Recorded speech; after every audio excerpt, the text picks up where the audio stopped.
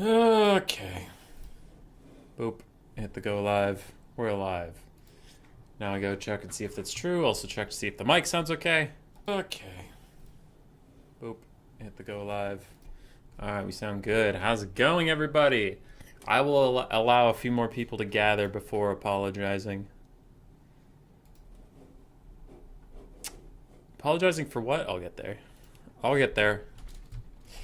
Tudela. Yo, yo. Multiplayer lobbies, host battle, this one. Invite player. Cool. We got this thing fixed. 0 for hummus lad. No. I'm allowing people to gather. I know you're all there. Calm down. Where are we at? A? Okay, and then it's Tudela 99. And we'll make his name a little more central.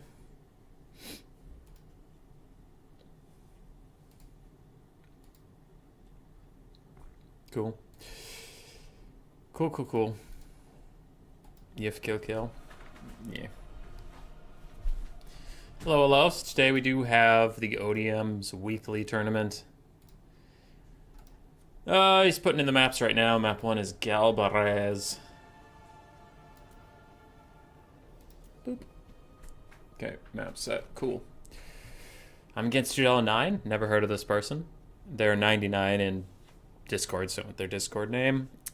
We have Sir Groot, Swarv, myself, Bjorn, Nordlander, John Silver, Saber's Regnum, Ian Zero, Jean Pasto, Stingers, Tretch, Raced, Phoenix King, Green One.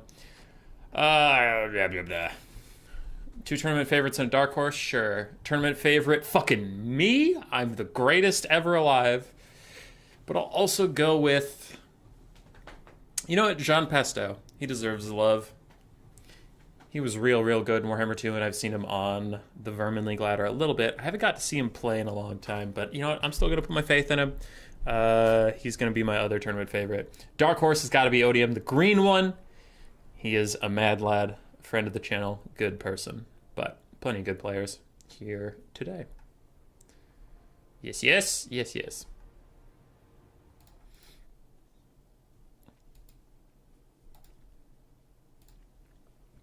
Sell all the games or win.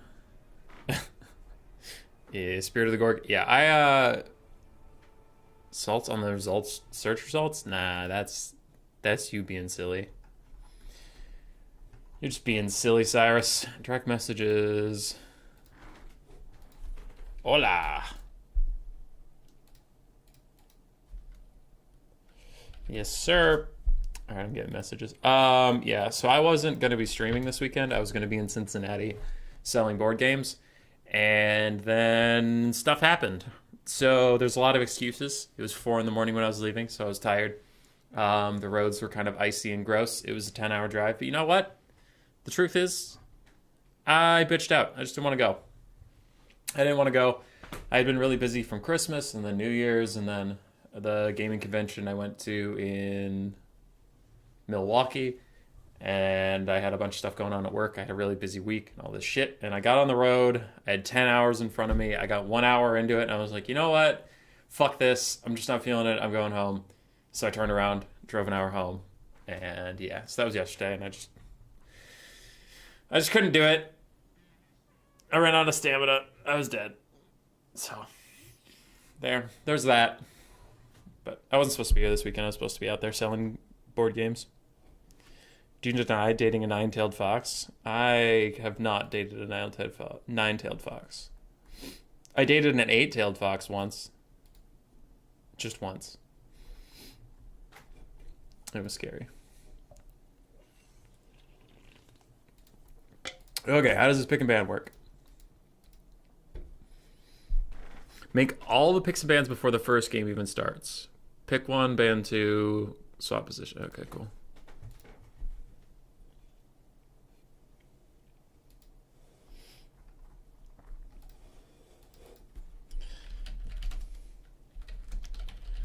Global ban VC.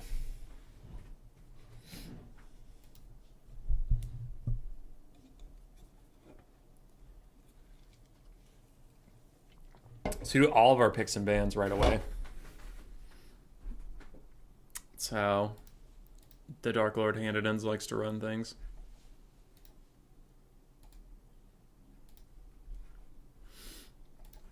I'm first? Yeah, I'm first. Okay.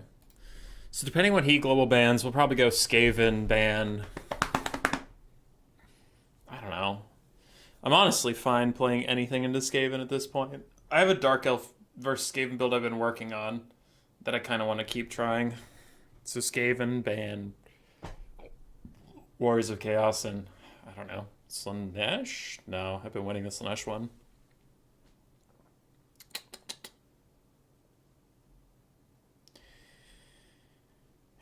What to even ban? There are bad Skaven matchups. I'm just either comfortable in them or working on them, so I kind of want to play them to keep practicing them. Yeah, I'd probably just ban Warriors of Chaos, Dark Elves. Sure. Fucking sure. Fozilene. It's a marathon, not a sprint. Get him next time, Tiger Rat. Yeah. Thanks. I have, 5-6 more conventions this year so far, and I'm going to probably sign up for more as they keep posting them, so there's other opportunities.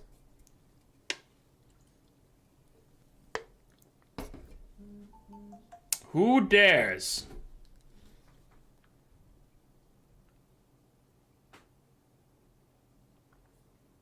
Okay. Sorry, just waiting on my opponent to do their pick and ban. Did Hummus add the sheets to celebrate Halloween early? No, Tian. It's for echo. It reduces the echo behind me. Some people were complaining about it, so I ended up setting up the tent. I kind of feel like shit today. So maybe it's for the best I didn't go to a big city convention with a ton of people. I would have gotten them all sick.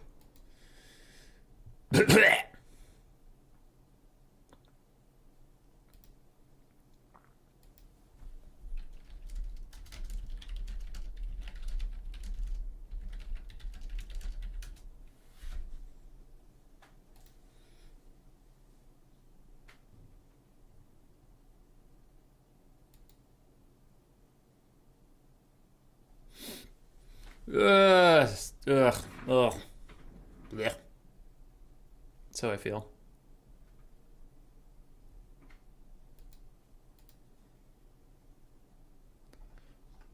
I have a ping. What's it about?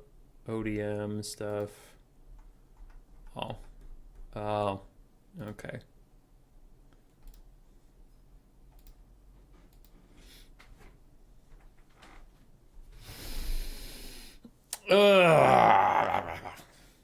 Stalling for time.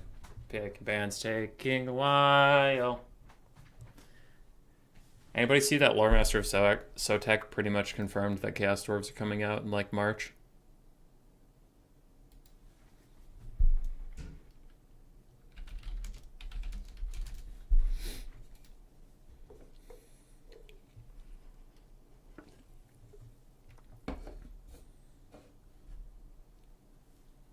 He did a video like speculating on Chaos Dwarfs and all this stuff, but considering his track record, I'm pretty sure, like, I have no evidence of this except for his track record of being correct, and I'm pretty sure he has someone on the inside of CA that tells him what's coming up so he can start doing like the kind of prelude content.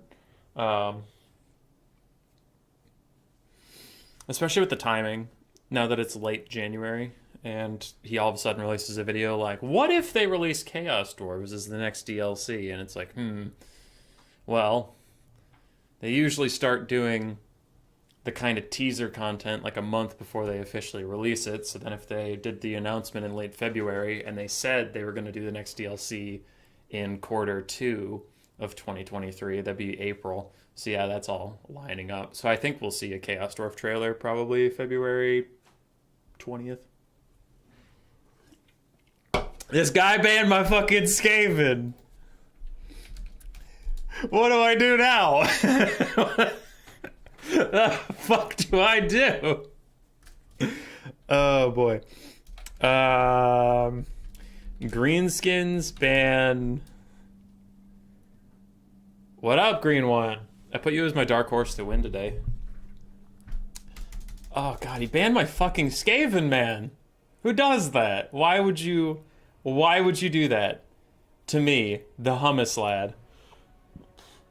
Fuck. Okay, Empire.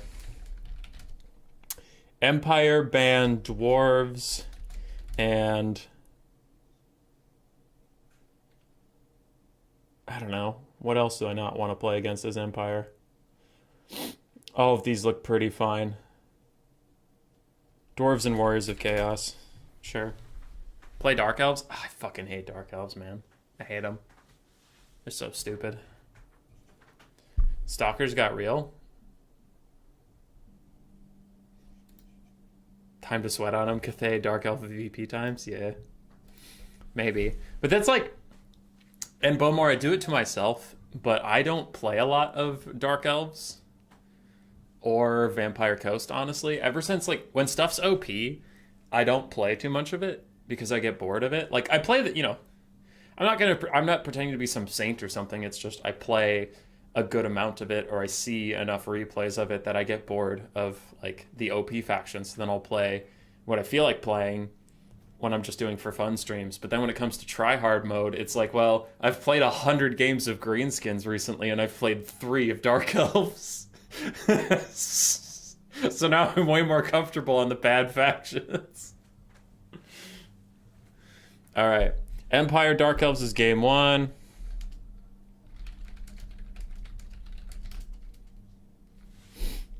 Empire Dark Elves game 1. Okay, I had a build I liked into this a little bit, and then it recently just started getting fucked on, so I need to rethink it entirely. What are you going to do when Skaven are super OP?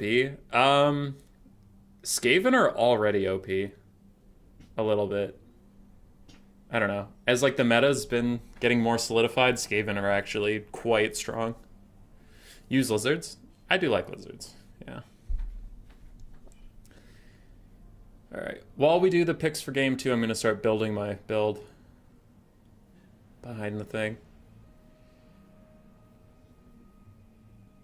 A lot of really good Empire players bring Marcus Wolfheart, and he feels super difficult to deal with, but I have been struggling with the Wolfheart.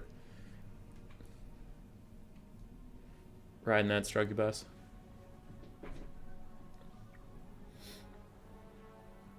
First sentence you hear on entering? What was it? This is a delay. I don't know what you mean.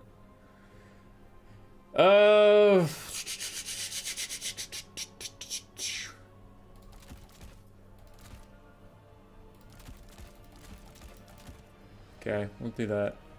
Tactical Lich, nice content, man. Tactical Lich is the king of the good content. The fucking GOAT. The legend.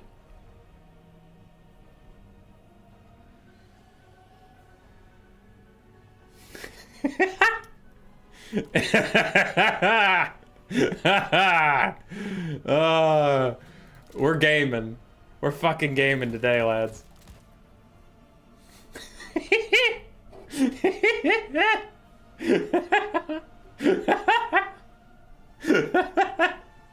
don't know if this is a good idea. We're fucking doing it. Beastmen ban Tomb Kings and Vampire Coast. Lizardmen.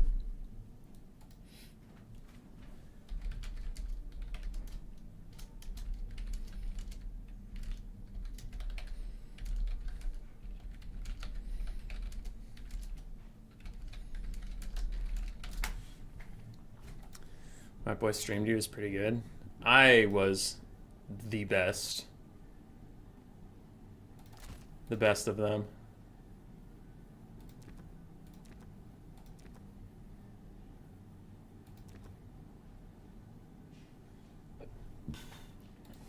Okay, so there's that. Which gives me more money.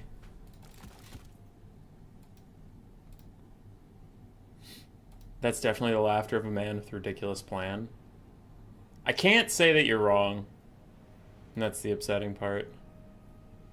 Is that you just might be right. So what do I need here? I'm feeling pretty good about everything else. Oh, more cavalry wouldn't hurt.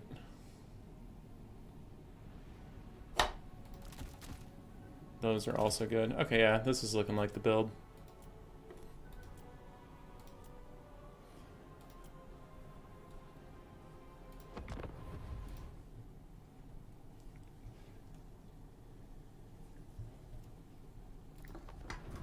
Skaven main taps into Warpstone. Crazed laughter ensues.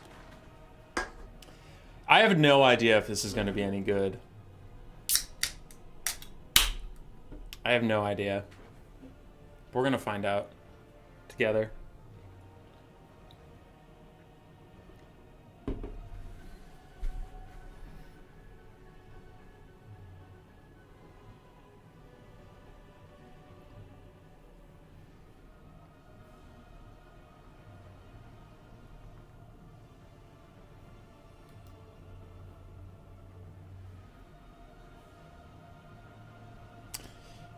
I don't know about that, actually. Yeah, I shouldn't do that. I was going to take the Temple off Luminarch. But it might be too terrible. It just might be too gosh darn bad.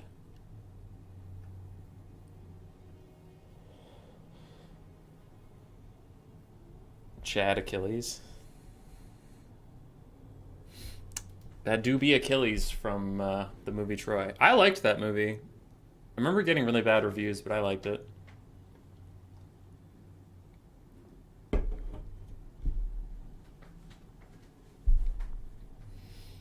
Behind the blocker, I am ready to go. I'm just waiting for opponent stuff. Opponent things.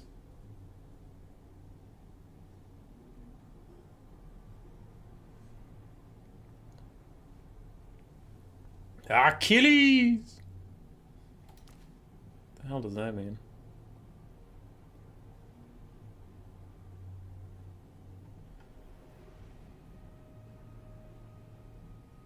Slaanesh, Khorne, and Cathay. Okay. High Elves. Grand Cathay. Chad Pitt. So game 1 is Empire versus Dark Elves. Game 2 is Beastmen versus Lizardmen. And then game 3, I have Norska, Greenskins, High Elves, Grand Cathay picked. And he has Slaanesh, Khorne, and Cathay.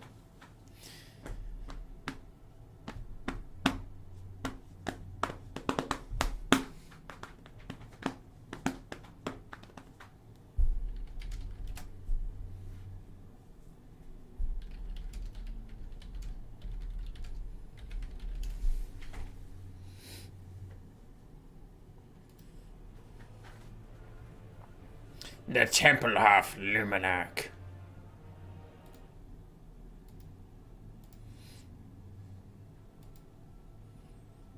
See, but I want to take the Luminarch, but a problem I've been running into recently is Scourge Armor Chariots and Cold One Knights. And the Temple of Luminarch has way too low of a rate of fire for that. It's like good for Lord sniping and that's it, but it doesn't actually help me versus all those other things. So I think I'm going to cut it.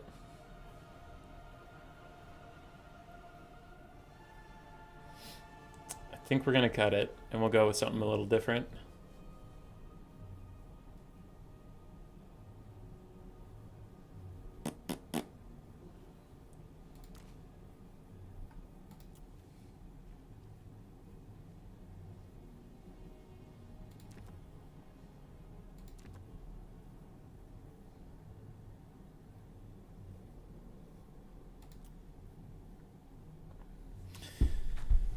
When can the Empire get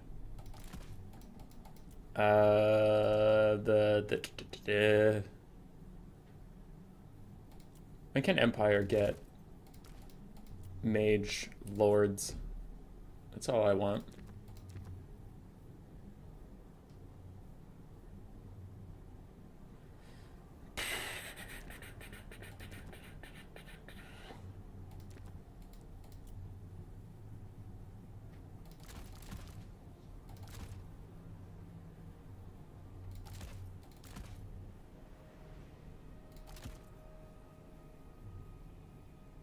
Sorry, I'm retooling my build a little bit here.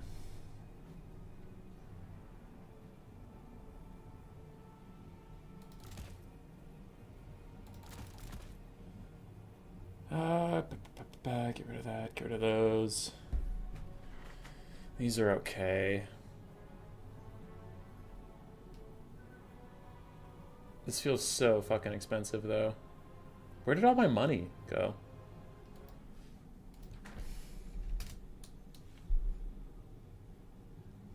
So Slaanesh, Khorne, Cathay, and Empire.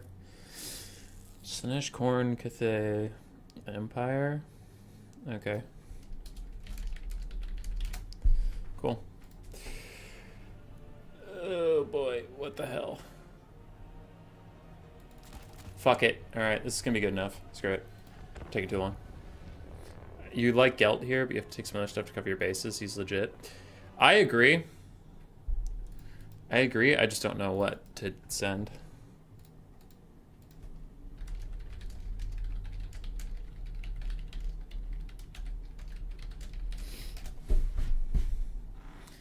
Alexander sucked.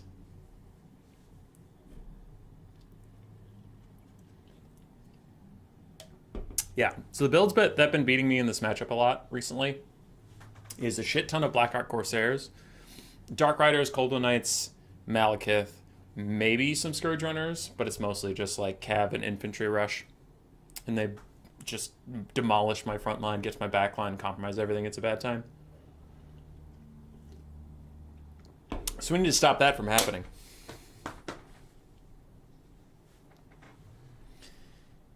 I don't know if this build will accomplish it, but we're going to find out.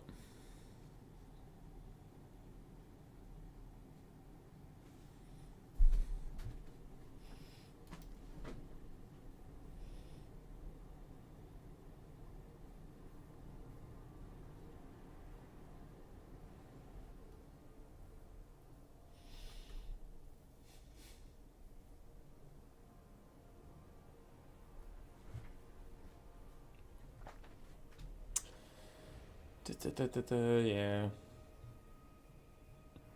But what about Scourge Runners? I don't know. This build's weak to Scourge Runners.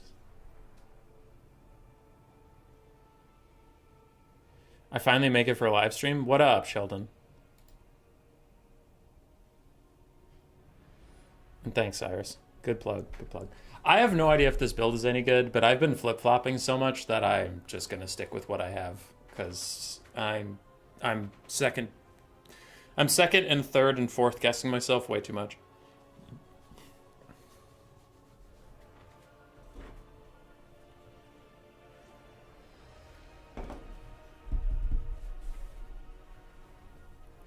Though I do want some Knights of the Blazing Sun.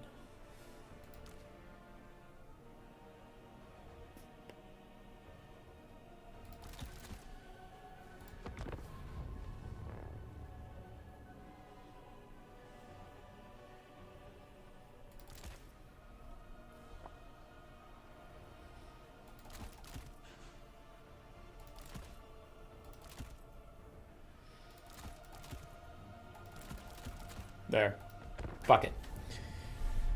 I just said don't question the build, and then I questioned it, and I made it even worse. Let's fucking go. Hi, Cudens. Cuden, sorry. Yeah. So I went with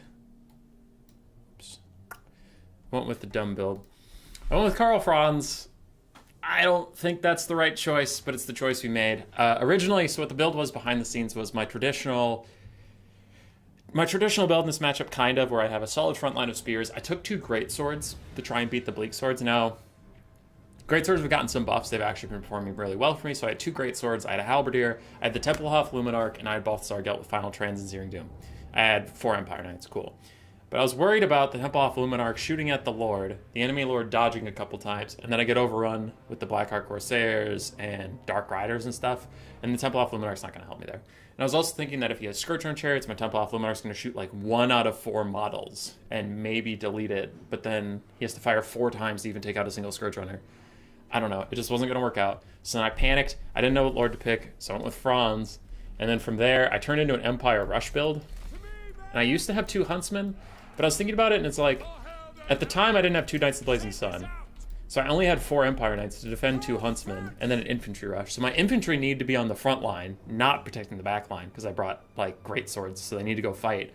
So I can't protect these fucking huntsmen. They're just gonna go overrun by Dark Riders. So I'm like, okay, screw it. Cut the huntsmen, and let's get some more Knights of the Blazing Sun. So now we just don't have a backline to defend. We're just running at him. Now, if he has Scourge Runner Chariots, he's probably just gonna shoot all my cav? I don't know. I don't know. This is probably a shit build, but it's the one we ended up with. Anyway, Franz, Regrowth Earthblood with a caster to try and keep him alive. Front line of great swords and spearmen. Great swords to do some killing. Spearmen to do some dying. The usual. I'm gonna have 1 spearman like deployed in the rear in case Cold One Knights or something want to start cycle charging my great swords from behind. At least they have to suffer a penalty. Other than that, we're cav rushing him. Now, one advantage the Empire does have over Dark Elves is cavalry. While the Dark Elves have better cavalry blow for blow, they can't field a lot of it because it's expensive. So it's probably going to be like a Cold One Knight and a Dark Rider versus, you know, 2 Empire Knights or an Empire Knight and a Knight of the Blazing Sun. So I should have a pretty significant cav advantage.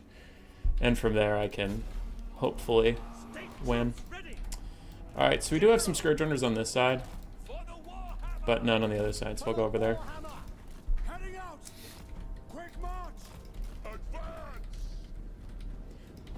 Okay, so you guys just need to pick some fights. My cav is going to have to get to his back line to shut down those Dark Shards. Because when we have no range pressure and he has range pressure, it's on us to actually get behind him. Right. Franz is going to shadow these guys so I can throw Reichel and Ruinfang on my cav when the cav engagement happens. Just as a little bit of support there. That's Malekith on something. Okay. So, Franz is helping with the cav fight. Stand your ground and a whole bunch of stuff is popped. So he should be making them all rather buff. Yeah, I'm going to throw an Earthblood down to counter that Soul Stealer. And then these Knights of the Blazing Sun are going to get a rear charge, and that should give us a lot of domination in the backfield. Now my Empire Knights are the ones closest to the Scourge Runner Chariots. That is intentional. They will take the charge for, take the damage for me. So thank you, friends. And my Knights of the Blazing Sun routed off Dark Riders. Franz Terror routed off these other guys. So these Knights of the Blazing Sun, I'm going to take them into the formation and let my Empire Knights chase off the Dark Riders, because the Empire Knights are obviously less good combatants. Franz is going to get back up in the sky, and we're chilling. Now, these cav have engaged on the Cold One Knights, which is fine. My cheaper Empire Knights are fighting the Scourge Runners, and they'll take that damage for me. No problem. Alright, those Cold One Knights have faltered. You're shutting down Dark Riders. You're going to charge in on Malekith for a little bit. Let's put an Earthblood right here to heal up the whole army a little bit, but also to give Franz some more life. You guys got everything you needed. This cav engagement is going very well, but let's back off now that we're getting kind of dragged into spears. Let's see if we can hit these cav on their way in to say hi to us, because they're just Dark Riders. We don't really give a shit. Okay, Franz and Malekith have some animations. That's kind of fun. Okay, there are Harpies I didn't even know existed. They must have been vanguarded, but they came in behind me. Franz is not loving those Scourge Runners paying attention to him, so I'm going to run away. I'm going to even throw a Regrowth on him because he's getting fucked up that bad. And Franz just needs to leave for a little bit. Okay, so we crushed these Dark Riders, but now we're going to have to get a little more aggressive elsewhere. Scourge Runner Chariots are going to have to run into the front line to get away from my cav that is currently rear charging them. We're going to fine with that. Franz, for now, go fight Malekith with Foe Seeker Charge, then I'll try to remember to get you out of there in time. You guys go hit Dark Shards. These guys are trying to charge through the front line. They're trying to get onto those Scourge Runner Chariots in melee. It doesn't look like it's really going to work out. Okay, Franz got a decent attack off onto Malekith. Great Swords ignore Malekith, go kill the Dread Spears for me, and then Franz, leave for now. Yeah, just leave for now. It's okay. I'm going to pop this Power Stone, because it looks like Malekith isn't going to really let my Jade Lizard sit around for much longer, but trapped between Spearmen and Great Swords, this pocket is actually looking pretty ripe. I'll get a rear charge onto Malekith, it's more worth it. Empire Knights holding down the fort against against chariots is pretty good. I'm going to run those Knights of Blazing Sun off into the distance. I'm going to get a rear charge on these guys here. So far, Cav advantage is going pretty well for us. Franz gets a big dive in onto Malekith. Empire Knights are actually going to chase off those Furies. And I'm going to send these Empire Cav over here to charge the Scourge on Chariots, because I really don't want them shooting Franz for free. That's a bad time for me. You guys come back and deal with this. Big Soul Stealer in from Mally. Reiklin Runefang as I buff everybody up and try to take care of him, but the Reiklin Runefang will also let my Cav get in some good shots onto the Scourge Runner Chariots. Franz is still after Malekith, which is pretty good for me. Infantry's all winning. We have Sleepy Knights somewhere. I'm going to order them to come home. Ooh, come back home. Yeah. Alright, Franz is still trying to fight. He's having a bit of a struggle. I don't know what that is. Oh, it's a fancy, like, killing at random infantry animation. That's exciting and fun. I want to get both my single entities in that. That's fun. Yay. Franz is in. He's got Galmaraz popped, so I do want to try to hit Malekith right now. And he misses a bunch, and he takes a hit from Malekith instead. That's also pretty cool. Scourge Runner Chariot's taking 0 damage while in conflict with Karl Franz, and Franz with Galmaraz popped misses a bunch of attacks onto Malekith while Malekith beats his ass. So we're feeling pretty good, fun, interactive times with Dark Elves right now. God, we love Dark Elves. Alright, this guy needs to run. That's going to be a painful Gaze of Malice. Okay, he reset my cooldown, so I don't want to go in there without staying to ground. I'll just run away for now.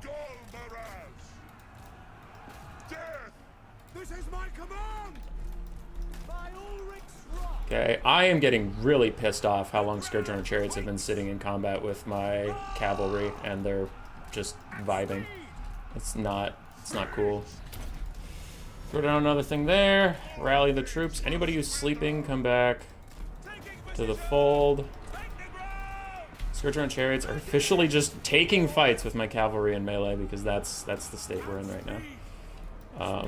You, Cav, chase off that. You guys, infantry, come with me.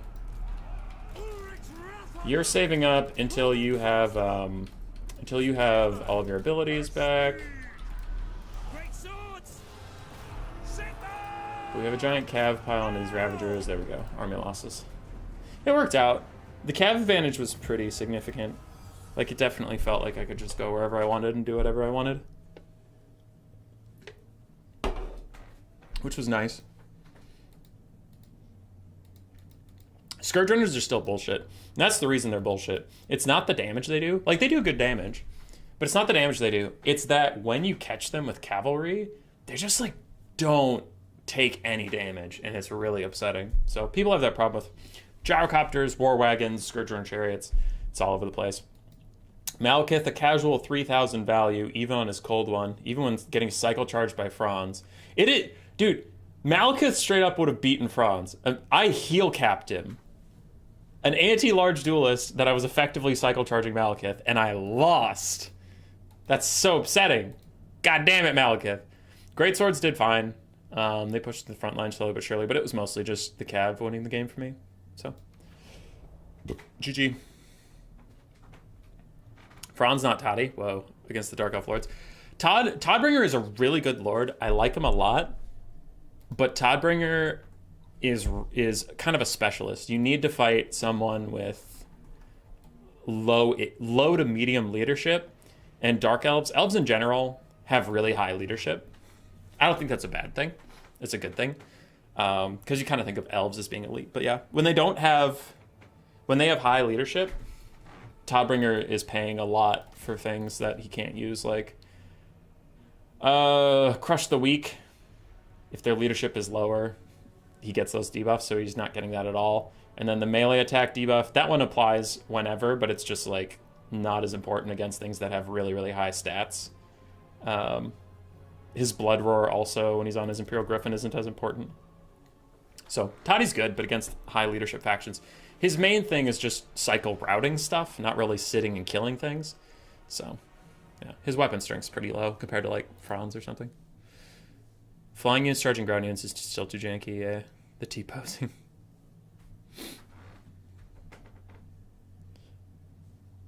Alright, so we have Lizardmen. GG, well played. We have Lizardmen versus Beastmen for game 2. And let's see what we can do here, huh? I'm gonna have a blocker up today. Because, you know, it's a tournament. I'll try hard in tournaments. Okay. The Beastie Boys. The Men of Beasts. Oh,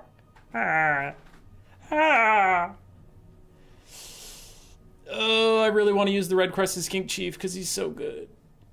I fucking love the Red Crested Skink Chief. But I think I need to do something else.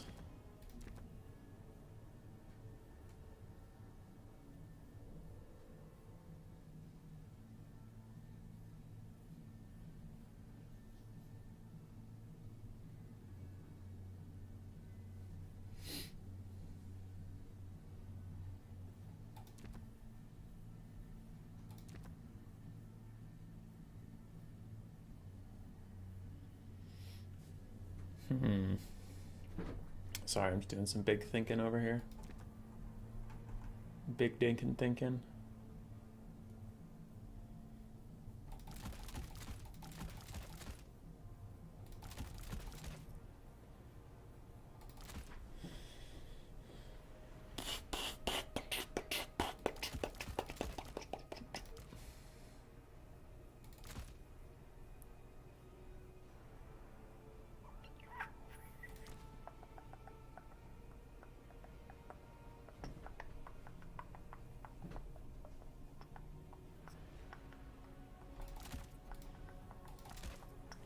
All right, how does that look?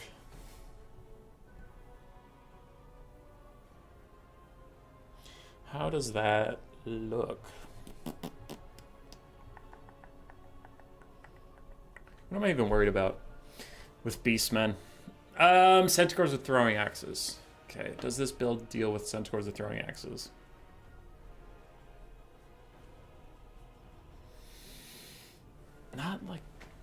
Not really. How do I fix that? What else am I scared of? Well, I think Minotaurs with great weapons. This build can deal with that. Yes, yes it can, okay? So throwing axe is still not dealt with. Minotaurs dealt with. Archers dealt with.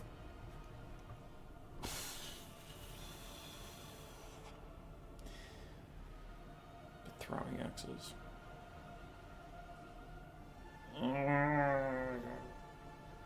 I don't know. Lizardmen don't have a lot of great tools to deal with throwing axes in general. Maybe chameleon skinks, but I suck with chameleon skinks. I think that's the biggest problem. Where's my purple one? I want my purple color scheme. There it is. Throwing axes. Throwing axes.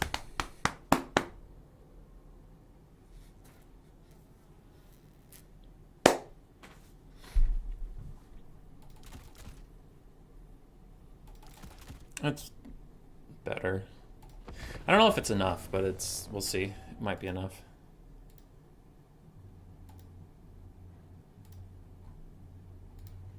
Okay, we're set. With a Beastcaster. Todd doesn't need to be winning battles. He doesn't have dueling abilities. Yeah. Toddy's basically a vulture. Hi, Torox! I'm about to destroy your favorite faction. Cam skinks are amazing versus skirmish cav. They really are. I'm just terrible at using them. Like, that's a me issue. That's not a unit issue. Chameleon skinks are really great units. I am terrible with skirmish anything. Skirmish cav, skirmish infantry, it's just like not my play style, unfortunately. And I mean, like, sometimes you just gotta know that, right? If you're not good at something, then it doesn't matter how buffed something is in stats. If you're just bad with it, you're gonna be bad with it. Red Skink is gonna show up. I actually didn't go with the Red Crested Skink Chief. I love the Red Crested Skink Chief, but I'm going with a Carnosaur, and it's not a meme. All right, it's not a meme. Boojilicious opened my eyes to the Carnosaur being good in certain scenarios, and I'll describe it in a second. But Tactical Itch, just turn on skirmish mode. I don't know about you, dude. Warhammer 2, it was already kind of jank, but in Warhammer 3, skirmish mode, it feels like is the important word, feels like, it just literally doesn't work. I don't know why, but so many times I'll turn on skirmish mode, and it's like, we are high elves riding phoenixes, and we have 850 speed, okay? We got caught by goblins. How did you get caught by goblins? Just goblins. 35 speed. You have 280 speed. They have 35. You had skirmish mode. How'd you get caught by goblins? And they're like, they're fast goblins. Bullshit, they're fast goblins. And you watch the replay and they just fucking stood there. Like, I don't know what it is, but that shit happens to me all the time with skirmish mode in Game 3. I don't trust it. Skirmish mode's full of shit. Anyway. So Boojilicious has been playing with the Carnosaur a lot, and it looks fun. So I took it because it looks fun. But honestly, it's been doing okay in certain matchups. And it is big, it causes terror, armor-piercing, anti-large, all that stuff. And the Beastmen rely pretty heavily on large entities like Taurox, Gorbel, Manticores, Chariot Lords, Minotaurs. So there's a lot of good targets in this matchup for him, and terror against low leadership factions such as the Beastmen is always really good. But since I'm taking a Carnosaur, I need a healing caster, which I'm not taking a fucking Skink Oracle for Earthblood. So then that does leave me with a Salon Mage Priest of Life. So I can't take my Red Crest Skink Chief. Then I took this Bastille Solar Engine. I'm not sold on this unit, but some really good Lizardmen players have been making it look quite good. So I'll give it a shot. But it's mostly for this blinded thing on its missile strength. So you can shoot on an important melee fight. Let's say the Carnosaur gets surrounded by Minotaurs. I can shoot them with this thing and lower their melee attack and melee defense while I try and bail them out. So it's kind of the idea. The Saurus frontline, it should beat whatever frontline the Beastmen have. I don't think the Beastmen can field a frontline that can beat Saurus, unless they field all Bestigors, but I still think that would lose in combination with all the support I have. So my frontline is going to win. My Carnosaur can try and peel off any single entities that dive the Slaanesh. It can also Lord Snipe. I have some Jab Skinks who I'm going to turn off Fire at Will to counter throw against Centaurs throwing axes, and that's about it. So we're hoping for the Saurus and the Carnosaur to drag us to victory. And we'll see. So fast the goblins froze them with fear. Oh fuck, oh shit. You see those goblins? They're so fast. Alright. Carno and a Solar Engine Swoon. Yeah. You can thank Boojilicious for the Carnosaur, though, because he's the one that showed me the ways. Okay, so we have Minotaurs, we have a Jabber Scythe, Taurox Brassful, more Minotaurs, and some Centaurs throwing axes. So we're not shocked by this. Not at all. Which is nice. It doesn't mean I can beat it, but it's one of the builds we were expecting. So I think the Carnosaur is going to have a field day. It's just if I can...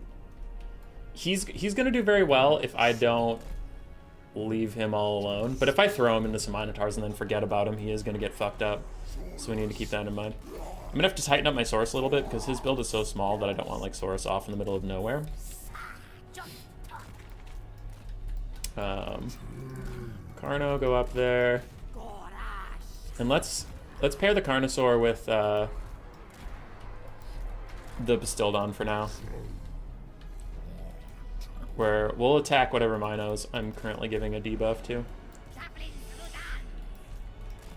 Okay. So Feral Cold Ones are gonna fuck off for a little bit. Actually, yeah, go. Okay. And then we need to use jabs on a bunch of Minotaurs. There's not a ton of Centaurs with throwing axes, so I don't care about them too much. You still have attack orders over here. Carnosaur, let's go get involved.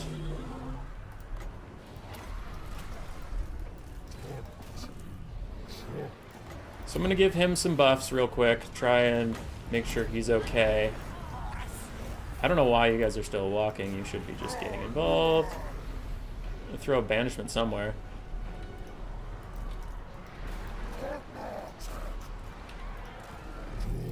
I don't know.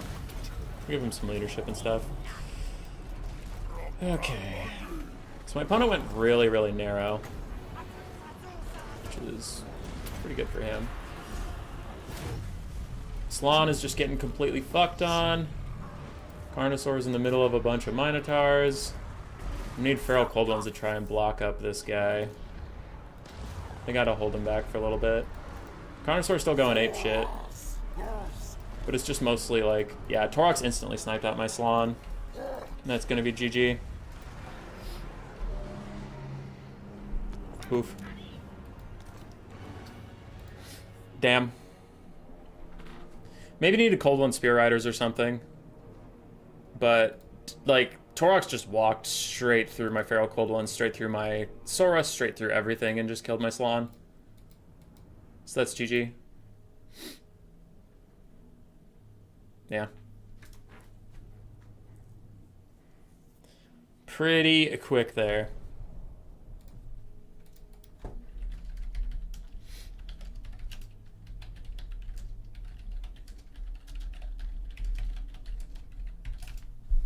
Torox best? Yeah, I mean, he did pretty good. He insta-killed my fucking lord.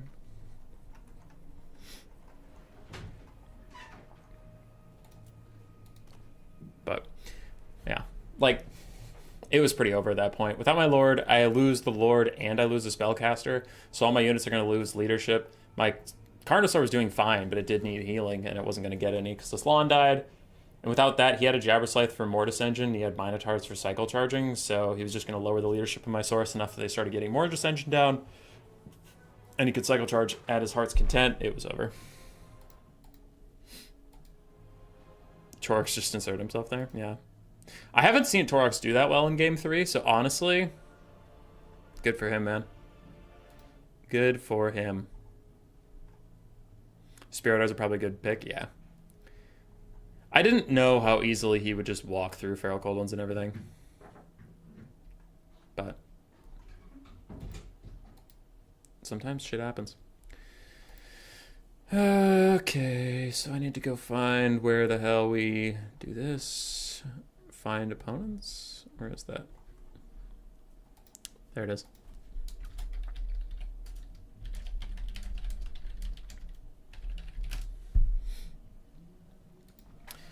How does this affect your next Lizardmen builds versus Beastmen? Unless it's a fake Dwarf. I mean, probably... I didn't notice the Bastildon being helpful at all, so probably just cut him. In theory, he's helpful, but he had issues like targeting. So I would do this. Because I like the concept. Like, legitimately, the only problem was how easily Torox and all the Minotaurs just walked through my front line and immediately got to the Slaanesh, and then a single Feral Carnosaur couldn't peel them off. And the Feral Cold Ones also couldn't peel that much. I guess they're large, but they're just not large enough. So, yeah, just get 2 Cold One Spear Riders in replace for the Solar Engine. Can I join this tournament right now? Unfortunately not. It did already start.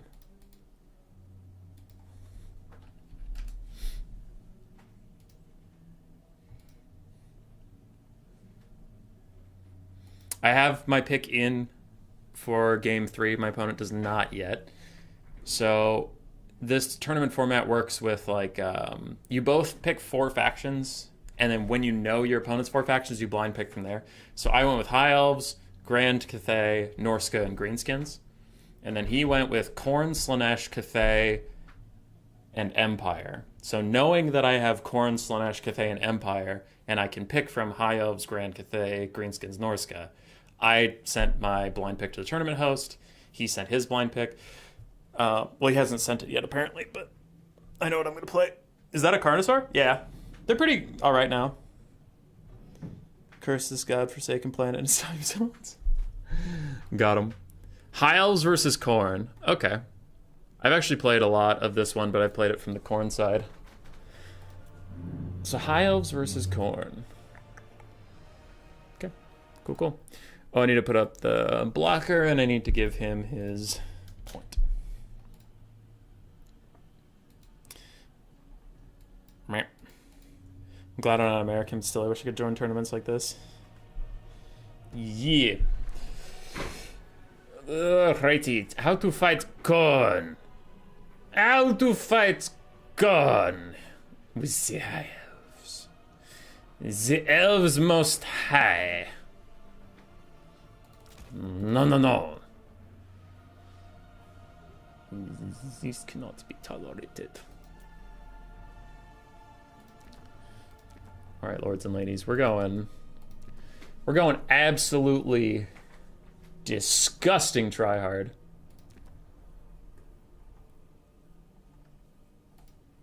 Disgusting.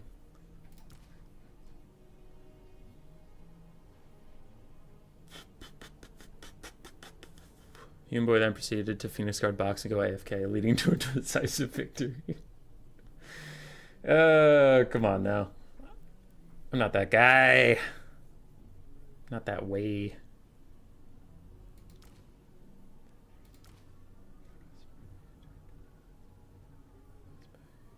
Sorry, I'm thinking. I gotta do some big thinking here.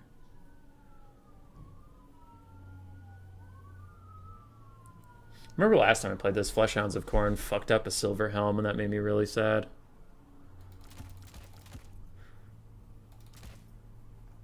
Like, real sad. Sadder than should be possible sad.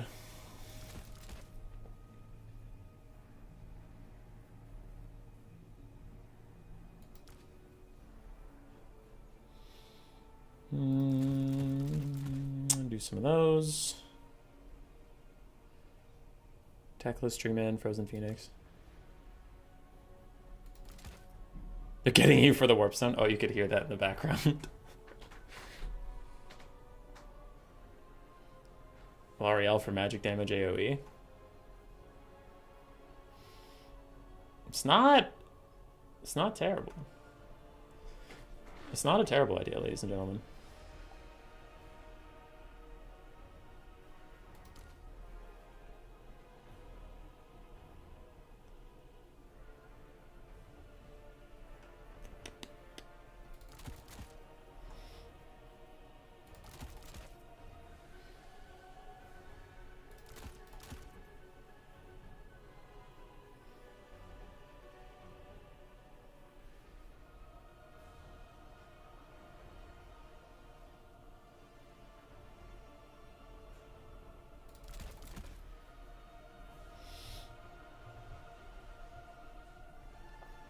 I need 95 gold back.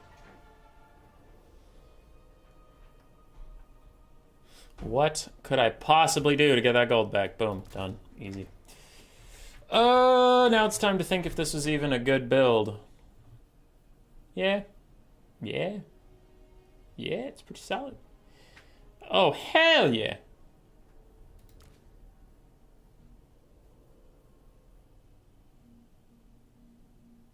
Yeah, it seems alright. What's up, dudes? Did you get my butt whooped in the Swiss tourney? Get my butt whooped in this tourney? A strat. L'Oreal for the magic damage?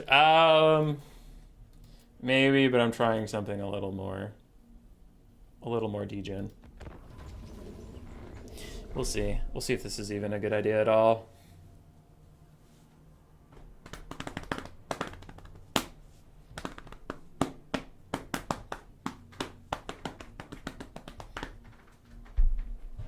Could go out right here. This could be the end of the hummus boy. We'll have to see. How's the tournament going elsewise? I'm actually surprised no other best of threes finished yet. Oh! Ah! We're getting in the game. Let's go!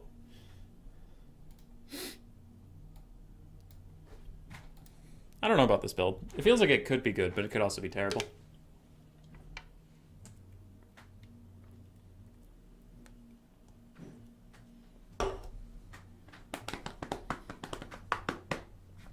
I think I am most concerned about Minotaurs with this.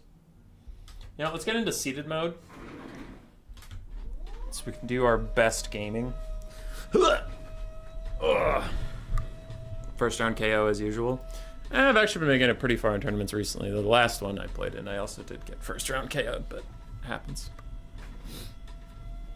It happens, my friend.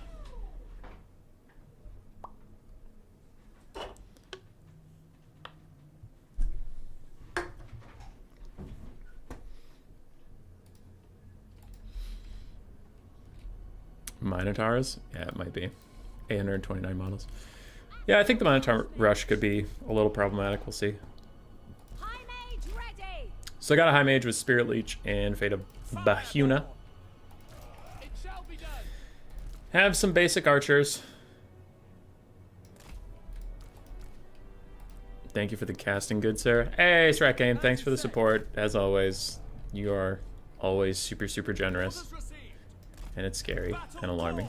I'm going to turn skirmish mode on, even though it doesn't usually work. I'll turn it on for now in case like I absolutely don't see something coming. At least they'll move a little bit. So, I'll have some spearmen. I'll have some white lions. We have rangers on the periphery. In case of marauders and such. Marauders. Minos lost your last one. It's a meme. It's not a meme. Because I can Spirit Leech down Minos. I'm hoping to secure a cav advantage, from which I can cycle charge a lot with Dragon Princes and Silver Helms and such. I can kite a little bit. I have some Illyrian Reaver archers for once. Spirit Leech kite is going to be really strong, probably, especially against someone with so few models. So it could be good, could be bad. We'll find out.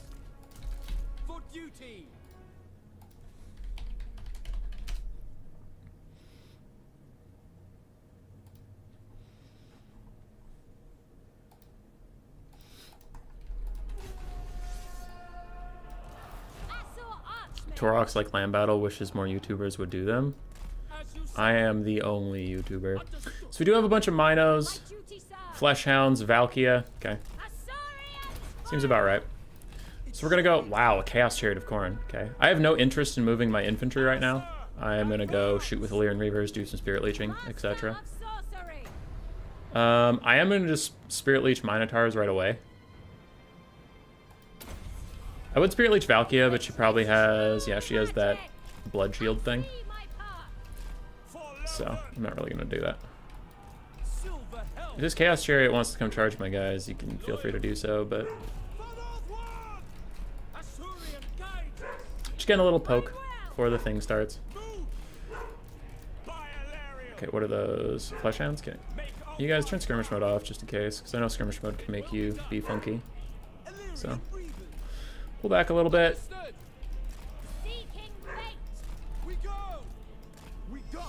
Yeah, try to dodge, but not the worst spear in the world for me to take. Okay. Archers shooting at random stuff, which is okay. These archers are also going to shoot at these guys. I'm just getting a little bit of pokey poke damage. Archer's going to shoot at that. Just continue to shoot at that. You're going to shoot at Valkia a little bit.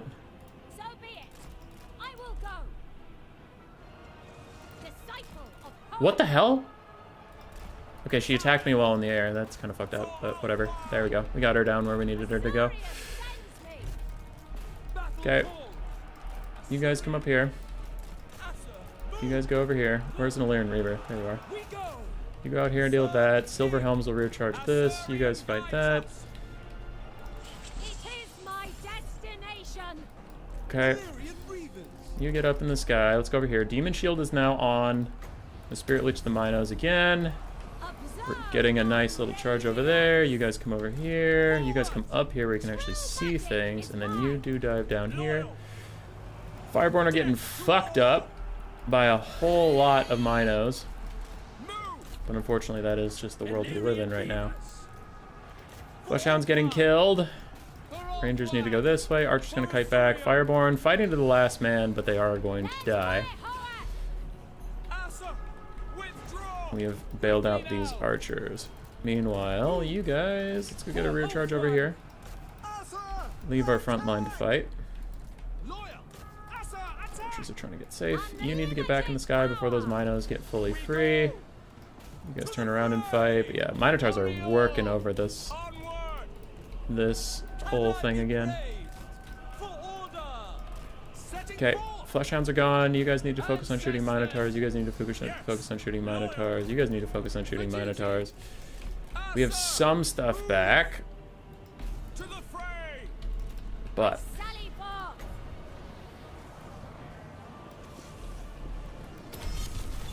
I just need to keep Spirit Leeching down Minotaurs, apparently, because they're a gigantic fucking problem. We will obey. It shall be done. I mean, we're holding them in place and shooting them, but it's just not amounting to anything. Damn. Yeah, we probably lost this one. 2 Minotaur builds in a row, just gonna kick our ass. For duty. It's like unbreakable. Yeah, it's looking pretty over at this point. Loyal. We go. Apace. Thank you. Just wanted the air maneuvers to run away.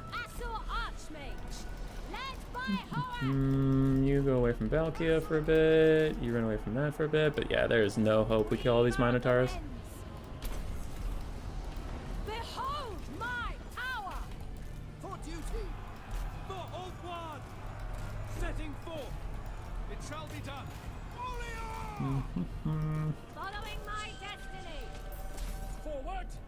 It shall be done. Apace. Understood.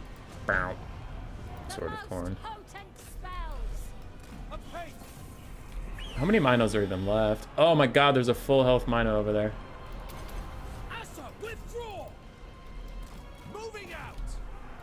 Let's see how much a Fate of Yuna even does to them while I'm at it. Just because this game's already over and I am curious.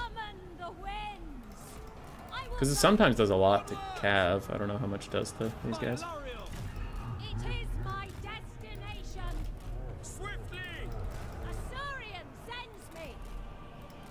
It doesn't really do that much damage to them. Damn. I don't know actually how to deal with the Mino Rush as High Elves.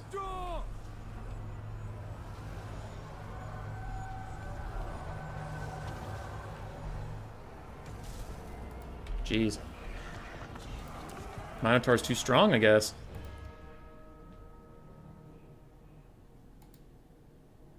Can you poop on the bad guys without a Phoenix? Phoenixes wouldn't do anything to Minotaurs. That's kind of a big problem. L Cheese with Phoenix Guard box and Alario? Oh. I still don't think Phoenix Guard would beat that. Because Minotaurs, you can just wait for the Marauders to break the Phoenix Guard's charge defense, and then you can charge them with the Minos, and they'll do a lot of damage. What was the purpose of the Rangers? Cheap frontline to fight Marauders for a while, but mostly just cheap. Double Bolt Throwers? Bolt Throwers do horrifically bad against Minotaurs. They do really bad, yeah. Silverin? Maybe? Maybe.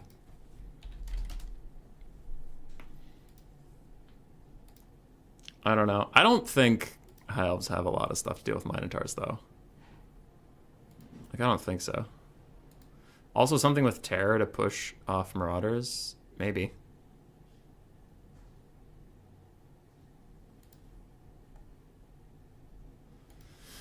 Alright. Our next game just got ready. It looks like it's Tretch versus Jean.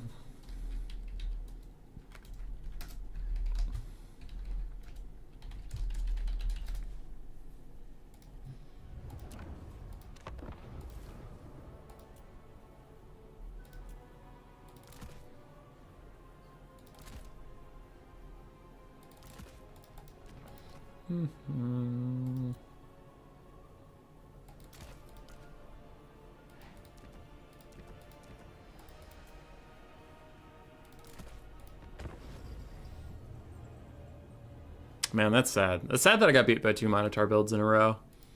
All Cav and Skirmish Cav? I had a lot of Cav and Skirmish Cav, but it didn't really... Like, the Skirmish Cav just didn't do any damage.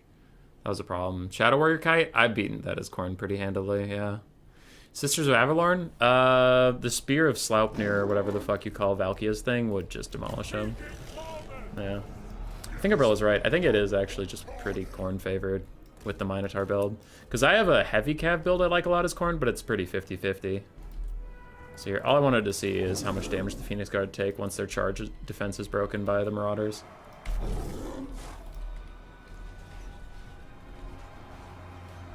So they have no charge defense.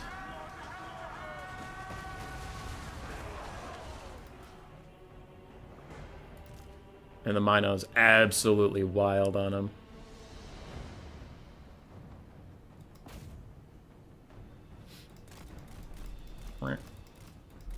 If you get a rear charge, it might be just GG.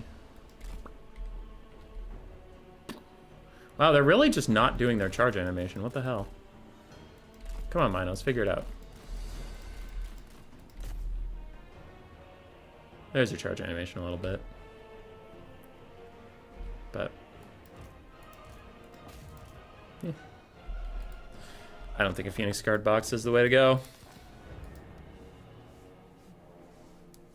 No chance this matchup is good for Khorne. Hanadins, what do you do to beat a bunch of Minotaurs?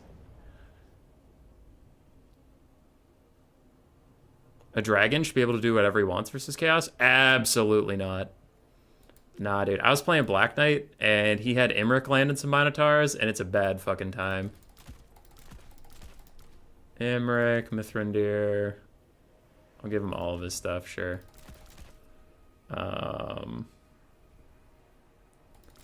Where are they?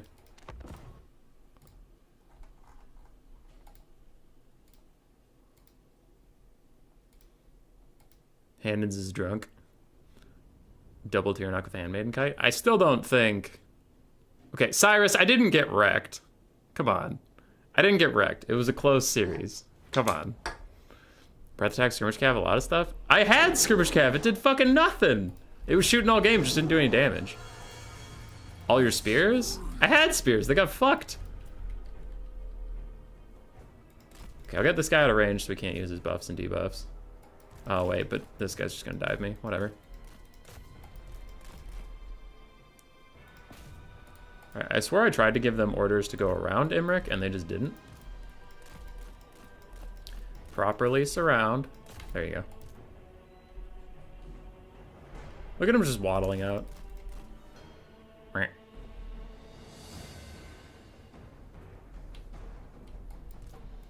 Yeah, Minos can beast mode Imric.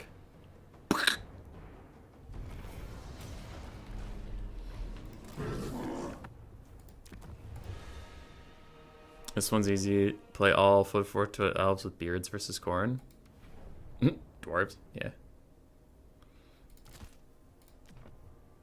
I don't know. For me, the skirmish cav just wasn't doing anything.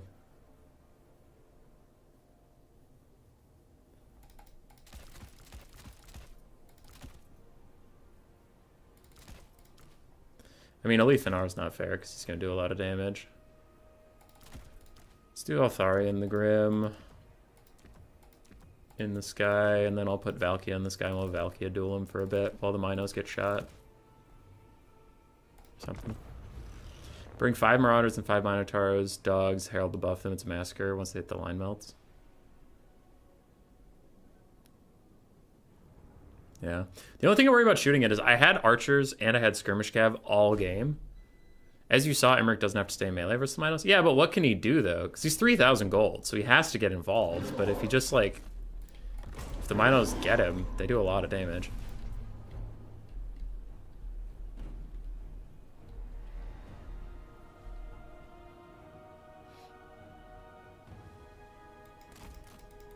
Whee! I mean, here the skirmish cav is doing alright. In my game, he only had 3 Minotaurs and my skirmish cav just didn't do jack shit to him.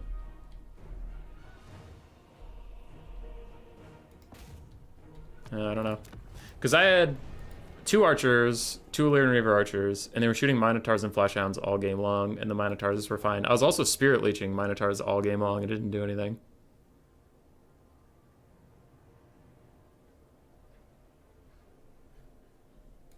I don't know. I disagree, but that's fine. You can do whatever. Cyrus, quit bullying me. Stop it.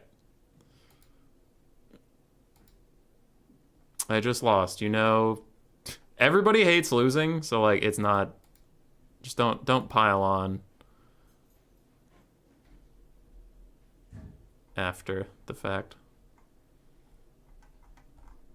I don't know. It's just like, because I'm clearly salty about losing to the Minotaurs over and over again, and I really don't feel there's much you can do about it.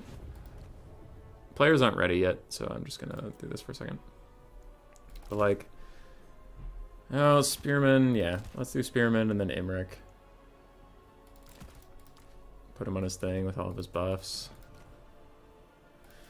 And then Khorne with the Herald. Take all of his scrap off. Then Marauders and Minos.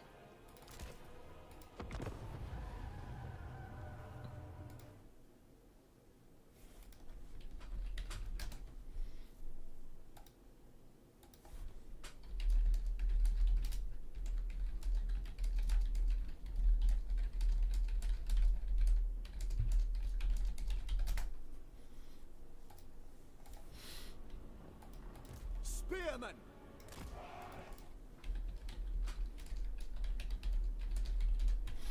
Alright. Prince Imric!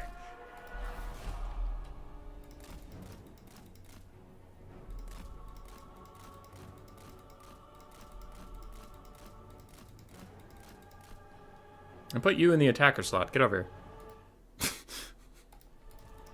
I just want to line them up so I can try a breath attack and see how much damage it does. Because I don't think breath attacks do a lot versus monstrous infantry. Okay, they're nice and blobbed. Wow, yeah, it does like half their HP. I suppose that's okay.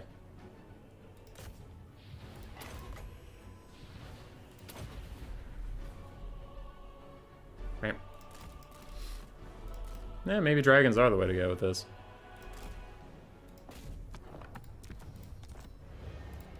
I do wonder if you land in them, though, if it's that easy to get out.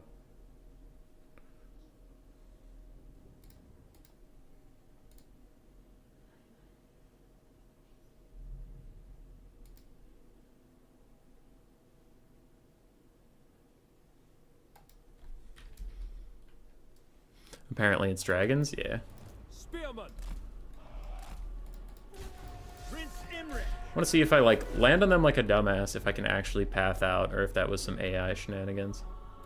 Eh, not when they're in the trees. That's just not helping. Wait for them to get out of the trees. Land on them. Phoenix rises!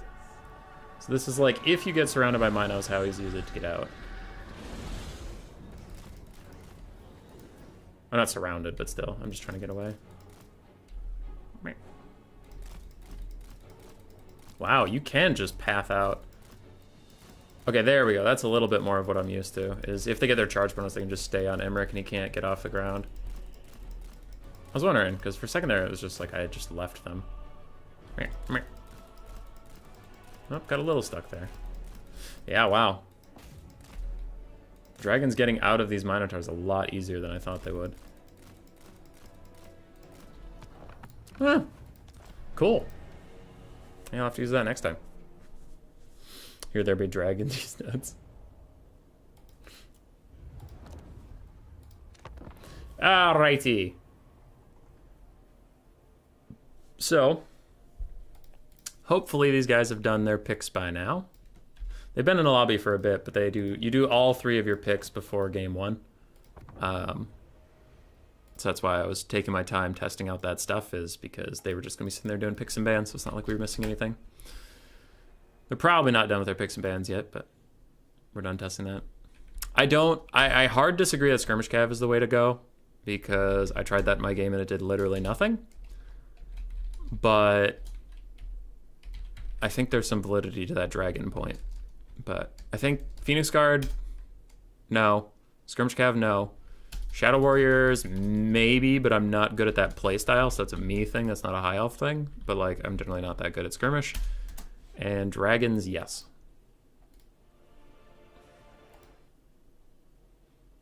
Center, a Phoenix Guard, and a Dragon could be an idea. But, like, the Phoenix Guard just flat out will not work. I did convincingly show how that one goes. It's like, if you know how stuff... I mean, obviously, if you just chuck Minotaurs into Phoenix Guard, yeah, they're going to lose. But if you send a Marauder in first to break the charge defense and all that stuff of Phoenix Guard, and then you charge Minotaurs in through your own Marauders, then you'll win that trade pretty handily. And if you get a rear charge on the Phoenix Guard, even better, but that would be a little harder to pull off. Recruit some Minotaurs. Yeah. I think it's tough. I think the way I like to play it with all the heavy cav and stuff, I find more fun than Minotaurs, but I think the Minotaur build is significantly better. After seeing it in action, I was like, oh, this is just way better than what I bring. I usually brought the double RORs, so the Knights of Brazen Throne and the Knights of the something Skull or something. But the Blood Crusher ROR reduces fire resist. So then the Dragon Princes don't get to use their fire resist on your Skull Crushers. But Minos just instantly deleted my Dragon Princes. So it was rough. Shadow Warriors and Dragons probably a way to go. I'm just bad at playing with Shadow Warriors. Illyrian Reaver Archers just felt like ass. They felt terrible. They're not a terrible unit because their melee stats are pretty much the exact same as Illyrian Reavers, and then you get arrows. So I'm sure they're a fine unit. It's just like they didn't feel consequential. They were firing all game, and by the end of the game, I forgot they even existed, and they were just shooting at Minotaurs, and all the Minotaurs were still there. I had to take out one with a Fate of Muna plus 3 Spirit Leeches, is how little the Skirmish Cav was doing.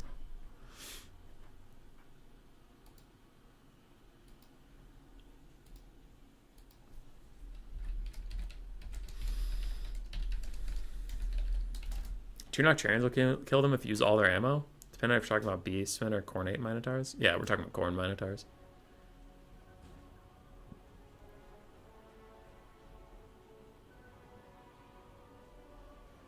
Ugh, that's sad. Got wrecked. Game 1, Dark Elf Mirror.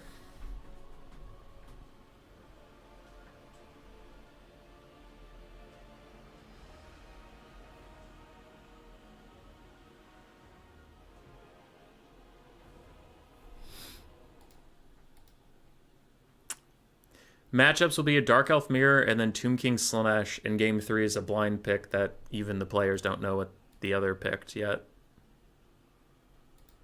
So.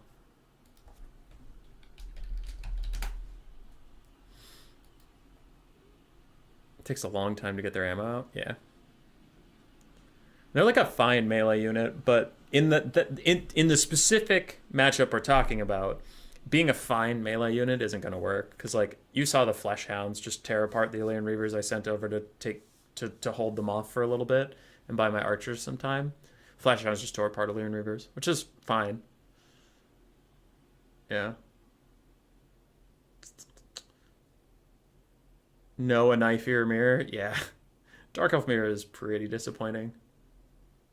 We'll see what they do. Damn. Well, Khorne having some good matchups isn't the end of the world. I probably will just avoid it in the future. Even if like Shadow Warriors and Imrik could win, that doesn't sound like a game style I would be very good at, so it's probably just something I should avoid. Hand of Glory is only 4 wins for plus 24 melee. Yeah, but the problem is not being able to... It wasn't that I couldn't hit the Khorne units, it was that my units died so quickly. Having a higher chance to hit isn't going to help, because it's just like, it would take too long for them to get out their DPS by the time they'd all die. Because like those Minotaurs, wherever they went, units just got deleted. It was rough. Imagine if the Dark Elf Crossbow Lord had reload. That'd be pretty funny.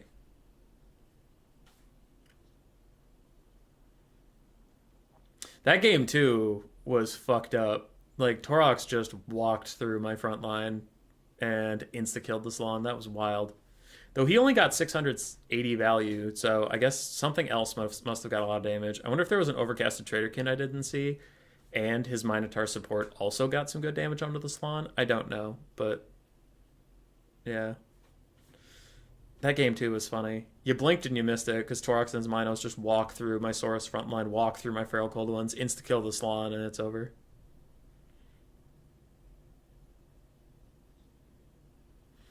Ugh. 2 Minotaur blob builds in a row just kicked my ass. God damn it. I'm salty about that.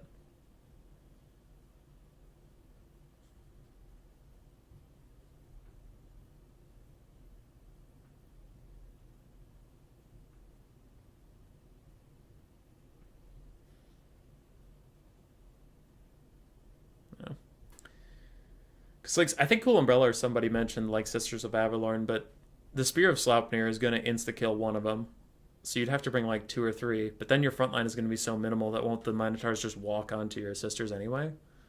So I don't think standing archers will work. I think you do need Shadow Warriors because they can move. You need to be able to move and shoot. And the Shadow Warriors are spread out more so that the Spear of Sleipnir wouldn't one-shot them anyway. Maybe. Star Chamber Guardians next time? I still don't think so. I really don't think Infantry Halberds is the way to go, because I showed an example of how easy it is to just put one Marauder, a 400 gold unit, on the Halberds, break their charge defense, and then it doesn't matter. The Minos are just going to slaughter them. Like, I think taking spear units, like, in general, anti-large units is a good idea, but I meant, like, super expensive anti-large units is not going to really work out. In the Khorne matchup. In the Beastmen matchup, less sure. Because they don't have, like, Spear of Sleipnir, they don't have as juiced a melee attack stats as Khorne. Like, I'm talking about Khorne. Beastmen, maybe the Star Chamber Guardians. My problem wasn't the melee fighting prowess of my infantry. The problem was that they were infantry. So Torox and his Minos just skipped the fight with the Saurus. You just walked through it and got out of my salon and instantly killed him. Like, all of my infantry was still alive when I surrendered. It just didn't matter. Because then it was just infantry versus monstrous infantry, so he could cycle charge me to death. Yeah. So I needed something big, which is why, to fix that build, I added some Cold One Riders so you can actually stop the Minos.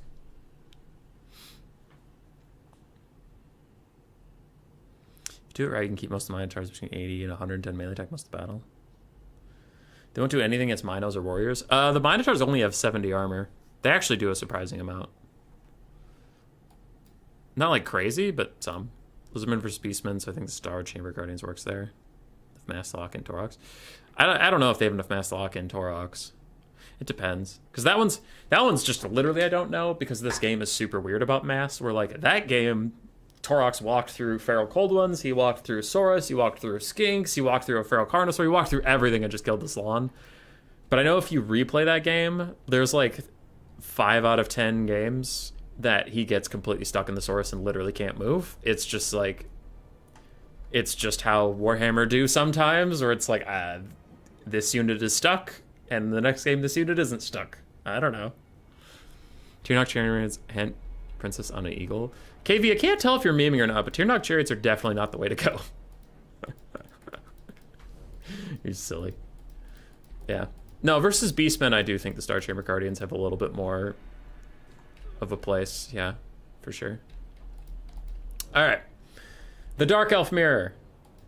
Oh god, they're using the same flag even. We don't even get different color schemes. What the hell?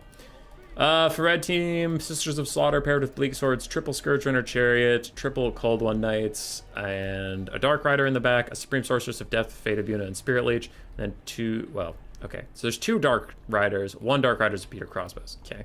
Those are paired weird, so I thought they were both that. And will Torox roll or not? Yeah. If Torox gets his roll animation, he can get out of anything. But otherwise, he might get stuck. On the other side, we have 4 Cold One Knights, Malekith up on a dragon, 4 Bleak Swords, triple Scourge Runner Chariot, and 2 Dark Riders with shields. Which spells does the Archmage of Death have? Fate of Una and Spirit Leech. That's the pretty common, too, in this matchup. Yeah. Apparently don't do a lot versus Minotaurs. But, yeah, they're super good, because you use Spirit Leech on any single entities or chariots, and then use Fate of Una on any big, expensive units, like, I don't know. Cold One Knights is an okay target. But in this, with this matchup with the stuff that's here, you're probably just going to see a lot of Spirit Leech spam. Dark Elf Mirror, fun, entertaining, 6 Scourge Runners on the field. Yeah. At least both sides have Scourge Runners, so actually the Scourge Runners aren't going to last very long, because Scourge Runners delete Scourge Runners. Scourge Runners are super squishy units at range. The problem is in melee, their models are all fucked up, so they just don't take any damage, but when most of the damage is going to be coming in through ranged assets, they're really squishy. Gaze of Malice is a great target on Sisters of Slaughter. This is a very expensive unit, but they only have 5 armor and no spell resist, meaning that bound ability takes about 1/3 of their HP. Dark Riders try to get a cheeky little charge in. The Malekith thinks about a breath attack, but he decides against it. He's going to land in Cold One Knights? I guess he's trying to bait these other Cold One Knights into getting a rear charge on these guys, but They don't fall for it. The red team is just going to take a frontal charge, which they're losing the fight because obviously Malekith is right fucking behind them, sure. But it's better than getting rear charged by Cold Knights for sure. They get a little bit better of a trade. Malekith throws down a little Soul Stealer that hits both Sister Sod and Cold Knights. Pretty good stuff. On the other side, big cav charges take out a Bleak Sword and a Cold Knight. Meanwhile, Scourge Runner Chariots for the blue team, one is all but dead. For the red team, they're overall much healthier, but still feeling the pain. Malekith throws down a quick breath attack onto Cold Knights and Sisters of Slaughter. Gets pretty good damage, even routing the Cold Knights in the process. And a Spirit Leech. No, a Fate of Buna has been thrown out onto a rather healthy Cold Knight, so it is going to get drained all the way down. That is a nearly deleted unit. Bounce of Power is slightly blue favored, and blue is slightly ahead on the Bounce of Power, so I guess that does make sense. I mean, on the gold damage value, but red's catching up. Red has better melee infantry, and red has a little bit more skirmish cav, while blue has better heavy cav, and Malekith is way more expensive than a Deathcaster, so. We'll see. Malekith trying to get off the ground, but it looks like, oh, he takes off in the middle of Dark Riders because fuck you, Dark Riders, you didn't land an attack yet, and he is up. Both sides have lost one Scourge Runner Chariot effectively, judging by HP pools, though actually by model count, they're all healthy and fine. But the skirmish cav is keeping Malekith a little honest, and he just wants to run away from this lady who is now spirit leeching him. I'm getting worried about red's ground presence because you can see a lot of red units are routing off, and it is a ton of blue on the field. And Malekith finally gets a duel with this lady. She is trying to bait him a little bit to sit in front of these Scourge Runner Chariots, and he is taking pretty good damage for that. But having Soul Stealer, meaning he can heal himself up, he's actually fine taking a Lord HP for HP trade. Dark Rider Peter Crossbow is trying to get away from other Dark Riders. There's really not a lot left to peel for them. I think blue is running away with this game just a little bit. There's just too much left. Now, a big mistake could be Malekith getting sniped out, if that fully happens, if he doesn't just take a bunch of damage and Soul Stealer back up. But if he actually fully dies, then for sure blue could lose this. Otherwise, it's looking like they're just chilling. Scourge Runner's going to get a rear charge in Dark Riders, save their Peter Crossbows, get them out of here. As I say that, blue is suffering some defeats around the battlefield. Wherever the Sisters of Slaughter are, they are grinding through Bleak Swords and stuff like that. But overall, there's just so much left. The last of Red's Coldwood Knights is going to get pushed off here by Malekith. Dark Rider's also leaving us just with some Skirmish Cav. But Skirmish Cav alone, in a world with a bunch of heavy cav. Look at the damage on these poor Coldwood Knights getting shot by Scourge Runners. Oh, it hurts. Tyrnox work with Kite, then send them in a melee with 80 armor and 42 melee against infantry? I don't know. Like, maybe, I doubt the Tyrnox have the DPS, but maybe they're good? I don't know. Soul Stealer on to, it looks like, 2 Scourge Runner Chariots, and the Coldwood Knights that are chasing them are doing literally 0 damage because of that problem we mentioned earlier, and they're actually just getting shot the whole time. But blue does take a more convincing lead on the bounce power. They're up about 1.4k on the damage value, and blue's Scourge Runners are just about out of ammo, so now they're charging into melee. Meanwhile, reds are also running low on ammo. Malekith has plenty of health left, also considering he can throw out more Soul Stealers, so without any of that pressure to really kill him off, he'll be just fine. A wild Gaze of Malice goes completely wide. I think that was a misclick. But, oh well. Both Sisters of Slaughter are rather low. They are not ITP, so they will tear out. The Dark Riders, Peter Crossbows, a lot of ammunition left, but there's just nowhere to go. And the Dark Elves got a Pyrrhic victory, though I don't know who actually surrendered. I think Jean Pesto took that one. We'll see. All his AP is no armor is good. Oh. Sisters of Slaughter are great in the mirror in game 2. Yeah. It's just game 3. There's too many changes. Malekith is too common with his Gaze of Malice, just deleting them. Scourge Runners do really well. Yeah.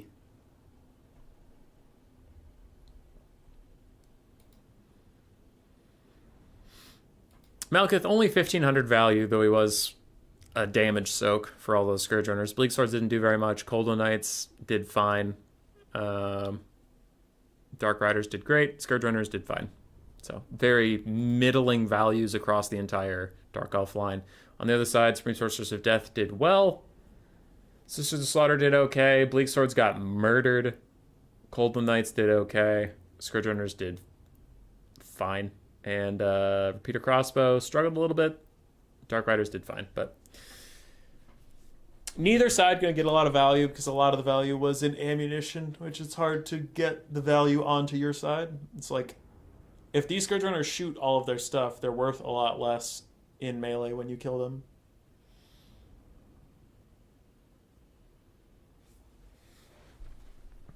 GG. So game 2 is going to be Tomb Kings versus Slaanesh, and then game 3 we don't know what it's going to be yet because that's blind picks, so we don't get to know these things.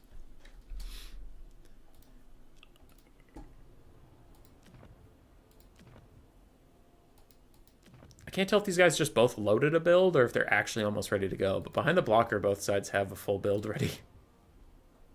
The values are really low? Yeah. Yep. It's because Scourge Runners used all their ammo and then the game surrendered. They didn't actually die. So that's 3,300 value on each side that never actually got taken.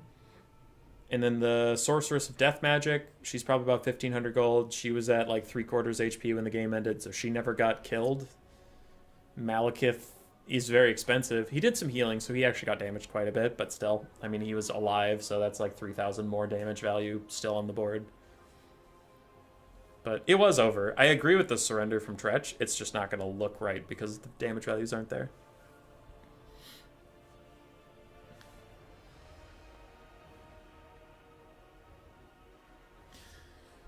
Alright, Slaanesh is ready. Tomb Kings are ready. We're getting into game 2.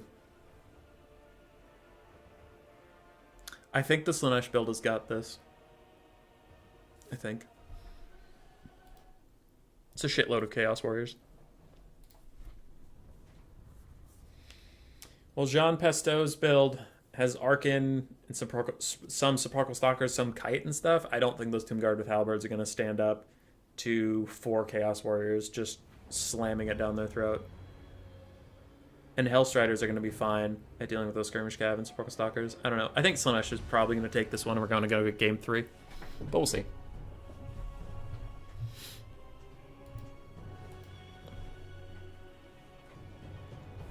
Are Wood Elves still bottom tier? Yeah. I actually played Wood Elves 2 nights ago against Lenorm.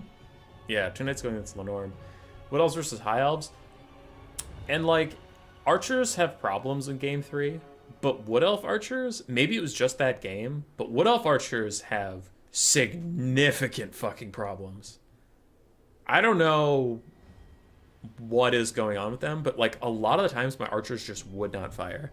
And it felt way worse for Wood Elves than it has for any other Archer. Now, I'd have to play with them a lot more and really feel it out to make a conclusive thing, but in, like, the one time I tried Wood Elf Archers, it was versus High Elves, and they just would not shoot. I don't know what their fucking problem was. They had Fire at Will on, and if they were running, like, he had a Phoenix just sitting in front of my army, and they were running at him, they would shoot because they have Fire at Will on, and then they have Firewall moving. But when they stopped, they just stopped firing. And I had to give each of them individual orders to shoot at the Phoenix or shoot at anything. Otherwise, they would just stand there with their dick in their hand.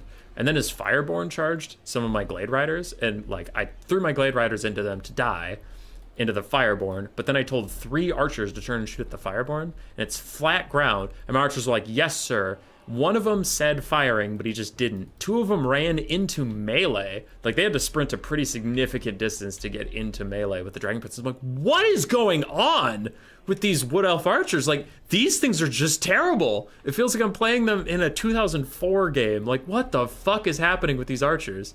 I don't know. It felt like awful. Just awful to play with that unit. So I have no idea what's going on with Glade Guard, but yeah. Their stats are fine. I just meant, like, the unit handles like shit, and I have no idea what's going on.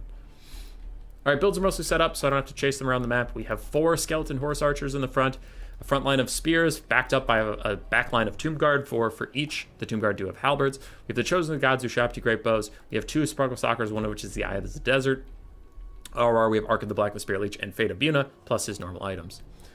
Sizes increases in Ogre AI. Oh, geez. Yeah, no idea. Slaanesh Warriors slamming it down their throat. You heard what I said, Dorox. On the other side, we have Devoted Marauders of Slaanesh. We have Chaos Warriors, the Mirror Guard, more Chaos Warriors, and 2 Chaos Warriors with Hell Scourges. So pretty solid front line. 4 Hellstriders of Slaanesh, 2 Marauder Horsemen Skirmish Cab. We have Bringers of Beguilement, Exalted Demonettes, ROR. We do have a Chaos Sorcerer of Slaanesh of Shadows with just Pit of Shades, and Sigvald the Magnificent. Elite Infantry still don't exist, or their monsters. Yeah. I will say, like, War Dancers feel alright right now. I personally don't mind War Dancers, the 750 version. They're cool. I don't think they're OP, but they're fine. I use some of them. Because I beat Lenorm's front line. It's just my archers couldn't follow up on anything my guys did, and it was really depressing. So Slaanesh is going to want to get into melee as quickly as possible and start grinding through these Tomb Guard and all this stuff. That's what they're built for. Their Hellstriders are going to have to find a time to get onto the Skeleton Horse Archers. But Sigvald is a great pick versus the Tomb Kings because he can regenerate up, and Arkan can't just Spirit Leech him to death. Whereas, like, if you had a Azazel or an Exalted, like, Herald of Slaanesh and all that shit, you're going to get Spirit Leech. It's going to hurt a lot, and they're not really that good at healing. So, yeah. Pit of Shadescaster is also going to be quite strong versus all these Tomb Guard. Melee fight has begun. That will lessen the impact of these Chosen of the Gods. And I could see Slaanesh getting a pretty good engagement here if they just charge right into all of these Skeleton Horse Archers. He's even going to pull some infantry out just to try and block up some of the Skeleton Horse Archers and let these Hellstriders get a nice clean charge off. I don't know if it's really going to work out, but we'll have to see. On the other side, there's a bunch of infantry grinding, so we'll go see how this goes. As the Hellstriders catch the Eyes of the Desert. Eyes of the Desert do have 80 armor. They do have armor piercing and anti-large, but they don't have really the models to back it up, so they're not meant to be in melee, and Hellstriders are going to get a pretty favorable trade. Chosen the Gods firing into these Hellstriders and a Skeleton Summon from Arkan, all trying to bail out the situation, and it will work. Meanwhile, I saw a Pit of Shades flash, but it looks like it must have just ended. Ooh, it might have been over here. Yeah, those guys are getting messed up. Tomb Kings are up on the damage value for just a second, but more Hellstriders are going to hit the Eyes of the Desert. That is a pretty big win for Slaanesh. Yeah.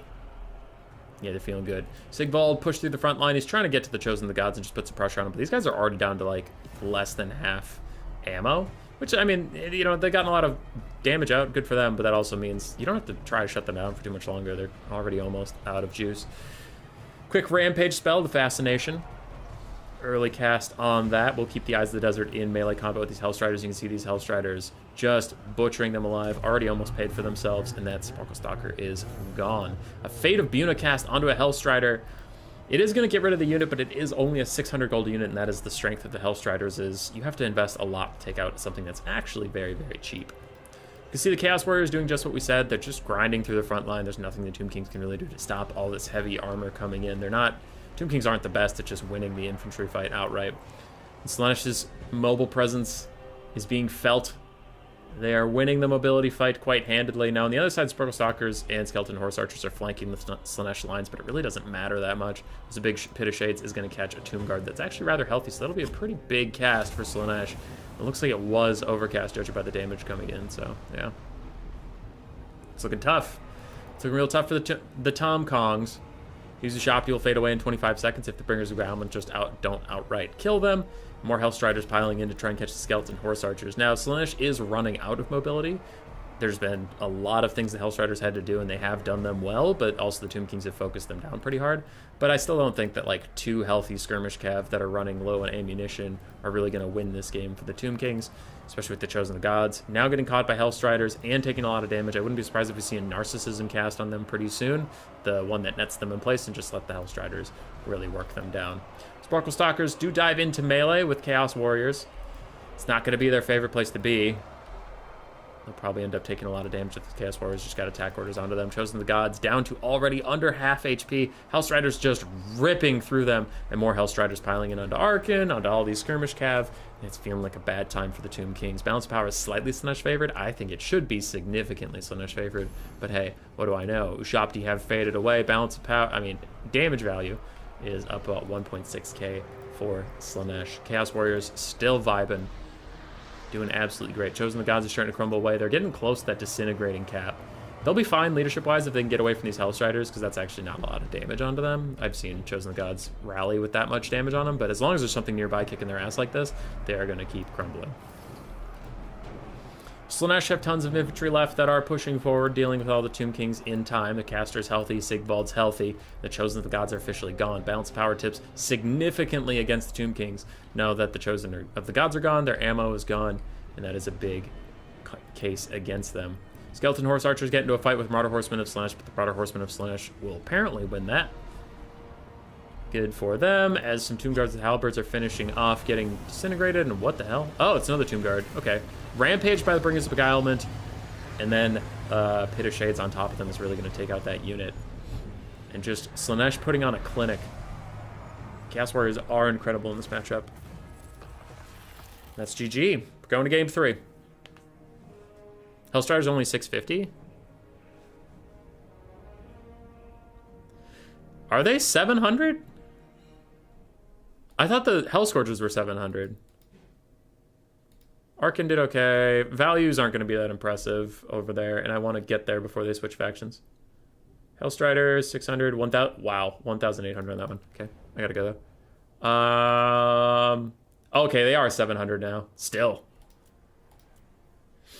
They're a very strong unit. And I don't think that's a problem. Like, personally, I would prefer that Hellstriders be strong and Slaanesh's infantry get toned down a little bit, specifically their Marauders. Just a little bit.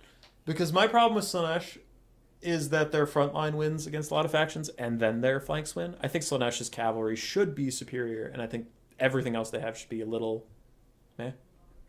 Like, my ideal balancing would be Slaanesh's cav is OP, Slaanesh's infantry is fine, and everything else they have kind of sucks. Or their chariots are, like, their cav's strong and their chariots are strong. But right now, chariots suck in general, so I'm just, in the current state, it's like, I'm fine with their cav being strong. I wish their infantry was just fine, instead of being also really strong. But, like, Slaanesh's whole thing is mobility and speed. So if their calves sucked or were average, that just kind of blows, right? That's like Beastmen not having good monstrous infantry, or like dwarves not having good infantry, or elves not having good archers. It's like, okay, well, this is what makes your faction cool, so I don't want to nerf their light cav into the dirt because it's like their thing. So that's just me. Now, Warriors of Chaos having access to those Hellstriders is a problem, and I think they should be nerfed faction specific. So, like, for Warriors of Chaos, Hellstriders should be like 800 or 900 gold or something, because their faction doesn't need that strength, you know?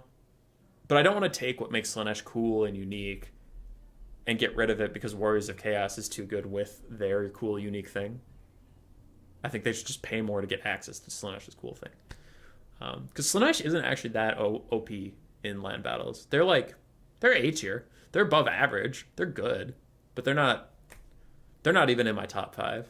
Top 5 factions that would need nerfs would be like Vampire Counts, Grand Cathay, and then Skaven, Dark Elves, High Elves, Warriors of Chaos. That would probably be my next ones. Maybe Tzeentch. But I'd say Tzeentch after everyone I just listed. But like Warriors of Chaos, Skaven, High Elves, Dark Elves are all kind of in this tier together where it's like you could nerf any of them and they're all kind of the same strength. And then like maybe Tzeentch, and then Slaanesh is like definitely after all of those. So I don't know. Like they're strong. I just don't think they're problematic at all.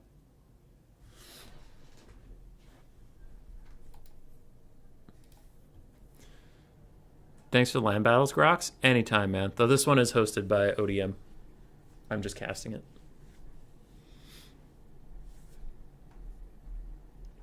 I don't see how Tomb Kings could win versus Chaos Warriors and ITP and Hellstriders. I think it's really tough. There are some Tomb Kings players that think it's actually them favored, so we'll see. Marked units cast to 3 or even 2, yeah. Rather handily with Contap. Warriors cast without Hellstriders would be absolute trash. Warriors cast just being a dick, trophy living and everyone's stuff. I've seen it won rather handily with Contap putting spells on cooldown and a mix of Nightcar Warriors and melee shop to rush. Oh, that sounds like a Sabrus build. Sabrus Regnum. We need naval battles? Hell yeah.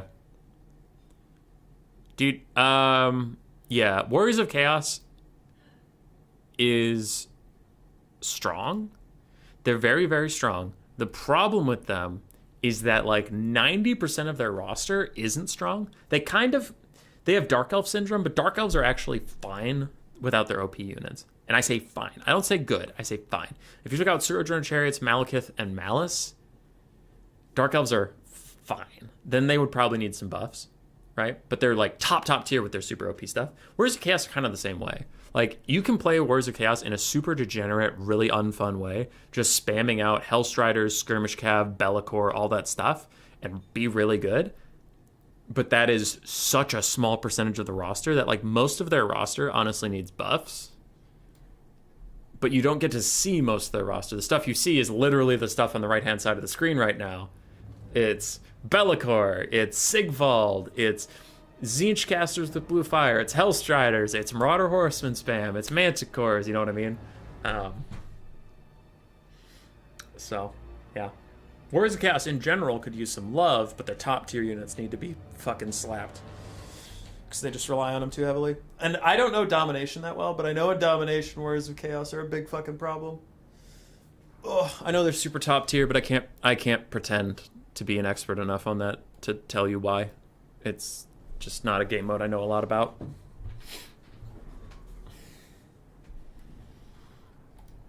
Yeah. Grand Cathay. Well, strat game, like, I agree with you about those top factions. It's just I put Warriors of Chaos in with High Elf, Dark Elf, and... Oh, I didn't even mention VP. I put them in with High Elves, Dark Elves, Skaven. I think VP is overrated. I have not been scared of Vampire Coast for quite a while. High Elves a bit overhyped? Nah, dude. High Elves are strong. They're strong as hell. Domination's half the playable factions banned per match. Got him. Alrighty, what are we dealing with here? Chaos is moving some stuff around, so I'll hold for a second. We do have Skaven versus Warriors of Chaos, ended up being the blind pick. This is still one of the hard matchups for Skaven. It is still one I ban. It's tough. It's not unwinnable, but it is tough. The hard part about it is not what Chaos can bring. If you know what Chaos can bring, you can easily win this matchup. The problem is the different styles Chaos can take can be really tough for Skaven to guess correctly. But we'll have to see what they do. All right, for Chaos, we have Chaos Warhounds with Poison and regular, 4 Hellstriders of Slaanesh. Yep, 4 Hellstriders. We have 2 Marauder Horsemasters, 2 Feral Manticores. We do have Be'lakor up in the sky with Pit of Shades, Dark Master, and Shadow Shroud, plus his regen and Whispers in the Dark. A front line of basic Marauders, because versus Skaven, you really don't want to take any infantry. Any infantry at all, or the cheapest infantry you possibly can. So that is the whole build for Chaos. A lot of mobility, and it's mostly going to be Be'lakor trying to carry this whole game. On the other side, for Jean Pasteau, we do have a bunch of Skaven Slaves and Clan Rat Spears in a box. We do have 2 Eshin Triads, one of which is the Ixchis Triads, triple Poison Wind Globe, triple Rat Ogres, Ikit Zap Zap Cannon, and double Gutter Runners, with a Gracier of Plague, with his Summon and the Dreaded 13th, so it's just both summons. And then we have an Assassin to slow down the fight. The Gutter Runners need to leave the formation for a little bit. If they are inside the formation, I think they won't get quite the value they need to. I think this box is a little too boxy. Yeah, because if you're too close together, then Be'lakor's AoE minus leadership stuff actually has more of an effect. So it can route off more stuff quicker. Take away Imrek, Spearman, Lawman, Secret, Silver, and then High Elves would struggle. Spears still suck. They just suck slowly. Yeah. I think you took away Imrek, then High Elves would actually struggle. Imrek is strong, but High Elves have other stuff going for them. I don't know. I'm not sick of High Elves yet. They were weak for so long that I'm still okay with them being really strong. I don't know. There's some stuff I would nerf about them for sure, but they're definitely not. They're not a faction I even ban. I'm just fine with them. All right. Ikit Zap Zap, getting out some free damage value while Chaos advances. Poking Hellstriders. Not aiming for Be'lakor just yet, because Tretch is a good enough player to dodge around while Be'lakor is off in the middle of nowhere. There's no nets or anything. High Elves have Tyrannok Chariots. Man, KV, you're really on a Tyrannok Chariot kick today. That's all you're about.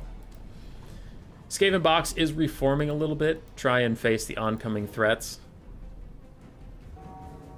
But I am worried that this box is too small and it's going to get routed quickly, because it's also deployed close-ish to the white line.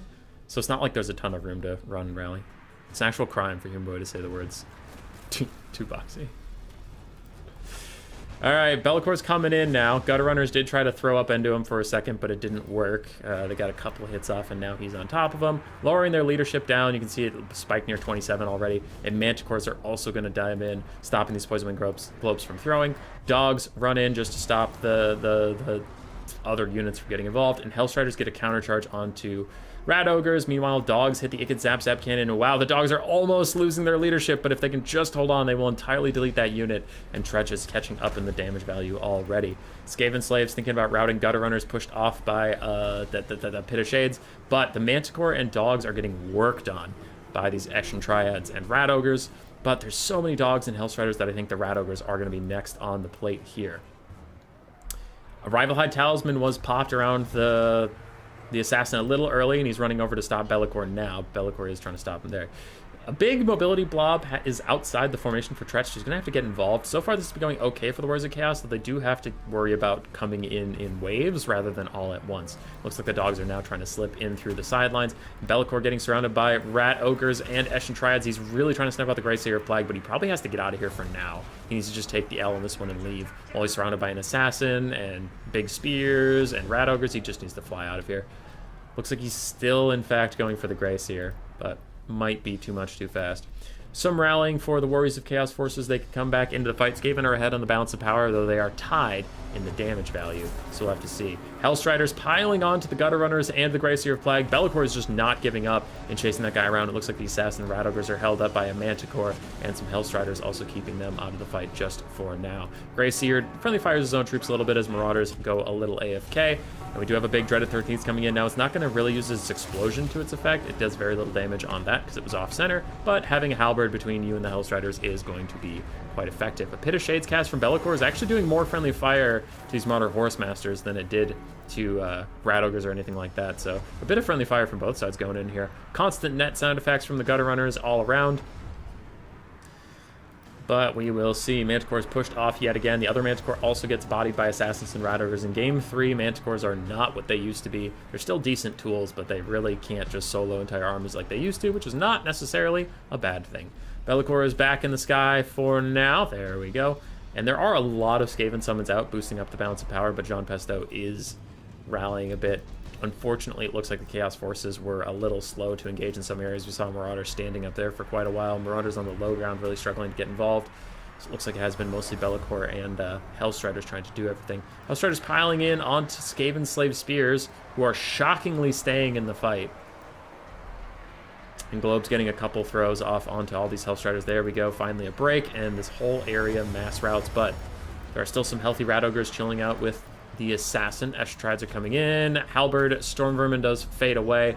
And Be'lakor is gunning for the Greyseer of Plague, who's only defended by infantry right now, which Be'lakor can just walk through, so he's not really that upset. Marauder Horsemasters in the distance do need to peel off those Rat Ogres before they can rejoin the fight.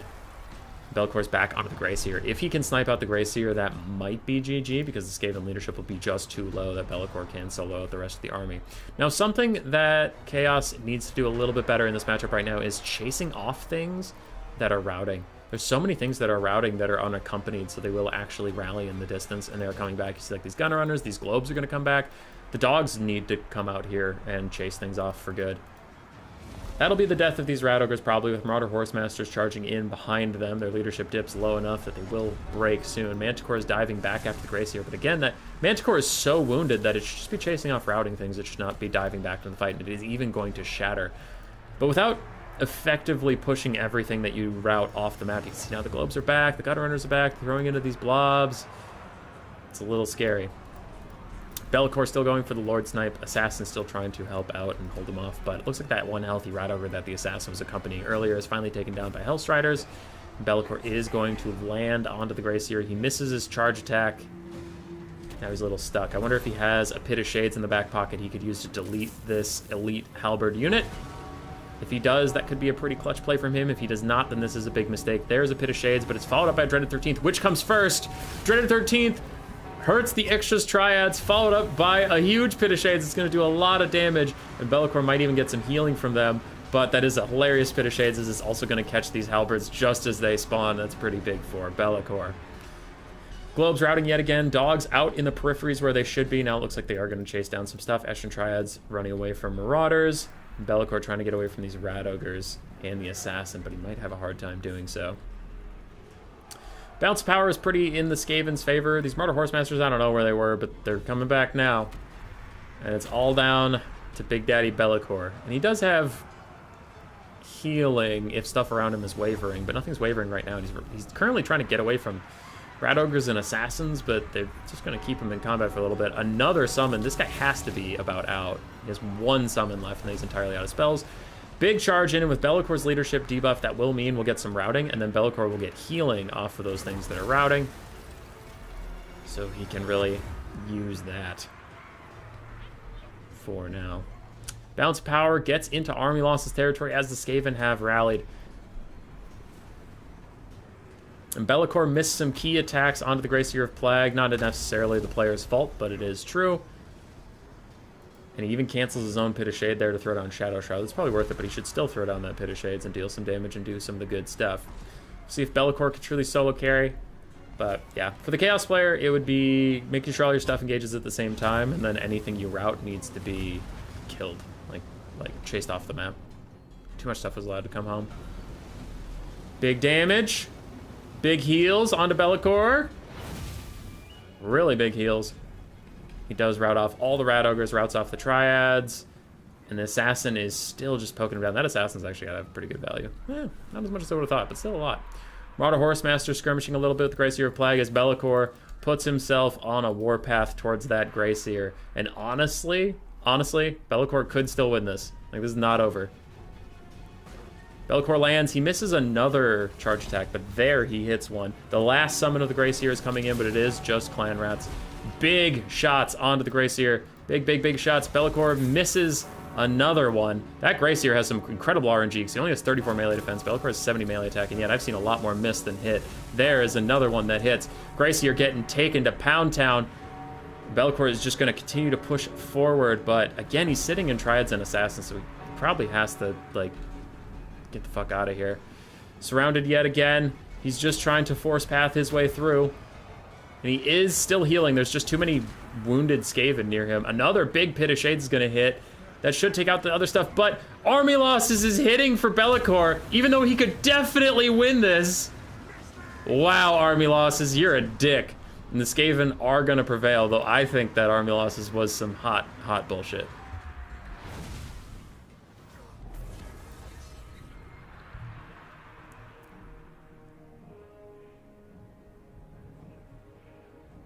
Army of Icked Zap Zaps? Oh yeah, they do that a lot.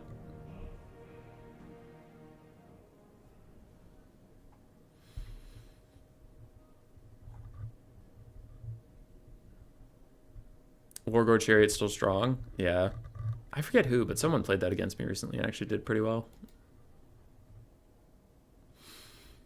Greyseer and Assassin did fine. Triads did really well in value. Rat Ogres did incredibly. Gutter Runners struggled to get their value back, but they did okay. Actually, these aren't the poison variants, so one of them did pay for themselves.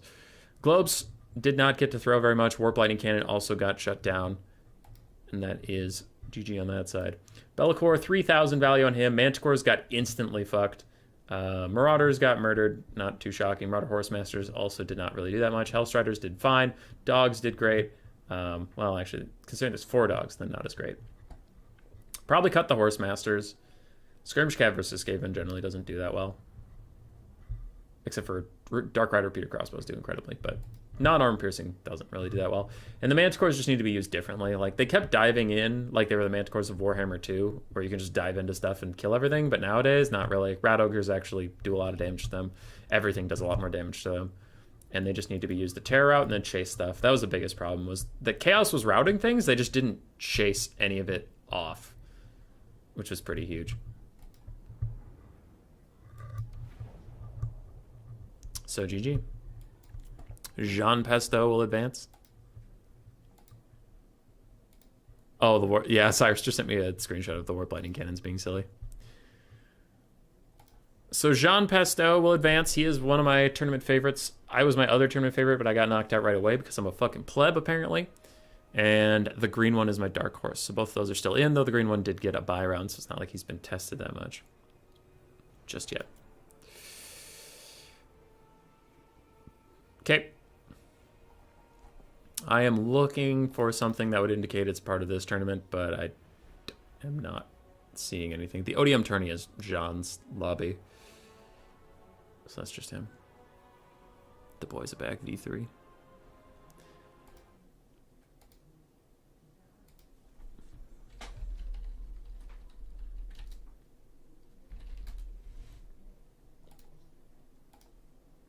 All right, here's the bracket while I search for a game.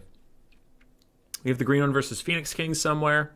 We have Jean Pesto advancing over Tretch. Sabris and Bjorn just got into a game. And Tudela versus Sir Groot.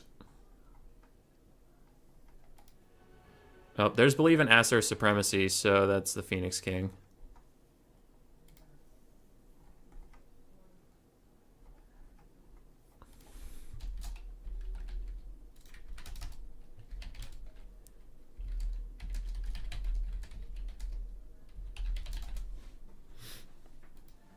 Yeah, Believe in Acer Supremacy is usually what his lobby is called.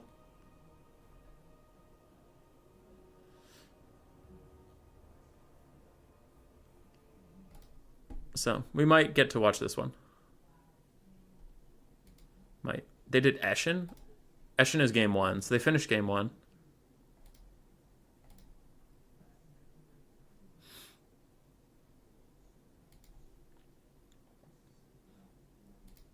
Watches Tudela, just sweeps the whole tournament, wins the whole thing. It would make me feel less bad. Manticores are not as good as they used to be. A good thing, to be honest. Yeah. Past X? X? I asked him how to pronounce it, and he said O.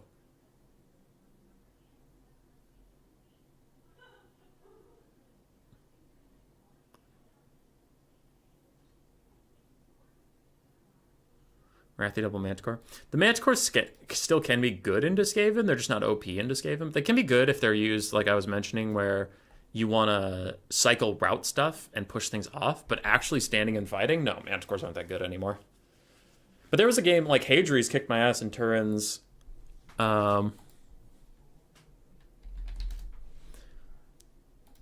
There was the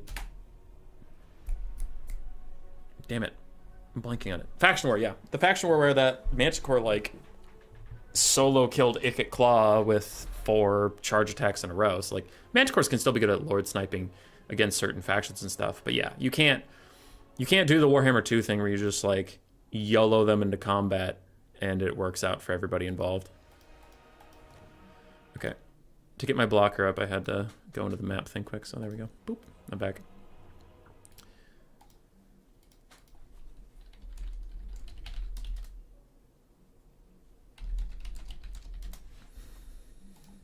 Okay, I'm asking Phoenix King who has the 1, because he said 1-0 with the giant head Malekith, but I don't know if that means he was playing Dark Elves or he's salty that his opponent was playing Dark Elves and used Malekith. I don't know. Because I know Phoenix King likes to take usually more off-meta stuff, so I wouldn't be shocked if he was like, this fucking guy took Malekith, that son of a bitch. That's how I feel. Then we have the green one. Friend of the channel. Good lad. It is not 0-0, it's 1-0. I just don't know who is what. Alright, Phoenix King did take the first game. So my tournament Dark Horse is up against the wall, but I will not give up the faith in ODM's green one. Were Wood Elf Skirmish Cav ever amazing? Yoni seems confident they were. I actually just don't remember. I don't remember if Glade Riders with bows were ever that good. They could have been. Like, I'm not doubting. I just actually don't remember that. It was long ago.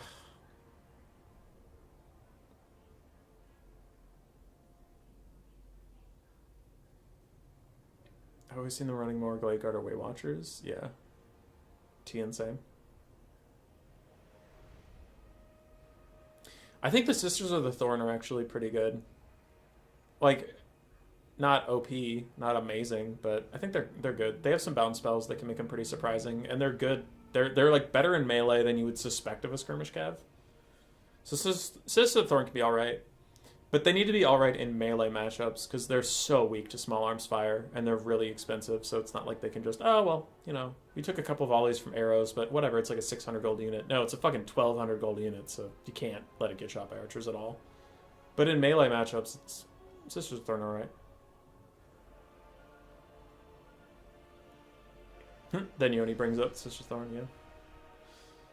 Spider eye level, you must pick or else you're disadvantaging yourself. Falcon is rocking them, but I wouldn't call it meta. Falcon did whatever he wanted, man.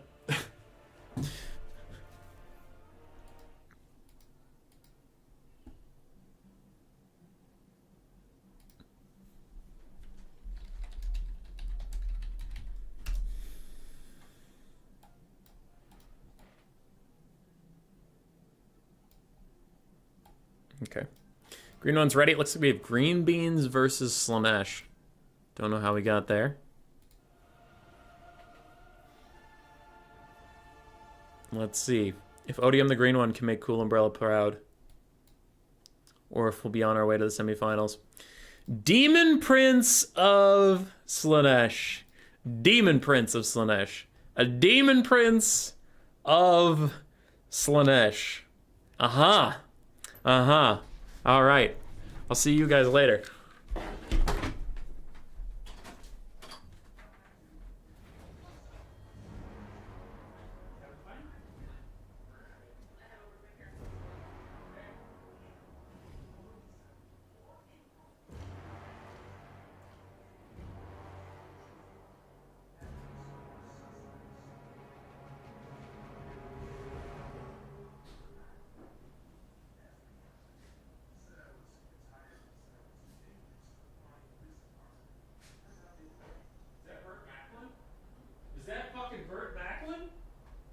We love Burt Macklin in this house. Oh, they're still loading? Okay. Be right back then, I guess.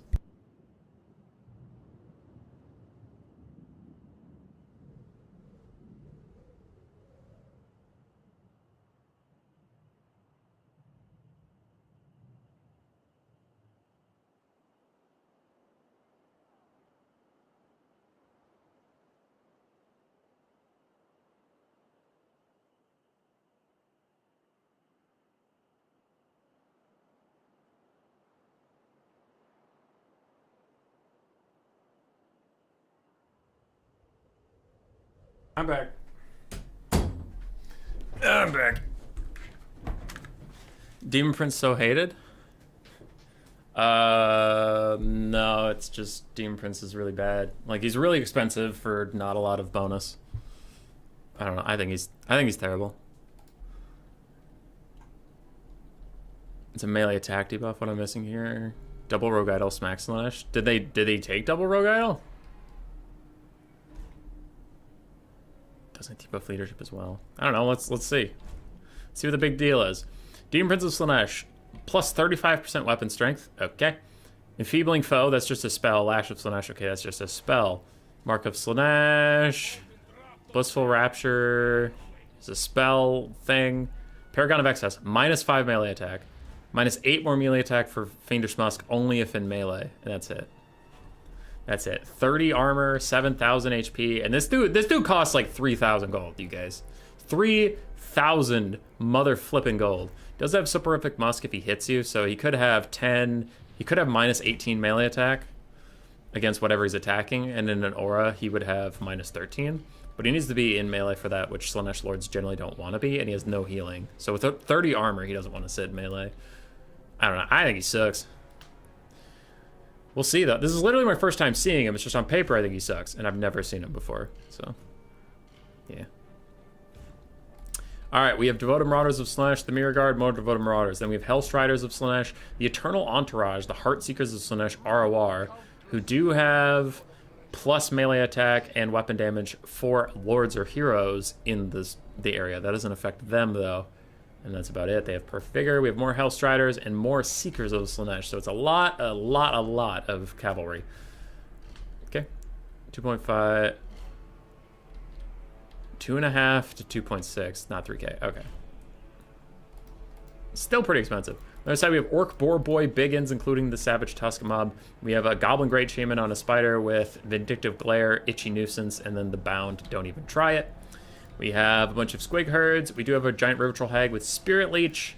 Some Night Goblins, Night Goblins. And these are the Spinning Loon Night Goblins. Then we have some Forest Goblin Spider Riders and more Night Goblins in the front line. So it's Spinning Loons and Boar Boy Biggins. Okay. A little bit of skirmish. some Skirmish-Cav doing Skirmish-Cav things, and a Vindictive Glare already takes off 1,000,000 damage from this guy. Holy shit. Game over. 215 damage value from one shot on this pathetic bitch lord. Look at him. Look at him sucking. Look at him. He's terrible. Absolute garbage. His armies are super unexpected. Yeah, spinning loons are back, but like, loons, I fucking hate using the loons because they do so much damage to themselves because they release the spinning loons like inside their own unit. I don't know why, and it's really dumb. But anyway. Squig's gonna try to countercharge Hellstriders, but it's not really gonna work out. Spinning loons, just getting some nice little damage onto the Voted Marauders. And now it looks like they're gonna overall try to pull back and recharge their spinning looniness. Hellstriders getting a rear charge onto the Squigs and Goblins is not gonna go well for the Squigs and Goblins, but maybe Orc Boy Biggins can turn this around. Quick Lash of Slaanesh does really good damage onto the Night Goblins, but a Spirit Leech and a Vindictive Glare gonna make him regret being a Demon Prince today. Boy Biggins are going to have to get more involved, I think, because so far Slaanesh is quite out-trading the front line. Because it's mostly just the front line versus a better front line, and then Hellstriders and Seekers going wherever they please. Spinning Loons thrown, but they unfortunately did not quite hit the Seekers, and now Boy Biggins are going to try and land. Goblin Great Shaman, Enfeebling Foe cast on him, is going to get attacked by this Demon Prince. He's going to want to try and probably fight it, especially with Wapop. He needs these Orc Boy Biggins to run forward and help him out here. But he is demolishing that Demon Prince even so. Oh, he's kicking its ass. Giant Riptile Hat getting involved. What are these Boy Biggins doing? Please, for the love of God, get involved somewhere. Greenskins are kicking so much ass. Demon Prince going down. And the Boy Biggins, the ROR, is coming back around to try and lock up this Demon Prince nonsense. Now the front line is going pretty mixed overall well for Slaanesh, but they are running out of juice. In the back line, it looks like Slaanesh is just running over everything they come across, but the Greenskins are up on the balance of power, mostly due to their Lord and Hero being so healthy and the Demon Prince of Slaanesh taking so much damage. Boy Biggins trying to fight the Seekers, and the Seekers are a demonic unit, so if they fall low enough, they will just kill themselves with demonic instability and crumbling and whatnot. Demon Prince proceeded to whiff constantly and get bent over with Enfeebling Foe active. Yeah, because the Spider Shaman has a 14 bonus for Slarge, so it's not insignificant. Boy Biggins still running around, doing okay, doing fine. And the Internal Entourage is whooping these guys' ass, but a second Wah is really going to help out, just knock these guys down, especially with a charge coming in from those other Orc Boy Biggins. And we are down to mostly just the Seekers barely holding on, but if they fall in leadership at all, they will get knocked away. Demon Prince of Slaanesh is running around chasing stuff, but they do not have the healing. Even though it's minor, they don't have the, hey, spinning loons. Look at them go. I didn't even notice them get cast, but look at them go. Anyway, they don't have the minor healing of some of the other Slaanesh Lords that get healing if stuff around them is lower in leadership or something. So, there go the Seekers, crumbling. Gone. Hellstriders holding on. The Broken Tusks mob barely clinging to life, clinging to leadership. Ugh. And they're just losing the grind fight versus the Greenskins. Now the Greenskins, I think the balance of power is on drugs. I don't think the Greenskins are doing that well. They're doing well, but they're not doing that well. Calm down. Because a lot of their stuff is routing or close to routing. It's getting real scary. Now, the Spider Shaman being healthy is what's making the balance of power that way, but I think the balance of power needs to take a fucking chill pill. As more stuff is routing, which means the Slaanesh army passive is getting more and more charged. I don't know what it's getting used on, but it is getting more charged. Squig's running off the map. Boy Biggins, this entire pocket is actually falling apart a little bit for the Greenskins, and the side charge on the Broken Tusk mobs from the Eternal Entourage should take them out. Now, the Demon Prince is fucked off. Where did it... What are you doing over there? Alright, the Demon Prince needs to come back, because Slaanesh does not have enough bump and grind power without the Demon Prince, and the Demon Prince needs to be casting spells and shit over here. I don't know what it's doing all the way over there, but he needs to come home. Now, I think he's trying to avoid getting just like Spirit Leash and Vindictive Glare, and I get that, but being that far away from the fight is brutal. So where are the Eternal Entourage? Are they dead? Yeah, Eternal Entourage faded away. Rip in peace. But Hellstrider's still out here trying to chase down some stuff. Oh, they're the Eternal Entourage. They're hanging in there. They're alive, technically. They get charged by Orc Boy Biggins down to 800 HP, but they're holding on to leadership. They should be able to take out those Boar Boys. There's that quick fascination for a little bit of rampage. I think he's trying to rampage her so that his Demon Prince can come in and not get Spirit Leeched immediately. Might be the way to go on this one. I'm not sure. Greenskins running out of support. They're really, really running out of support. If you can get some good damage onto these single entities, maybe you can hold off army losses enough to see how this goes. Now, I really don't know if they have enough in the Slaanesh has enough in the tank to grind this out. Devoted Marauders, a full HP Devoted Marauder is actually quite clutch here, and the giant Riptide Hag is getting very low.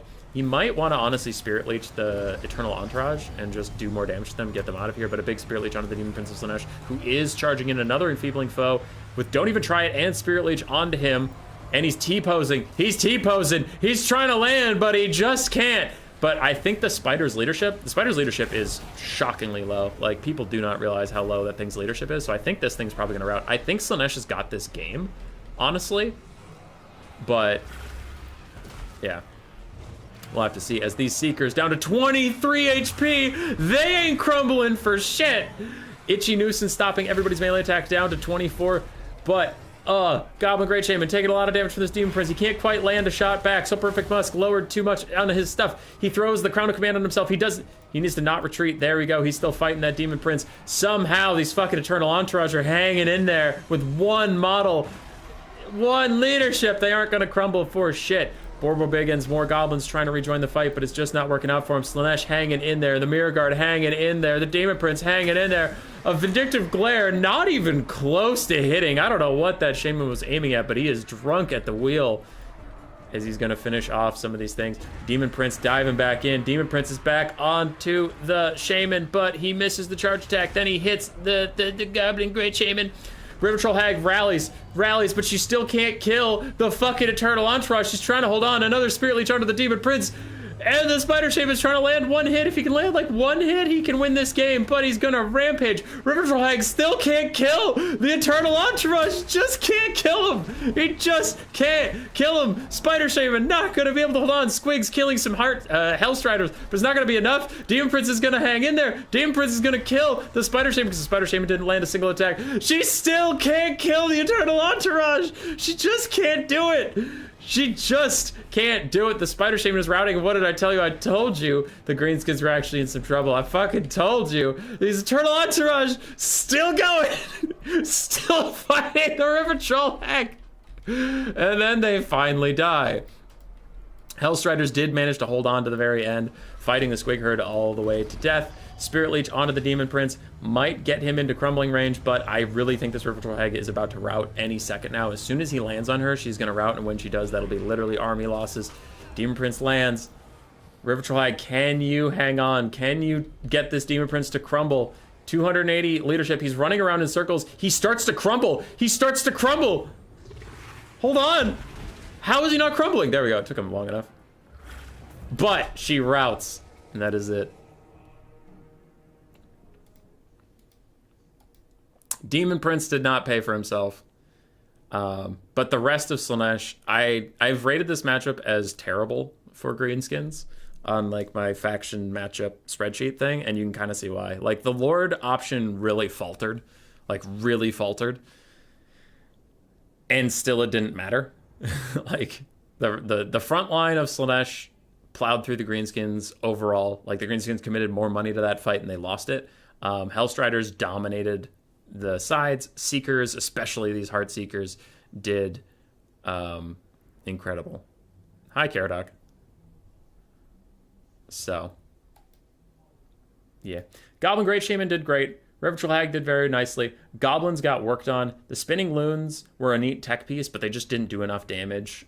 It didn't really matter. Squigs are nice armor-piercing supports. They did fine. Orc Boarboy Biggins did well damage value-wise, and the Spider Riders got run down off-screen. The Boarboys were a little slow to react to what was going on, I will say. They needed to be engaged a little more quickly.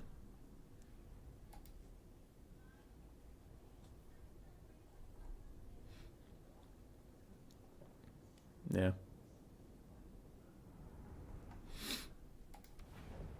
Their leadership's just too low for this matchup. Like, because imagine that Slaanesh build, but with Azazel. And Azazel, I think he's cheaper. I don't know. I don't know that one offhand, but like Azazel might be cheaper. He's better with the leadership debuffs. Yeah. I don't know, or Siggy and a caster or something, but it's like, I really don't think the Demon Prince was the pick there, but the rest of the build just carried. Clutch Last Gaze missed, yeah, that is actually pretty huge.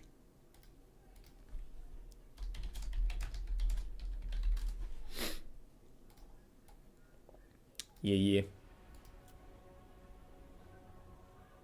Azazel's only 400 cheaper. Yeah, but that you could still get like another infantry piece with that or something. But Azazel also has better leadership debuffs.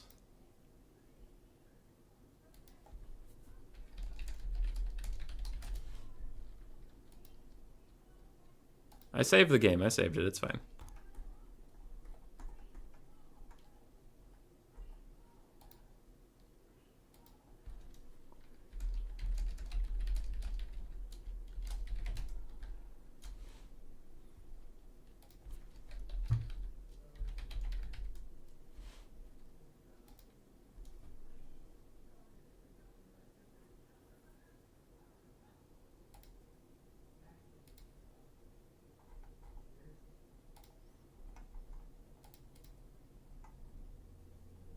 Okay, checking some stuff.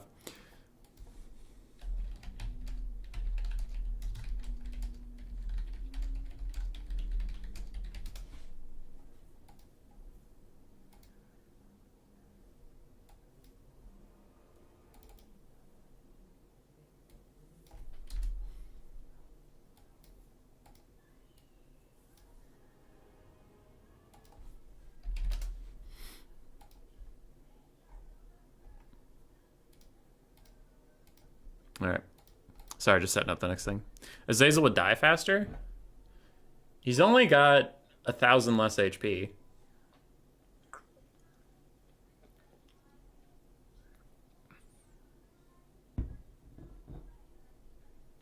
It was a great match. Faux show. All right. So Sir Group prevailed over Tudela. Sabrus and Bjorn still going back and forth. I'll message Phoenix King and... Was it Jean? It was Jean Pesto.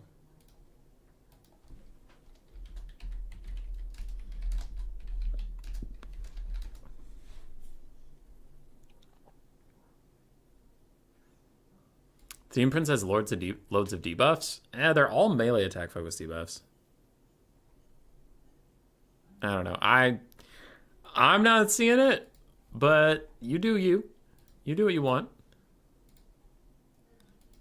I'm always down for a good time. I think he's overly expensive.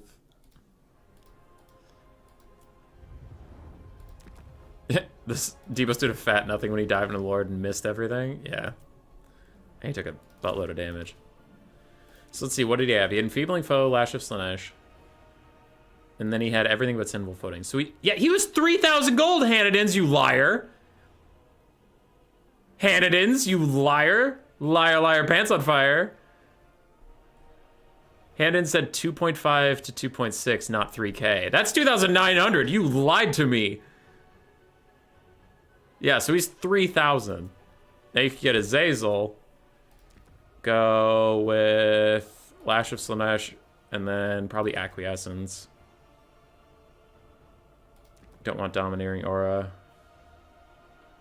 Yeah, so this is 700 gold cheaper. That's 700 gold cheaper. And you could get the minus 16 leadership aura from his Demon Blade.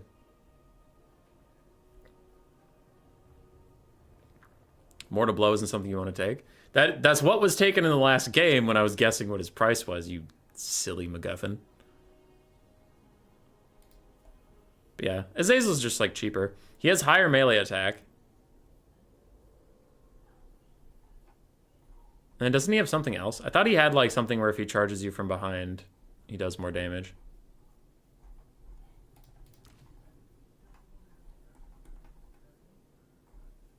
Or like, yeah, I mean Devastating Flanker, but I thought he had something where if like he charges you from behind, he can lower your leadership even more. Or you could go with the Phantasmagoria rear charge, and then you instantly route stuff.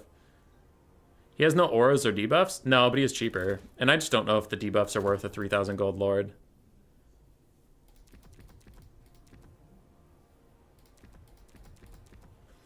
Because -8 melee attack's fine, -5 melee attack's fine. And so prefers Musk. Does Azazel have the Musk? No, he doesn't. Yes, the Demon Prince does have more debuffs. I'll give you that. It's just he's also way more expensive. But I think Tian might be right that Sigvald has one of the debuffs we're talking about. And I don't know. Maybe take him with this, maybe take him without Silver Slash or something. Then you could take a caster.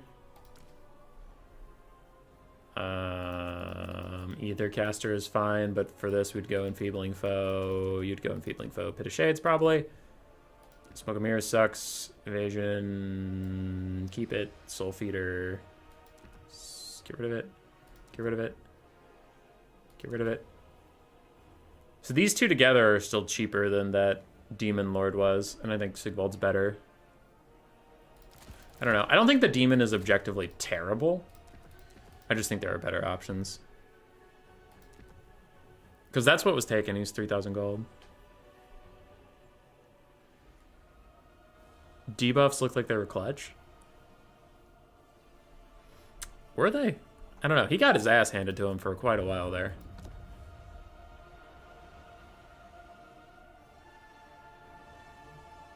I'm not sold, but I don't think it's a terrible pick. And also, I think that is one of the things that's interesting about land battles is, like, the difference of build, the difference of opinion, the difference of style. So, yeah, I think you can take it if you want, and that's fine. Just because I'm not sold on it doesn't mean it's the worst thing in the world. It's just like, yeah. I disagree, but that's fine. Jean Pesteur.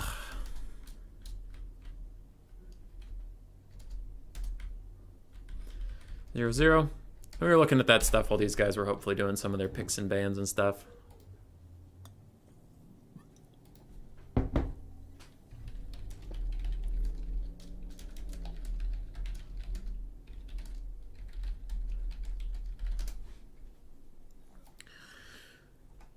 And then I asked Phoenix King to keep us up to date on what their picks and bans are.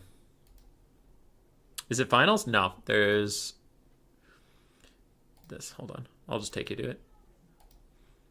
Semifinal 1, semifinal 2 still getting set up. And then there's the finals best of 5. Ugh.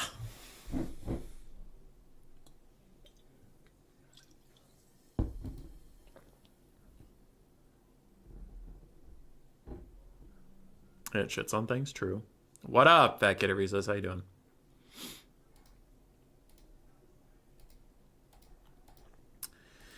All right.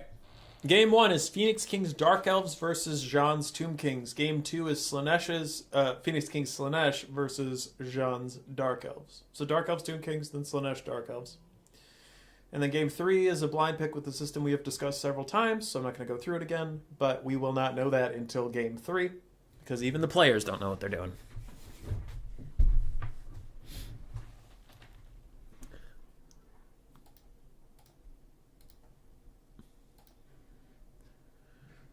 I've still got a semi from that match. Hell yeah. Penis reference. Alright, I gotta go find Sir Groot.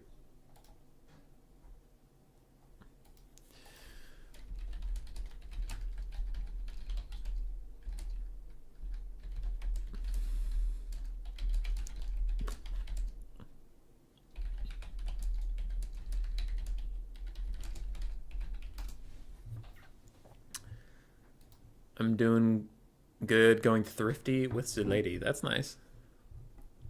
That's nice. You hope Tomb Kings beats Dark Elves here? Yeah. I'm pretty anti-Dark Elves these days. They make me sad.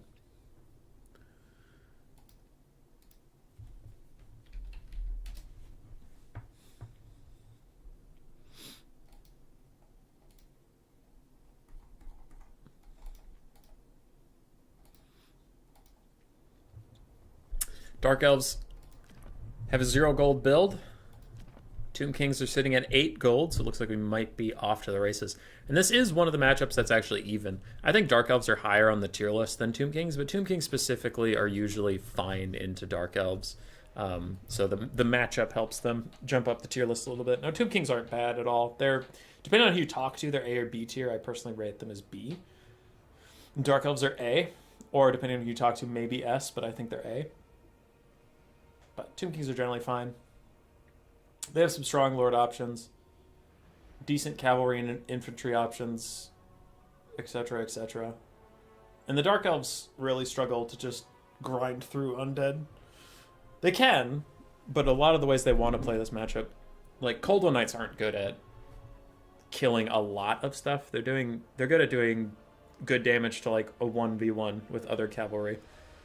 But if there's skeleton support, or if there's Ushapti Greatbow support, or Ark in the Black is spirit leeching them, or like Cetra is giving whatever they're fighting a bunch of buffs and heals, like Cold One Knights can slowly run out of juice.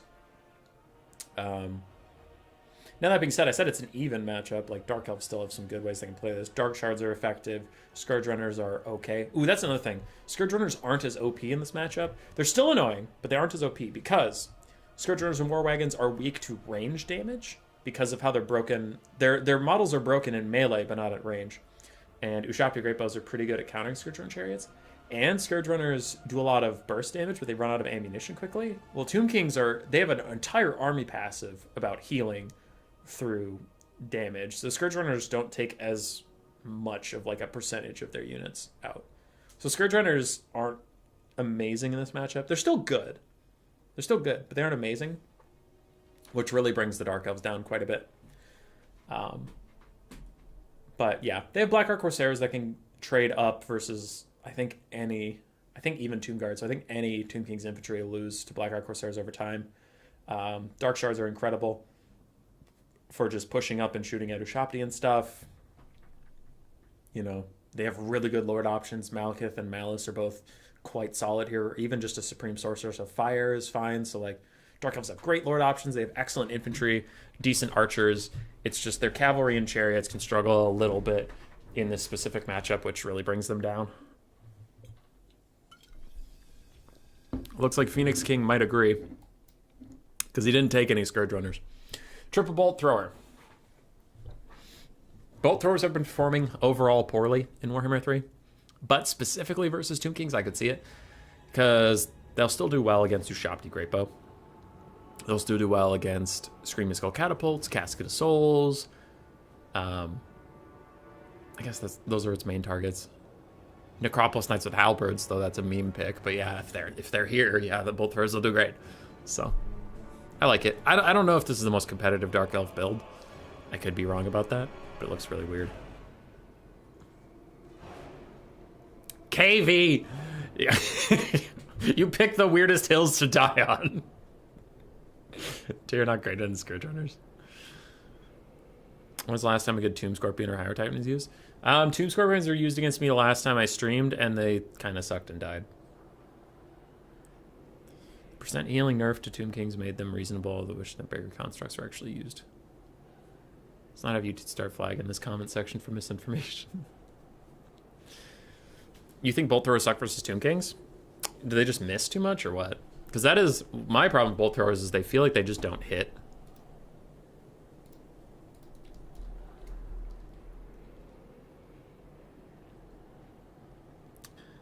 Tretch rooting for the Tomb Kings here. I don't know if CA knows how lava works, because they do not. Lava does not, in fact, look like giant worms or fingers.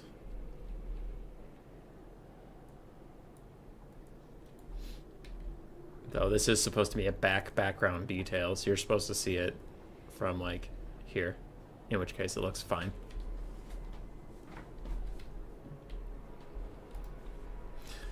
Again, I'll let the build set up before I really start casting them, otherwise they move underneath me and it gets annoying, so we'll just look at the map for a little bit.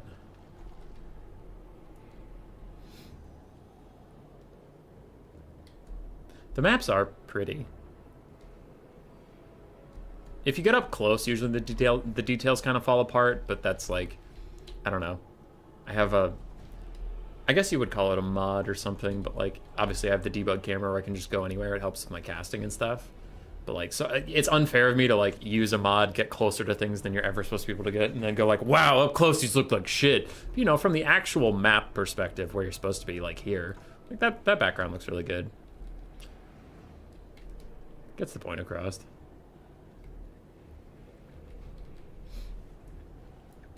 It's magic lava. All right, builds are getting set up, so I'm gonna actually start going through them now. We have Cold One Dread Knights.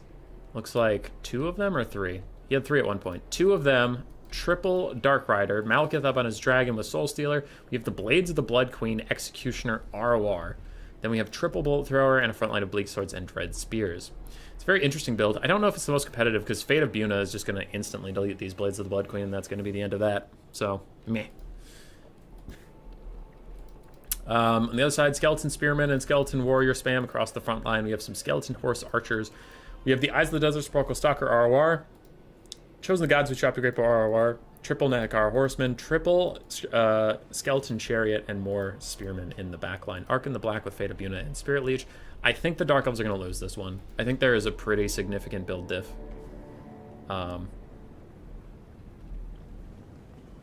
Now, there might be too many targets, like, because Fate of Buna is going to do excellently versus Cold and Dread Knights. It's going to do amazing versus the Blades of the Blood Queen. So I think there's a lot of good targets for Fate of Buna, but there might be, I guess, like, the only argument I could see is maybe there's too many good targets, but I don't think that that's really a viable argument. Triple Bolt Thrower, making the Chosen of the Gods squirm, run away. Run away! Run away! But the Dark Elves do not actually have superior infantry here.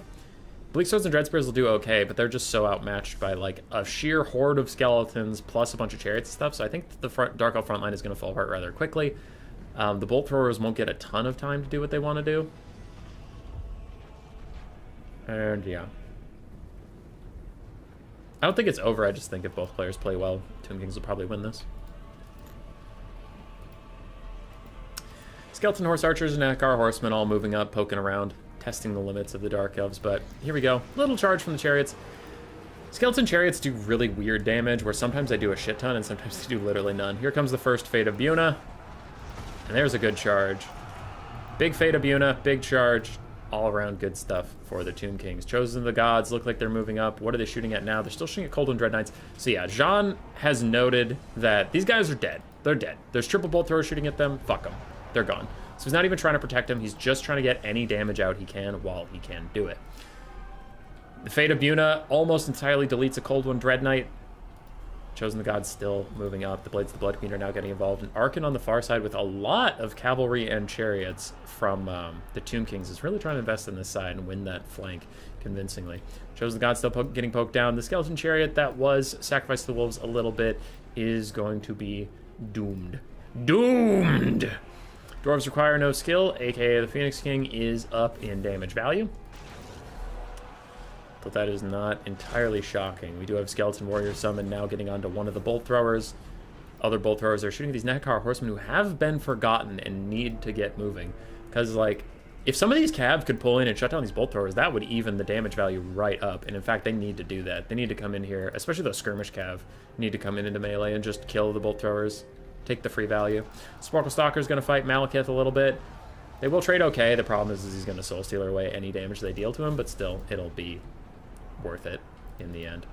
Blades of the Blood Queen going to get charged by the Skeleton Chariots. Take a lot of damage while they try to do so.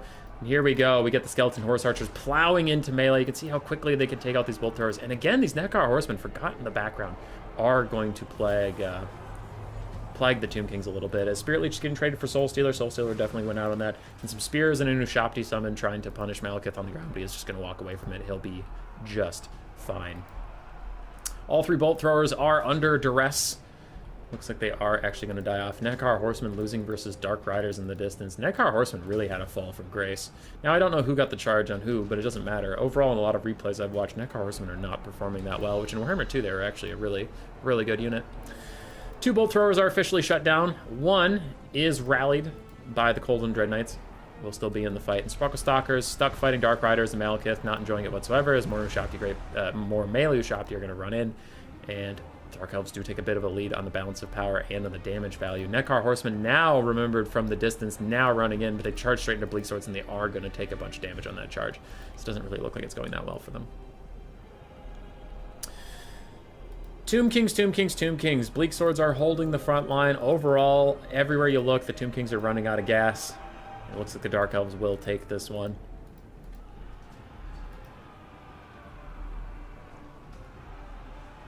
Yeah. Have to kill a dragon after the constructs die. Yeah, it could just be a slow grind, but I don't know. The Blades of the Blood Queen still being alive is rather annoying for the Tomb Kings. Bleak Swords held as well as they needed to. And there's still a half-health Cold One Dread Knight running around too, yeah. So the Chariots didn't really do what they needed to do. Some of the cav was forgotten or took too long to wrap around and shut down the Bolt Throwers. It was just tough. Once that Ushapti summon fades, I think the balance of power will swing pretty heavily in the favor of the Dark Elves. There's just not a lot left. For El Tomb Kings, another Spirit Leech onto Malekith. Didn't waste Wind of Magic on Spirit Leech. You need to Buna 3 targets, yeah.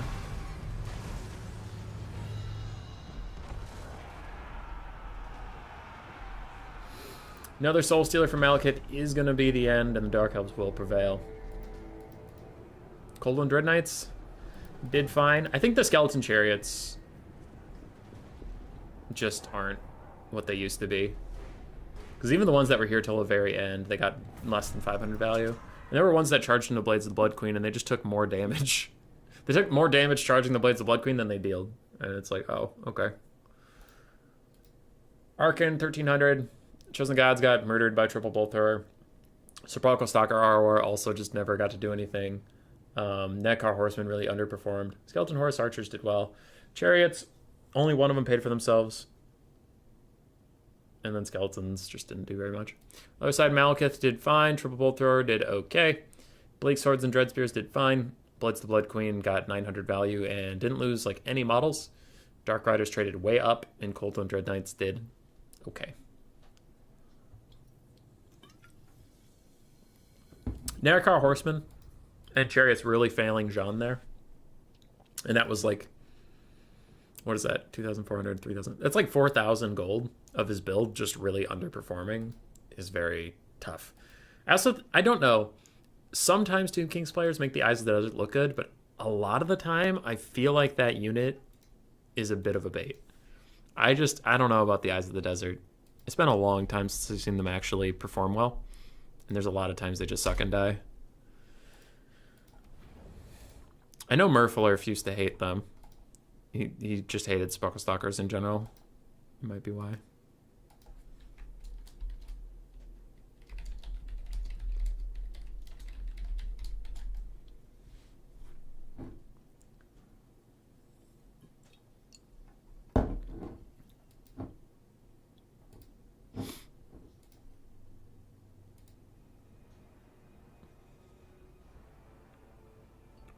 Then Dark Elf Lords, man, Malekith or Malice, pick your poison. They're really good.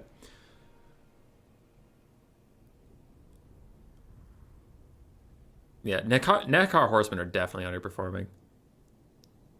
All right, we have Slaanesh versus Dark Elves. Both players already going before I'm even ready to talk about it, but let's go. Demon Prince is back. Demon Prince is back. Phoenix King not taking no for an answer. Let's see it. Round 2. Let's go, Demon Prince.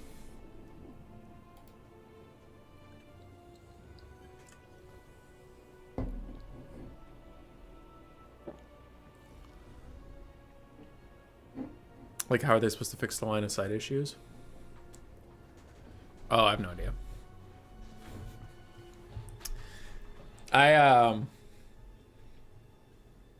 Yeah, Chariots were better at the end of Warhammer 2 than they are at the start of Warhammer 3. They were probably a little too strong in Warhammer 2. But, yeah. Phoenix King is either mega minding with the Demon Prince or just does not give a shit.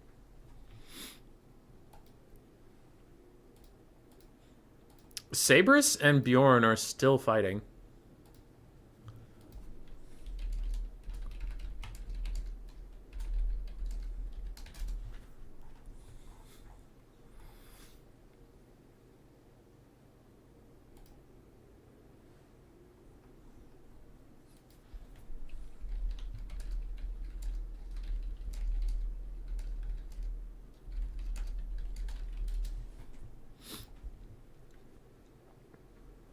Sabrus and Bjorn have been paired for an hour and a half, and they're still fucking going. Chariots are bugged, ripped for now. Yeah. Certain chariot models take like no damage in melee. Other chariots just instantly die in melee. But overall, neither of them do that much damage in melee. Okay. What do we got? Both sides with really small builds as far as Warhammer 3 goes.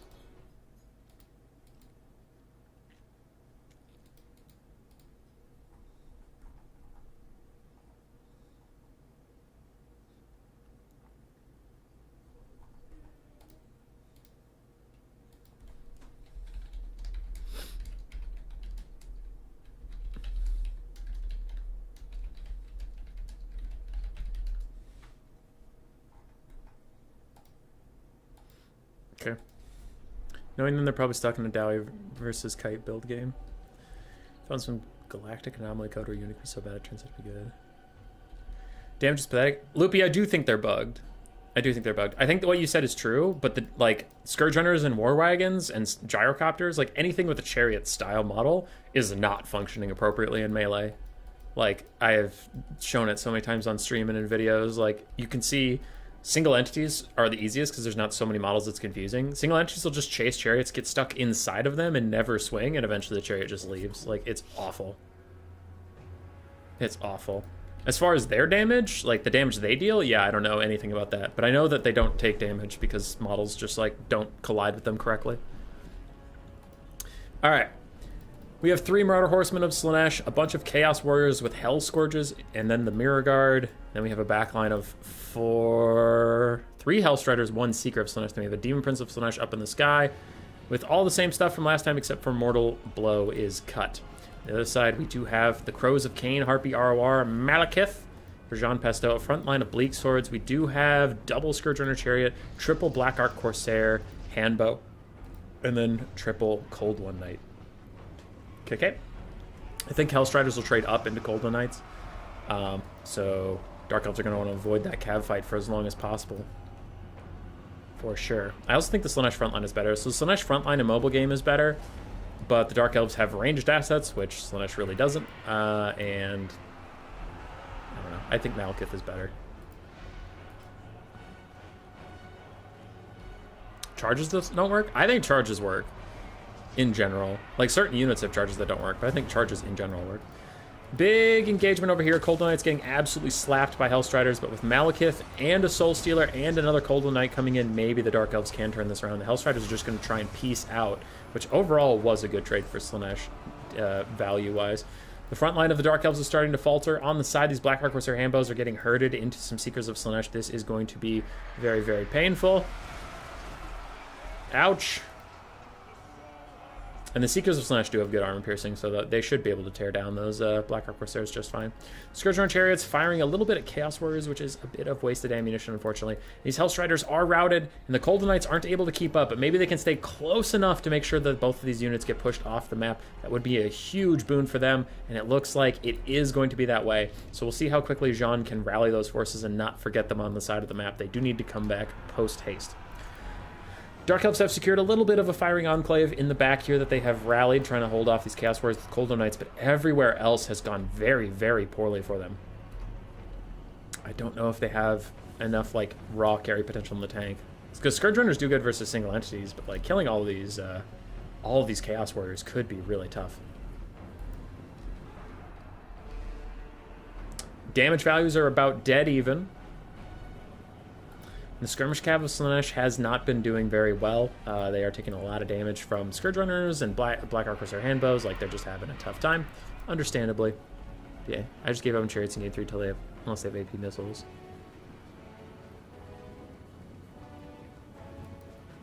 Yeah.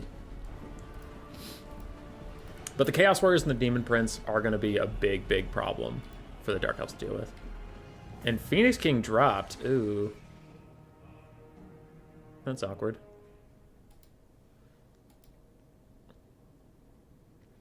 That is very awkward. I mean, the game wasn't over, so nothing's going to have that crazy a value.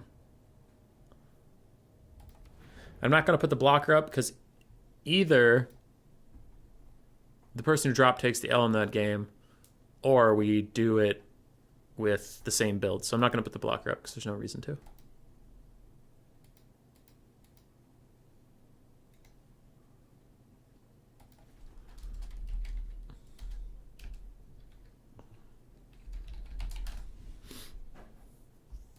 So we'll get Phoenix King back, figure out what we're going to do about that.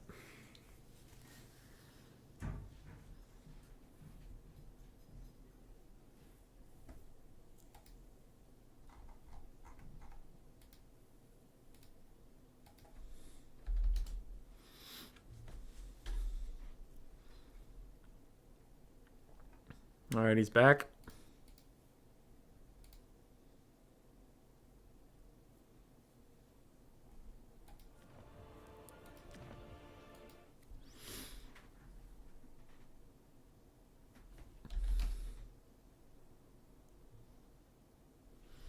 All right, I presume Hanniden's is still in chat, and he's the one running this tournament, so you know what's going on, but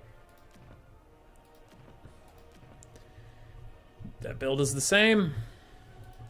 Yes. Yep, 3 Hell's Riders, 1 Seeker, all that stuff. And we're back in it. If Phoenix King drops again, he will take the loss on the game we are playing. Just, well, okay, it's not my tournament. I shouldn't make rulings. We'll leave it up to Hanniden's. Sorry, that's just my default response when I'm running things, is if the same person drops twice in a row. It doesn't matter what the game state is, they just lose. Because you gotta keep shit moving at some point.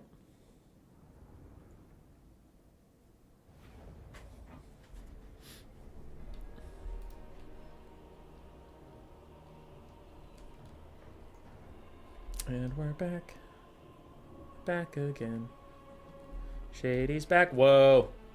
Look at that cloud effect, but it's just kind of like, I don't know. It's definitely not built for me being this far out. There's no clouds under me. It's always in the distance.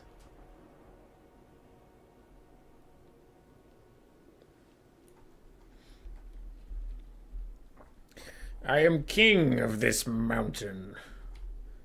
Let's see. Ha, these 2 tree models are the same. They're just flipped. No, wait. Are they the same? Oh, that's right. All the trees in this game, like, turn with the camera, and it's really unsettling. Like, look at them. They're turning with me. I don't like it.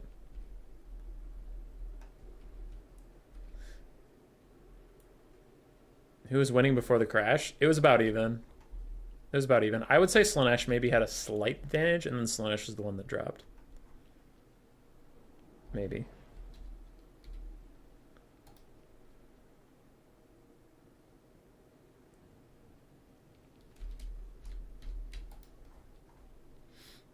Where's the edge of the map? It's over here. Trees are always watching. Jormungandr! That sounds familiar from like Norse stuff, but what is Jormungandr? I'm trying to remember. I think it was a map in Age of Mythology, so that makes me think it was a location. Only on low settings? Are they? I thought all my settings were like as high as it goes.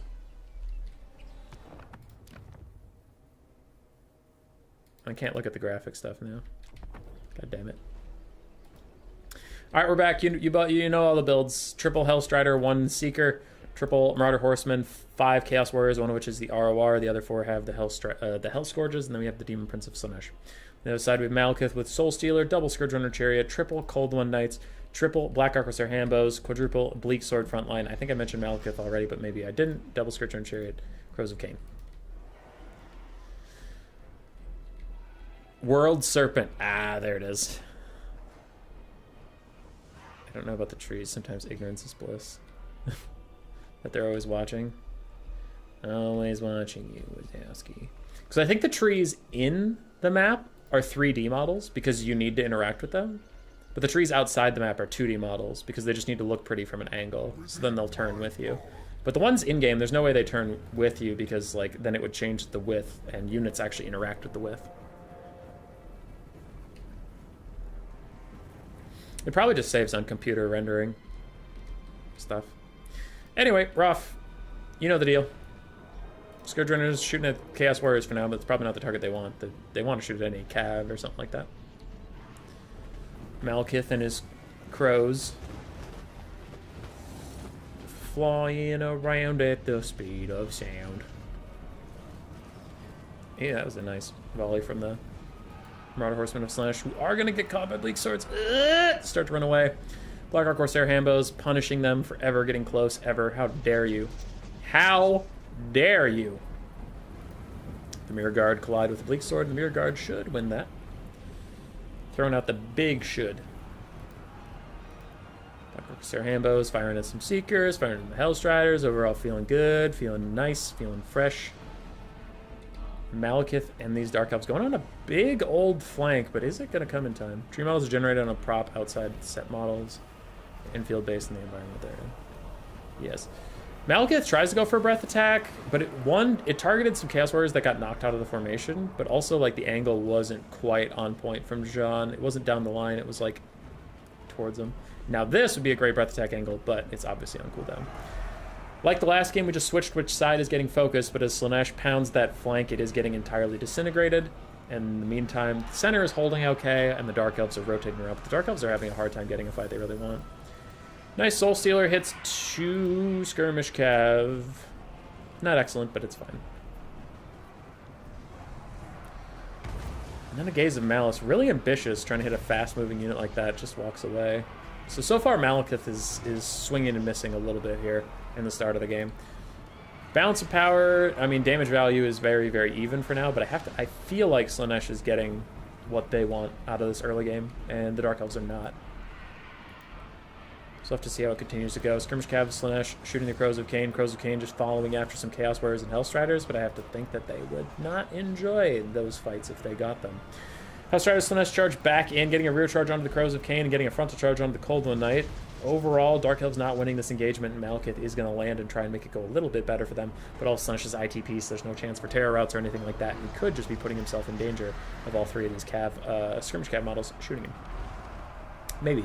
More Bleak Swords getting pushed off. Big Lash Slaanesh does a little bit of damage. It is more of a poke spell. And Hellstriders get side charged by Cold One Knights, but overall, the Dark Elves are blobbing very, very hard, and Slaanesh is going to punish, getting a full wraparound and throwing Skirmish Cav in, and probably going to keep casting Lashes of Slaanesh and stuff. I'm kind of surprised the Demon Prince isn't getting a little more involved in the blob, really debuffing stuff, but he's kind of sticking to the outside, but now he doesn't want to get caught anywhere, so I guess that makes sense. Scourge Road Chariots are on the outside, really trying to poke in and get anything they can to... the Slaanesh build is just taking the lead right now. Significant damage value lead. Decent balance of power lead. Dark Elves just now get their Murderous Prowess popped. It might be too little, it might be too late, as the blob fight did not help them at all. Big Soul Stealer from Malekith. Looks like it's going to hit 2 units. Doesn't quite hit that Hellstrider. It also doesn't hit the Mirror Guard? What? How did it not hit the Mirror Guard? Absolutely not. How did it not hit the Mirror Guard? Like, I hate Soul Stealer with the rest, with the best of them, but that should have fucking hit the Mirror Guard. What the hell? Okay. That's fine. Okay, I guess. Skirmish Cav are just running at the Scourge Run Chariots, trying to get any damage on them they can, while Cold Knights come out to try and peel. There's very few Dark Elf infantry left. There's a lot of Slaanesh infantry left alive. Demon Prince of Slaanesh hasn't even had to do anything. He's just chilling. He's just around. He hasn't even been using his debuffs. He's just around. Malekith goes for a big breath attack, and it does hit the Seekers pretty nicely. I wouldn't be surprised if we started crumbling after that one. But I think it is about GG. Phoenix King not playing Elves? He played Elves game 1.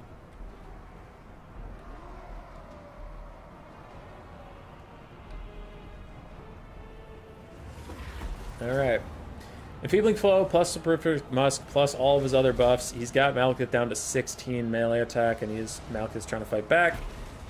But the Demon Prince is going to kick his ass. The spell, the melee stats just aren't comparable with all those debuffs on him.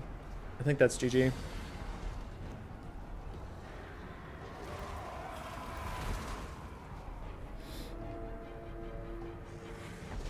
Love how the Demon Prince wasn't even needed for this like entire game. Everything for the Dark Elves is routing except for Malekith. This Demon Prince is still not hitting a lot of stuff considering how low on stats Malekith is.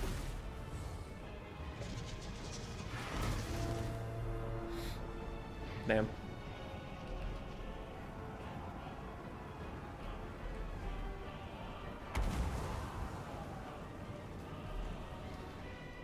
Yeah, this is the big over. 2-1 on damage value almost. Army losses is just about here as Malekith takes another rear attack.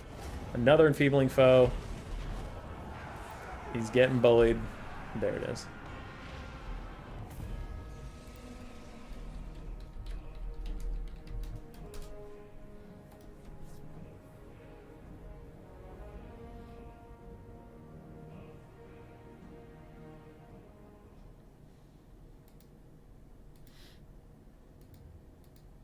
Alright. Chaos Warriors with Hell Scourges just pushed through the front line, constantly kept things moving. Hellstriders and Skirmish Cav did fine. Dark Elves got a little too blobbed up and they couldn't use any of their ranged prowess at all. Cold Knights got completely outclassed. Scourge Runner Chariots didn't really get to shoot the targets they wanted to. Black Corsairs did okay. Crows of Cain didn't even notice them, and Bleak Swords got completely obliterated, so it was just outclassed across the board, unfortunately, for the Dark Elves. And that's that. Sir Groot still waiting on Sabrus and Bjorn.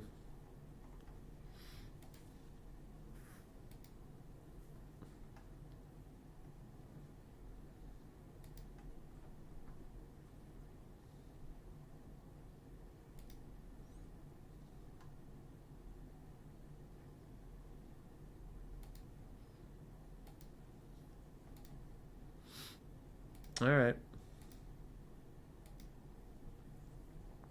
So we're here.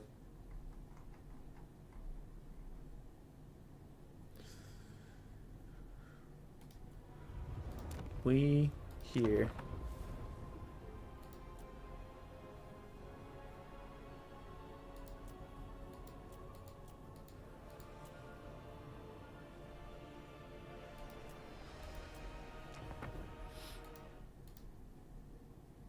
It missed the Mirror Guard because they were in the center of the Soul Stealer. Duh.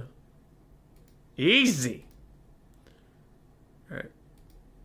While I wait for those guys to figure out their thing, I need to go back and see how the fuck that Soul Stealer worked. Because that made no sense.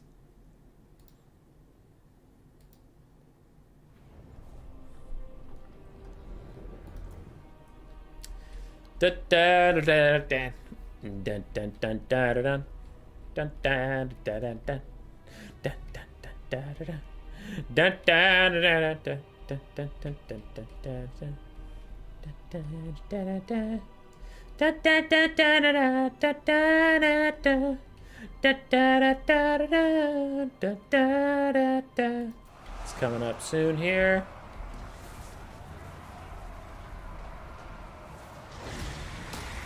Slaanesh. Okay, so there's the circle. These Chaos Warriors of Slaanesh are there. The Mirror Guard are here. These Hellstriders are here.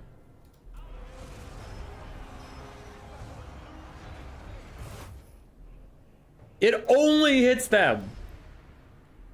It only hits them. Only. Only hits them. Not them. Not them. Just them. And even he's in it. Even he is in it. No. No. This is bullshit. This is utter bullshit. Because of the wonderful things he does. Hold on. We're going through my shit. So we have videos scheduled out till February 23rd, ladies and gentlemen. So if you submit a replay now, you better be ready to wait.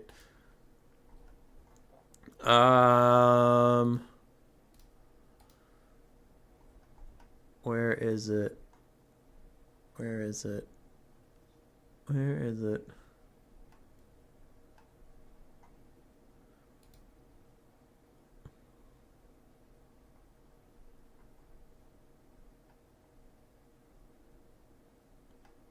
How many fucking videos do I make?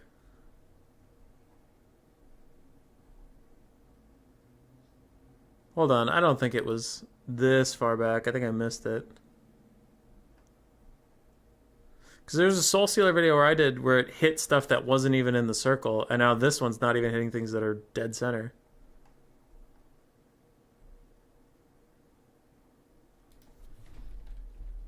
Oh, shit.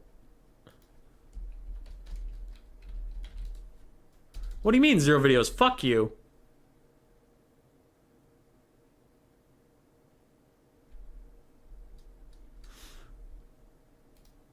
Oh, where? Where? We're still waiting on another game, so we're just chilling. It's back. There it is. Over and Soul Stealer Bug no longer applies that AoE thing where it just hits whatever it feels like way outside of its circle. Like, thankfully that's not a thing. Where Soul Stealer can be really far away from a target, just like not even close to the circle and just hit stuff. Because that would be crazy. That would be a stupid timeline to live in. Ha! Ha! Ha! Ha! Ha! Ha! Huh. That line does look pretty close to this Slaanesh. That was 2 months ago. So there hasn't been a patch since then, so it's the same thing. Just saying. Bjorn's here? Alright, I'm on my way.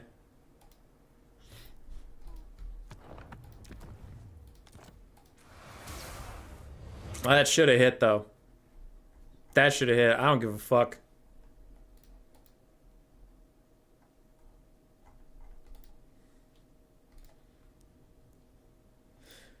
Alrighty, alright, let's go. AoE is more of a guideline than an actual rule. Sir Groot versus Bjorn is the other semi-final. And then Phoenix King awaits in the finals.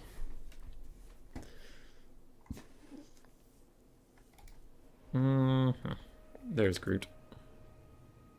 Not in the game yet, but he won his. Okay, Groot, can I have a spectator slot? Give me spectator slot. Give me the spectator slot. Thank you. All right, we in. Bjorn's here. Sir Groot's here.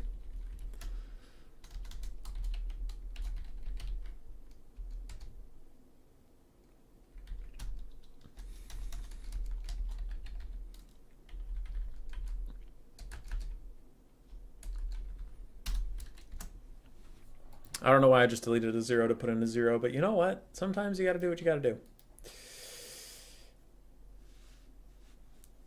The very stat is more of a guide. Every stat is more of a guideline these days. Yeah. I was just pointing it out on the other stream. I forget what units we were talking about. There are units that have like really good stats and yet always feel like they underperform. I think like Questing Knights is one of them. Questing Knights feel like they have really good stats and just don't live up to the stats at all. Oh, Mournfang Cav. That's another huge one. Mournfang Cav have incredible stats if you look at them, but then just they're kind of wet noodles. Like literal Mournfang Cav, not Crushers. Crushers is a whole different debate, but I think everyone can agree that basic Mournfang Cavs suck, even though their stats are incredible. Global bans are VC and Dwarves. Fair. That's fair. I have been on a Dwarf hate train recently. The more I play against them, the more I'm like, these guys are actually toxic right now. They're not like the best faction, but they are really annoying to play against. You should do a race between War Wagons and Mortar Wagons. Loopy, I feel like you told me about that and I did a little test, and like, don't they have the same speed, but one of them is actually faster? Yeah.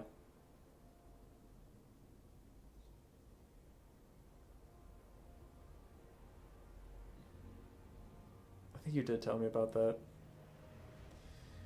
I don't remember if I made a video on it or not, honestly. I have videos scheduled out for over a month from now. I don't remember what's in them. There are some times where I wake up and I'm like, oh, I wonder what that is about. Like the video today where it's like the top 5 underrated spells. Not that they're OP, but like I just think they're good and no one uses them. I legit watched it this morning to remember what I said.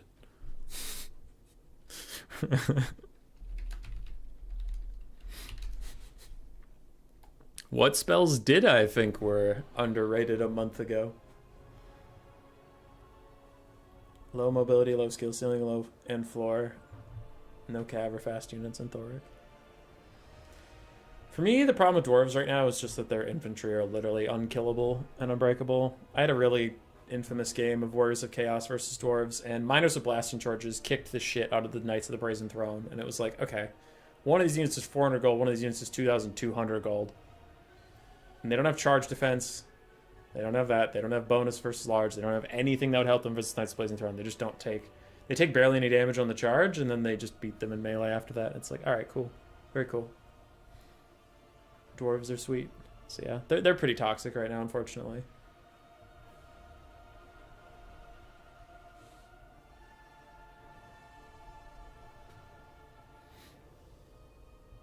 And yes, Thoric is some hot bullshit. Nobody has a good time playing with Thoric. Nobody.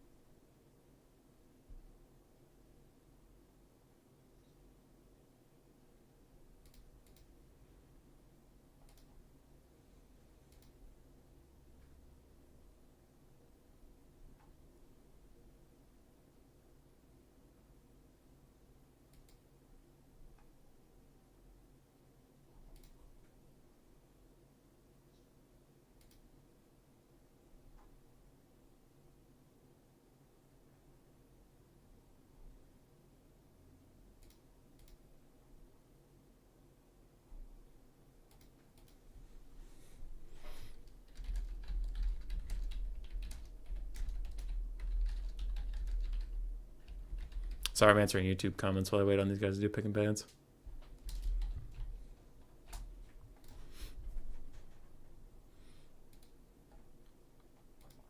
CA should have forgotten to add dwarf die.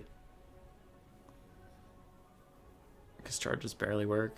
Yeah, when charges work, they feel really good. But when they bug out, it's really annoying because you're like, I did everything I could. I clicked all the buttons, and sometimes your cav units just decide, I don't want to charge today. Lore Master of Sotek pretty much confirmed Chaos Dwarves are coming out in April. Like, he didn't say anything, and I have no insider knowledge, but it's just paying attention to that channel for like 5 years and watching how his content rolls out. I have a conspiracy theory that he knows someone, or CA in general just has an agreement with him that they'll tell him what's coming and when, as long as he releases certain content at certain time points. Because, like, every time he does a video like the one he just did on Chaos Dwarves, it's like a month until a trailer and then a month until it comes out. Like, and if anybody at CA gets mad at me, well, don't make it so fucking obvious, because it's been happening for like 5 years. I have eyes, damn it. I have no insider knowledge. You can't even get mad at anybody for like, oh, Human Boy using his content creator stuff. I haven't heard shit. I haven't heard anything through the content creator program about what's coming out and when. I don't even know when the next patch is. It could release tomorrow for all I know. I don't know anything. I'm just going off of very obvious patterns in his content release historical pattern.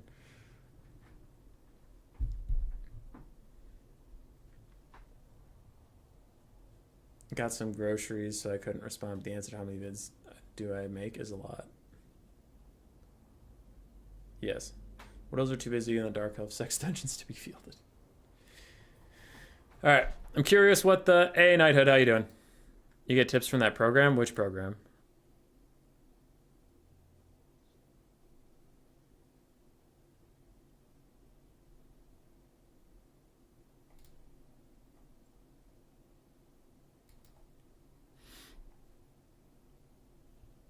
What program? Game 1 is Slaanesh vs. Dark Elves. Game 2 is Warriors of Chaos versus Tomb Kings. If CA wants to score points, they need to go for Chaos Dwarves. Yeah. Yeah. Like, I think everybody just wants it to be Chaos Dwarves for the next DLC. I just hope they don't make them toxic. But we'll have to see. Content creator? Oh, the content creator program? Fuck no. I don't have any tips. No. They don't tell us very much.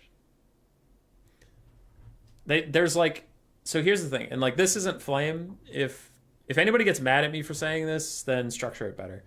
But the thing I've been fighting against in the content creator program that I find annoying is that there's tier lists of content creators. So I'm in the lowest tier list as like just recently joined.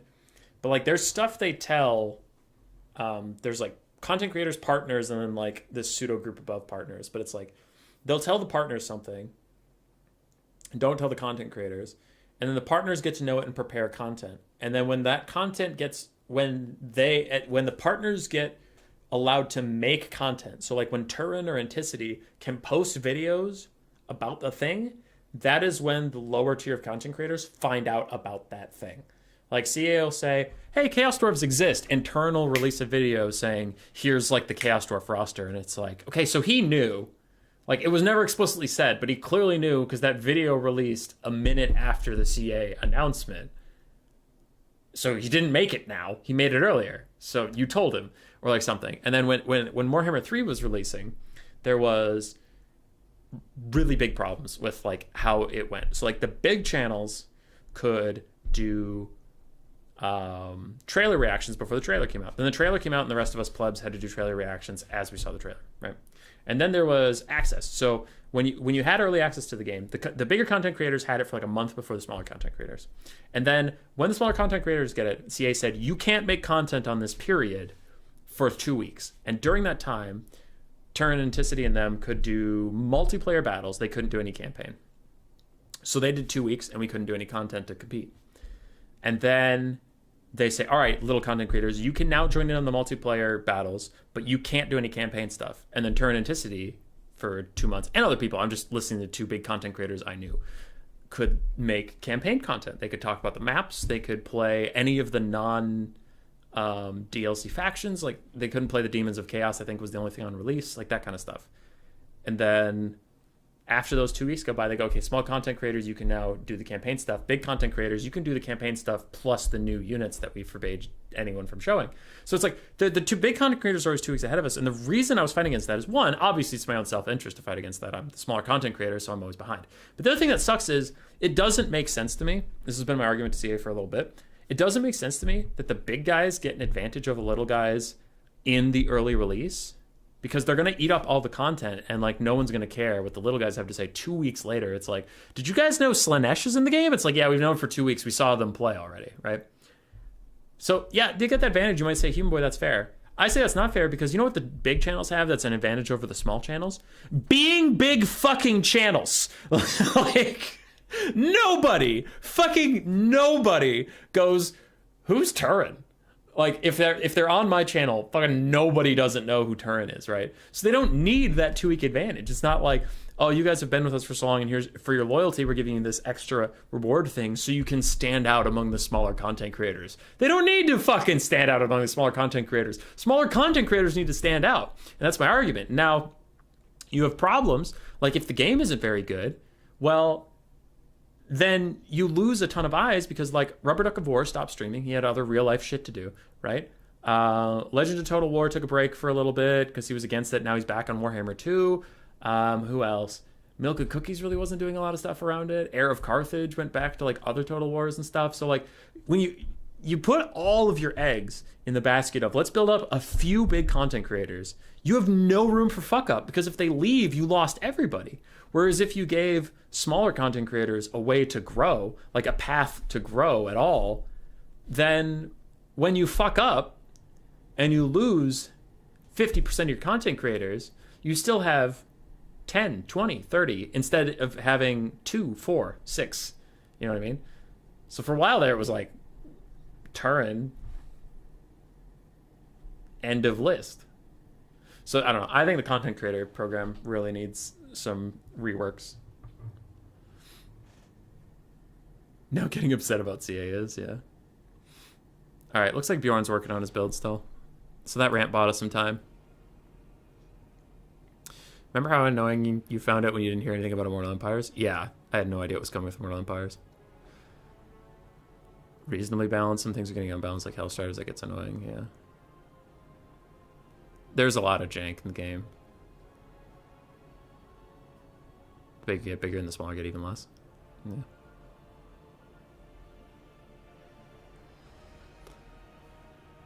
The big boys had to sell their soul. You're still free. Human boy, the rich get richer, the poor get no opportunities. Yeah. And it's like, I can kind of understand it. Like, I can be objective about this kind of thing. Now, I'm not saying I'm perfect or correct or any of that stuff. I'm just saying I can be objective, where it's like, I understand that they want to reward content creators who have been with them longer. I get it. I just don't think it's an advantage they need, and I think it makes their system very top-heavy and very fragile.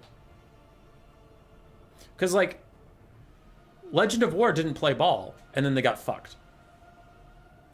Because Legend of Total War just didn't want to toe the line, which is fine. And if you do want to toe the line, that's fine. Because obviously, like, it's good for your channel, and at the point you're a big content creator, it's your job.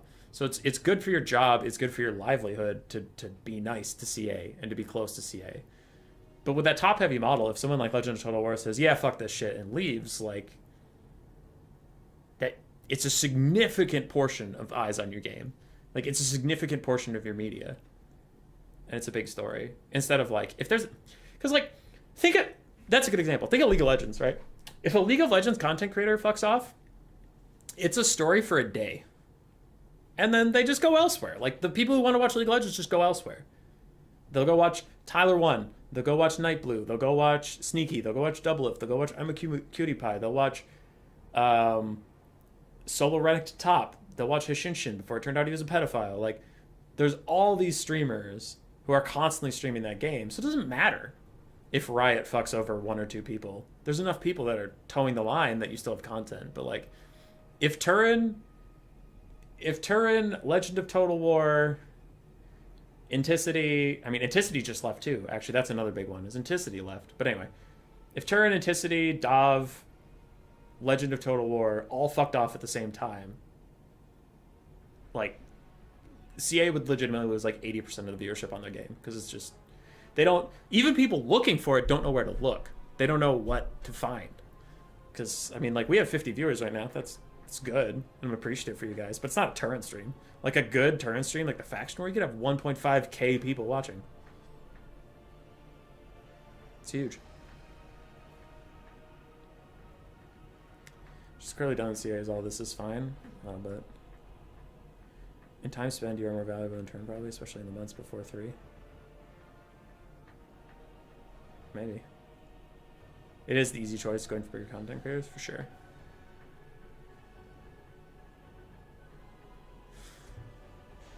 Because it's a niche game.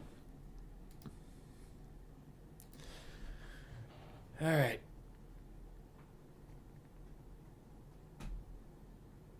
So they're still doing picks and bans, by the way.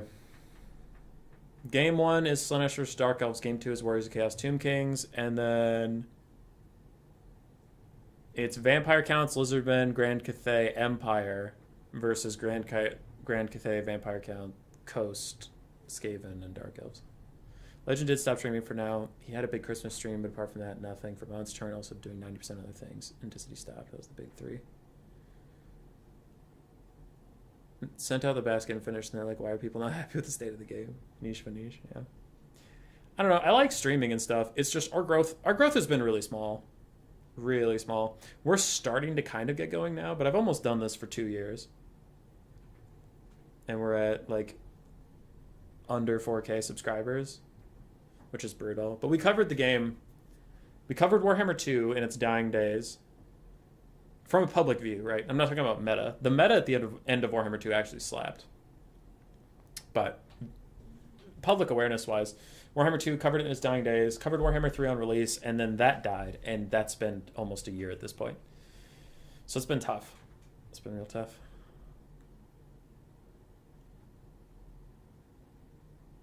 After watching the dumpster fire of Darktide... Oh, Tactical Lich and anyone in chat, What is wrong with Darktide? I've played a little bit of it with my friends. I think my highest level character is level 11. I played a little bit with my friends. I enjoyed it, but clearly if my top rank is 11, I have not played a ton. So anybody who's played a lot of Darktide or knows what people are talking about, why is everybody so mad about Darktide? Because I know it's out there. I just am literally oblivious. It's not that I'm disagreeing with you. I just have no idea. I play this and I'm like, oh, this is kind of fun. And then I look online. Everyone's like, man, fucking Darktide sucks. Or it had like mixed reviews on Steam. Like, what is going on with Darktide? I don't think enough Total Warhammer is as important to see as LoL is to Riot. That's fair, Yoni. That's very fair.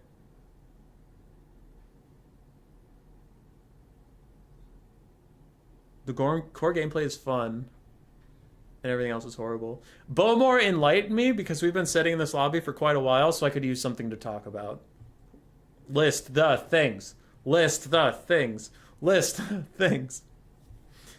No endgame, repetitive RNG mechanics, basically released a beta of a beta.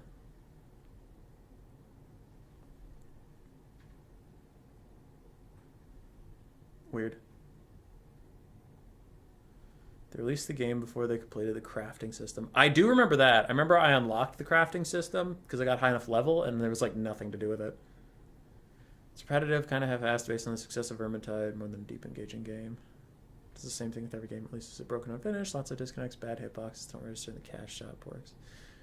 I do remember the end of Vermintide 2. They got pretty heavy into like the microtransaction stuff and it was really annoying.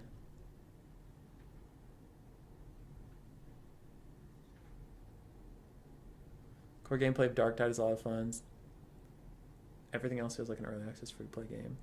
Yeah. I remember the thing that pissed me off in Vermintide 2 a little bit, which like... Vermintide 2 I was more forgiving because it was a great game in the end when I joined in. And there was a lot of microtransaction stuff.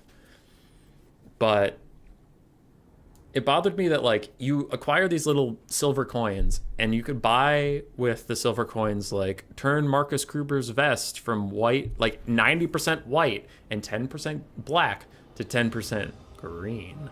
Ooh, you want to grind for hours for that? I'm like, no, but it's free, so whatever.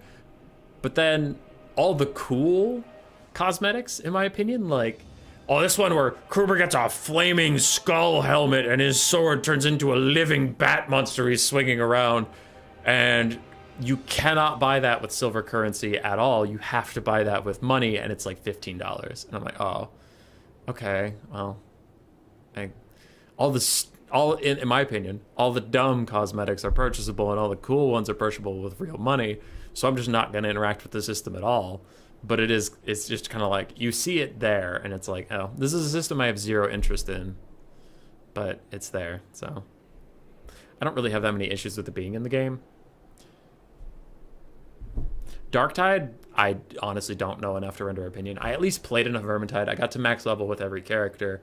You know, my friends and I would always play on second highest difficulty, sometimes the highest difficulty if we wanted like a really challenge, like super try hard, but we mostly played a legendary. Like I played enough of Vermintide to feel confident about having an opinion.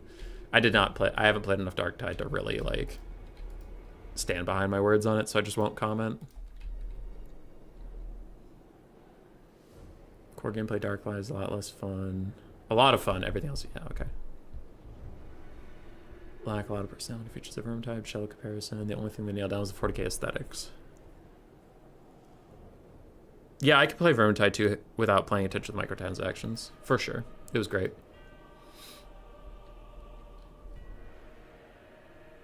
Chaos Waste are great. What blows me away is the dev knew from Vermintide in 2016 that players will be able to craft items.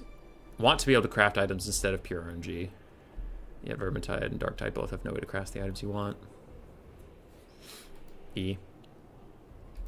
Though I was playing a lot of Chaos Waste towards the end, so then your quality of item doesn't really matter, because it's just going to turn to bronze, or that iron at the start.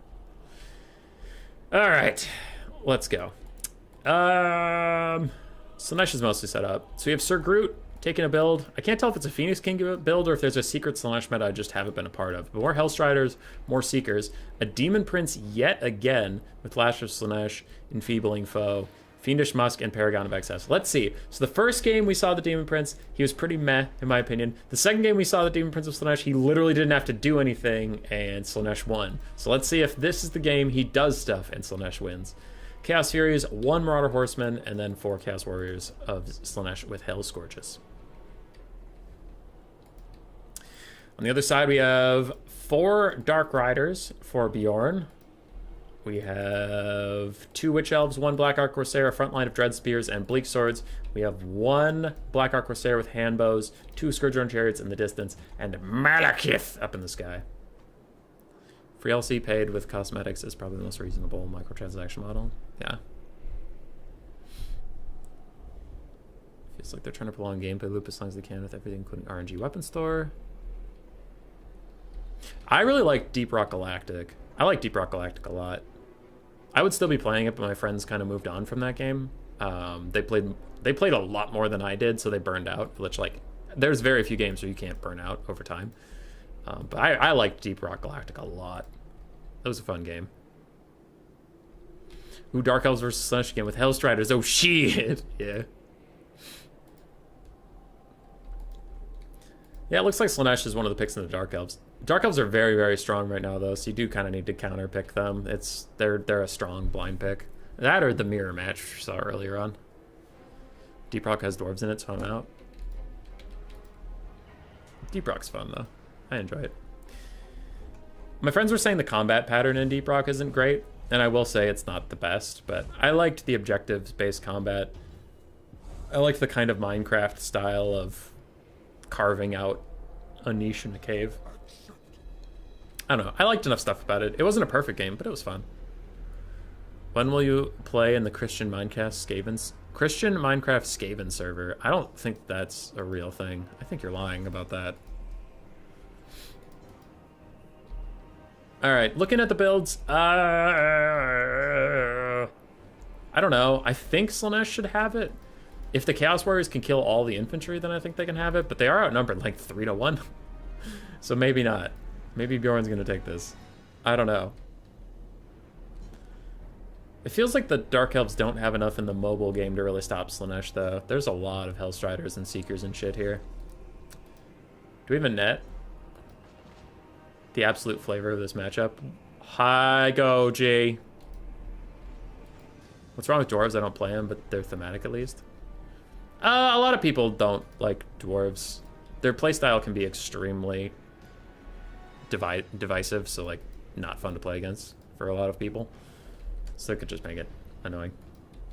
Hellstrider's going to collide with the Scourge Runner, but do they do any damage at all? No. Have you noticed that thing I've been talking about all stream while you are seeing a lot of Scourge Runners? Is it because Hellstriders literally caught them and did 0 damage? Yep. Literal full HP. Dwarves, at least in Warhammer, the Epitome, boring. Simply don't like dwarves because they're simple elf mains. Alright, Chaos Warriors are extending very far to try and get an infantry fight. Meanwhile, Slaanesh is trying to get something going with its cavalry, but it's struggling. Thankfully for Slaanesh, Scourge Runners are already half out of ammo. Yeah. Bjorn is running away. Doesn't want the infantry fight for now, it seems. He's just generally happy with how the skirmish is going a little bit. And Malekith is going to get a rear charge onto these Chaos Warriors of Slaanesh from Sir Groot. And unfortunately, there's not cav or single entities nearby to really punish Malekith for doing this. And if they do get close and he's scared at all, he can just pull through his own line. So the cav of Slaanesh playing so far back is hurting them right now. It looks like they're trying to get involved. But Hellstriders get caught napping as double Dark Riders are going to catch them. So getting the charge onto Slaanesh is going to be very good. You know, these other Dark Riders aren't having a great time, but the Witch Elves, as soon as they touch those Hellstriders, they're going to rampage because their health is so low. There it is. They're rampaging. So they're stuck in a fight with the infantry they didn't get the charge on. And they're having a bad time. Demon Prince of Slaanesh dives in onto Malekith, lowering all of his stats down, but the Demon Prince misses both attacks. He hit one while we weren't looking, but he missed both we were looking at, and then a Soul Stealer is going to hit him in the back of the head. Hellstrider's on the far side getting completely fucked up as the Madness of Cain spreads this other Hellstrider, also rampaging it, keeping it in combat. And man, those Witch Elves making it hard for Slaanesh to do what they want to. More Dark Riders are chasing off other Slaanesh cav around. And so far, everything is turning up Dark Elves. Anyway, Seekers of Slaanesh trying to kill these Bleak Swords, but they're taking a lot of damage, I think, from Scourge Runners. Yeah, Scourge Runners on the far side just shooting into them, doing a lot of good work. Furies are trying to take Malekith around, but it's not really doing that much damage. The Martyr Horsemen of Slaanesh running underneath them, not doing very much either.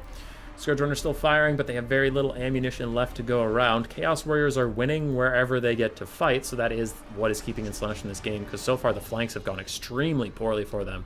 I think Bjorn has been playing fantastically, pairing up those rampage-causing Witch Elves with his Cav, and then the skirmishing has been excellent.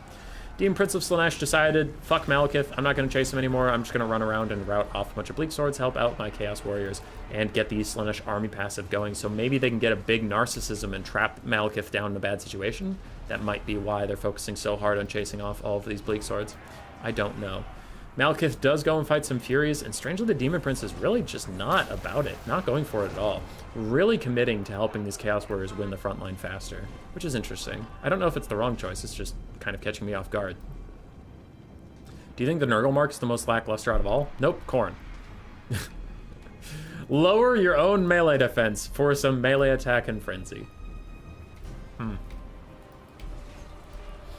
I think Khorne's mark is the least interesting, but like I do think Nurgle is down there. I think it's pretty divided into Nurgle and Khorne mark bad, and it's just which is more bad, and then Slaanesh marks the best, and Tzeentch marks second best.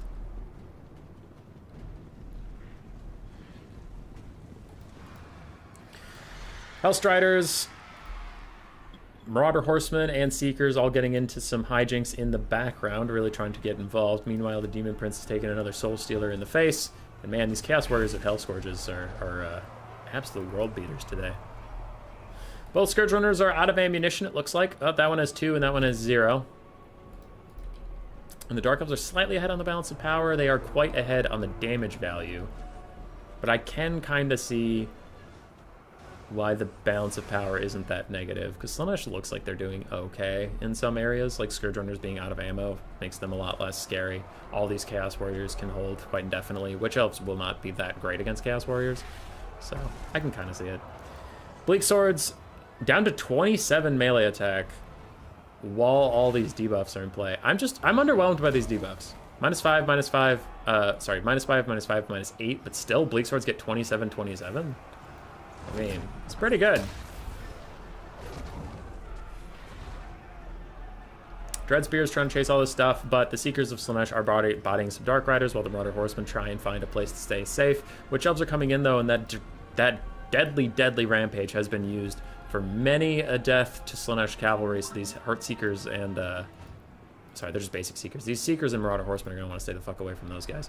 Demon Prince is trying to get a fight with Malekith. It's not going well at all. He's just he's doing more damage to himself with Power of Darkness than this Demon Prince has done to him all game long. 410 value on the Demon Prince. Seekers do get caught. I'm honestly surprised this one isn't rampaging right now, but it might have rampaged recently, which is why it can't. I don't know. The Demon Prince is just taking a fight with Malekith now, who is rampaging, and all the debuffs. There we go. Demon Prince is going in for the big snipe attempt, getting some decent damage onto Malekith once and for all, but the Black Arquebusier Handbows nearby are going to try and help out. A couple misses here, key misses from the Demon Prince, and now it is rampaging, so it's just attacking Witch Elves around it. The Chaos Warriors are now on the hunt. They're going to walk after this Black Arquebusier Handbow and at least force them to walk away. In the far side, Hellstriders are chasing off more Dark Shard, Bleak Elves, Bleak Swords, there we go. And the Seekers of Slaanesh did get rampaged, they did get dragged down to the dirt, so did the other Seekers. They are both going to disintegrate away, and that is a huge loss for Slaanesh value-wise, but they have caught back up from where they used to be, so they are doing better than before. Lash of Slaanesh plus these Chaos Warriors going to go and chase around the Black Ark Corsairs. But a rear charge from Scourge Runners will be rather annoying. They'll have the Demon Prince nearby to really punish them. The Demon Prince is going to have to do a lot of hard carrying at this point. Hellstriders trying to chase off Dark Riders, but they get landed on by Malekith, and now they're going to try and get out of here, maybe? I don't know. They seem confused. There they go. They get orders to run away. They don't want to get caught by the Witch Elves and get rampaged. Those little rampaging bastards are making this quite difficult for Slaanesh. Demon Prince T-posing a little bit, and this guy needs to get involved, needs to get engaged. He needs to either go fight some Scourge Runners or maybe the Black Ark Corsairs or something, but he needs to get moving. He's got to put his carry pants on. Hey, Hubby in chat, how's it going? It's going pretty good. I'm sure the big counter to Slaanesh Hellstriders showing elf boobs. Got him. Hellstrider's riding back in. In the distance, we have some Blackheart Corsairs and stuff routing, but it probably won't come back, so Hellstriders are instead going to focus on this very healthy skirmish unit. And Malekith gets a big breath attack down onto the healthiest of the Chaos Warriors in a tough time for them. Demon Prince of Slaanesh trying to rally with the rest of his elite infantry, but he's got to get over here. He's got to get more active in fighting these Scourge Runners. He can't just let them keep cycle charging his Chaos Warriors like that, or he has to go snipe Malekith, but like he needs to do stuff. This Demon Prince is the last real threat on this roster. He needs to get in there and get active. He starts landing on Scourge Runners. He misses his charge attack. And then he scuttles around. And he stops swinging. And he didn't do any damage to the Scourge Runners yet again. Meanwhile, Chaos Warriors are getting rampaged. They're getting cycle charged by Scourge Runners. They're fighting Witch Elves. They're having a bad time. Demon Prince is back in the sky. You still have only gotten 1,000 value, friend. You're almost 3,000 gold. Come on. You gotta get in there. You gotta get 3 times as much value. He turns to fight Malekith with all the debuffs. I'm surprised Malekith's taking this fight. He is gonna use a Soul Stealer to hurt both of the Chaos Warriors and the Demon Prince and heal himself up, but I don't know if that'll be enough because the Demon Prince is like a really good duelist when he gets all of his debuffs down. He gets 2 big hits on a Malekith. Malekith is just gonna fly away. And the Demon Prince has less speed, so he can't even catch Malekith if he wanted to, unless he gets his charge bonus. Yay, charge bonus. And then he hits his attack. Yay. Good for you, little Demon Prince.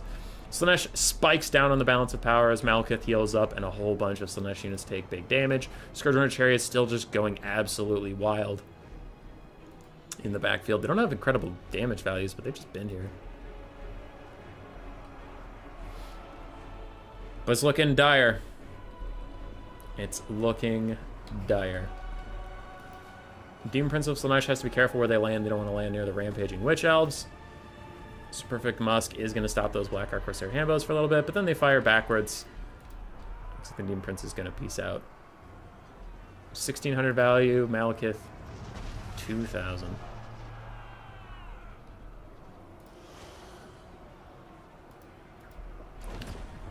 Big whip. Hellstrider is still trying to get a fight with these Scourge Runners, but they're really just not getting the damage they need to. Something is on Malekith. Looks like another enfeebling foe. Demon Prince wants to land on him and get the fight, but it looks like he doesn't really want to fight in the Witch Elves. Oh, that is awkward all of a sudden. He tries to land on Malekith, kind of, and Malekith takes off just as he lands, so the debuff is wasted, and now he's on the ground with the Witch Elves nearby who can rampage him, and these Blackheart Corsair Handbows who can shoot him. I think that will be GG at this point, as Malekith's going to rout off any Chaos Warrior support, and our Demon Prince friend is about to take a lot of damage.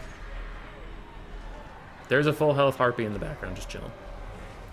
Hey, the Marauder Horseman of Slaanesh. I kind of forgot you existed. Now, luckily for Slaanesh, these Blackheart Corsair Handbows are more concerned with dealing with the Skirmish Cav than hurting the rampaging Demon Prince, but either way, that is a pretty decent take to also just get rid of any support Slaanesh has. Quick Breath attack coming in from Malekith is going to friendly fire a couple of the Witch Elves, but it'll overall do good damage to the Demon Prince. I think that'll be GG.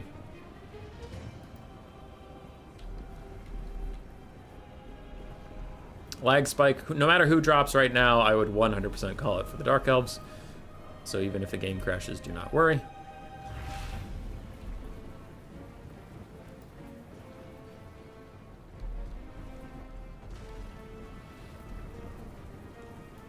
As we enter the slideshow phase of the game.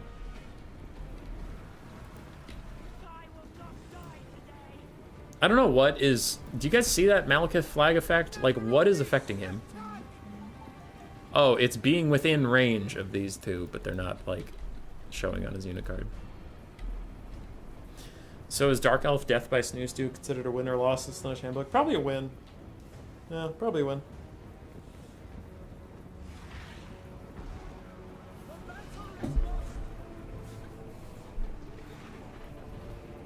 I have a lot of notifications. I always get the most texts when I'm streaming. Another Soul Stealer on the Demon Prince will send us into army losses, I guarantee you. If this does not send us into army losses by the end of that Soul Stealer cast, I, on stream, will eat my butt. I will eat it. Eat the entire butt. Cut it off, slap it on a plate, eat it. Easy. GG.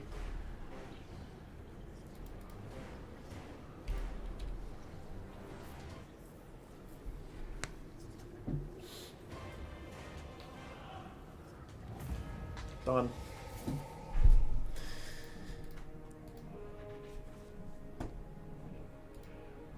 I've said it once. I've said it 4 times. I've said it 8 times. I've said it 19 times. I'm not a fan of the Demon Prince of Slaanesh.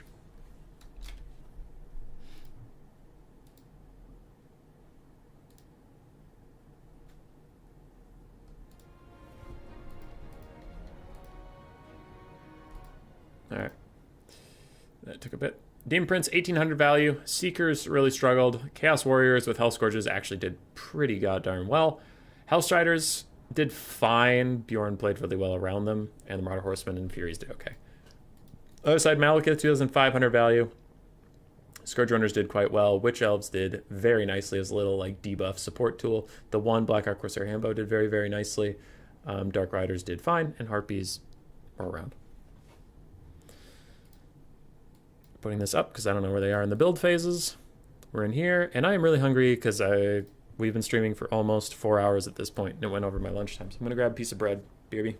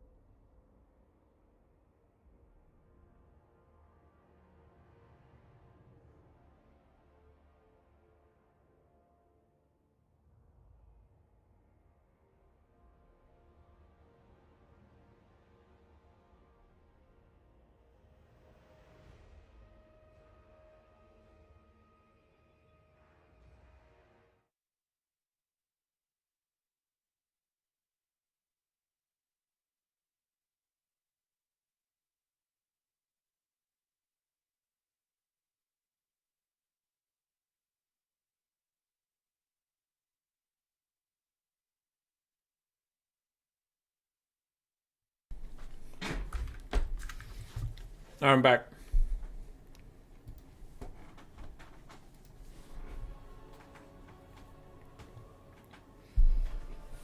I'm back. Where's the cast for Tomb Kings? Cool.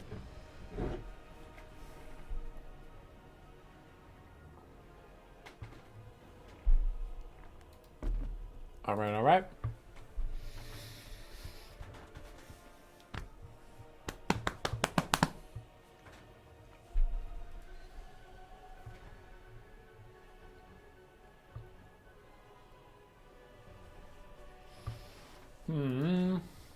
Tomb Kings have a 0 gold spend.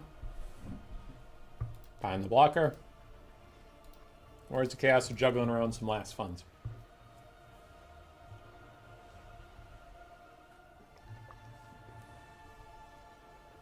This is the second to last series. Finals is next, best of 5 with Phoenix King for whoever wins this. Okay. All right.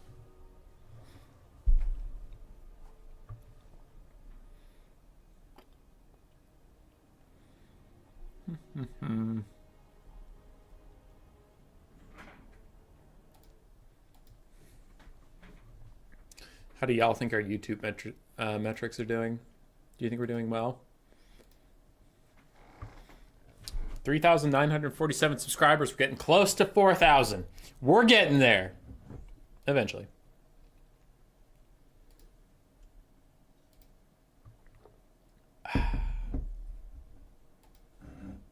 Water. It's delicious.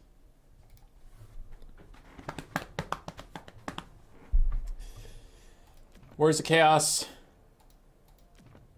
5 gold spend. Tomb Kings changing up their build a little bit because we were on the wrong map. So it looks like they wanted a slightly different composition. Because Summer Song is much smaller than Southern Chaos Wastes.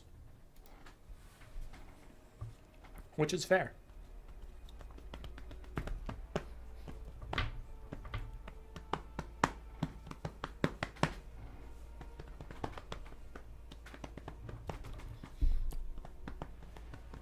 I'm still sad I got rolled over by a Mino bus twice in a row. It made me a big sad panda.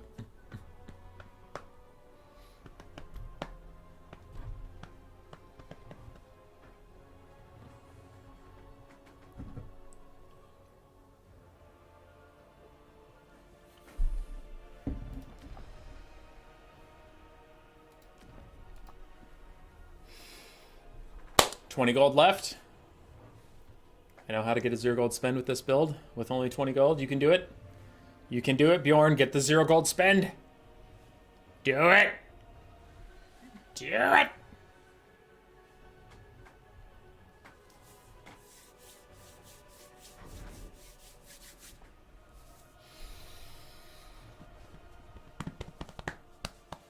Oh, God. Oh! He deleted something, then he got something else. We're back to 70 gold.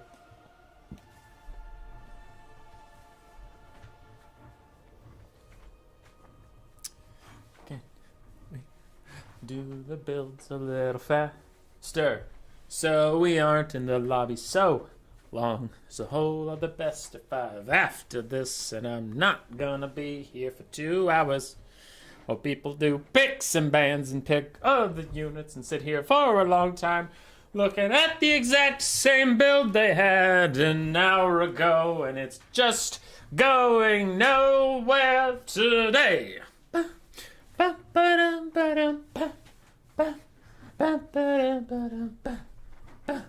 Trying to fill the empty void.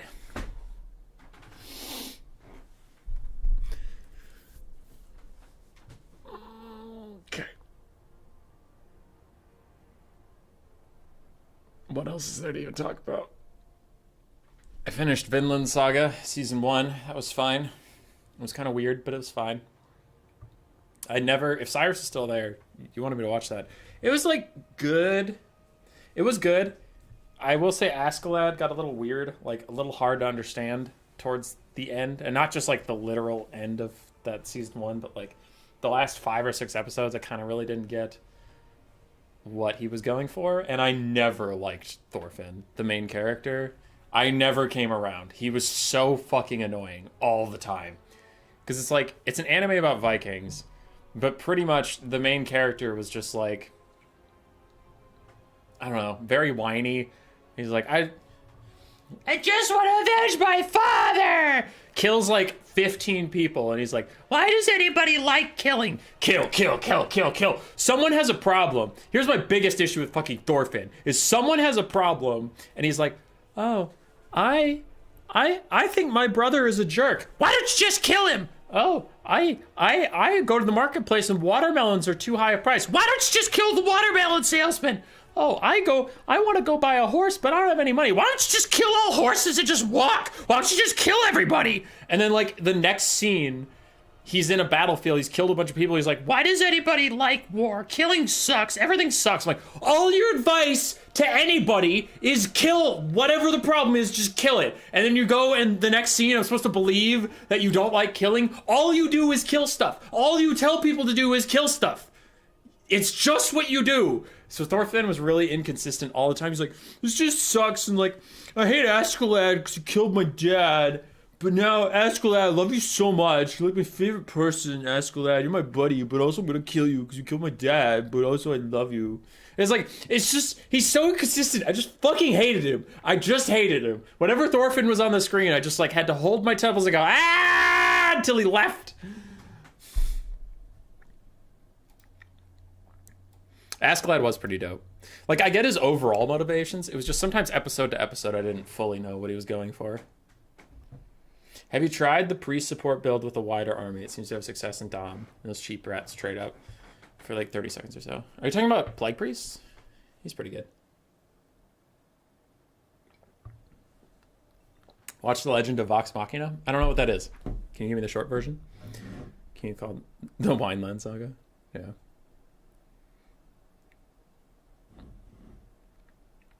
Spoiler Thorfinn gets even more boring after he stops being a jerk.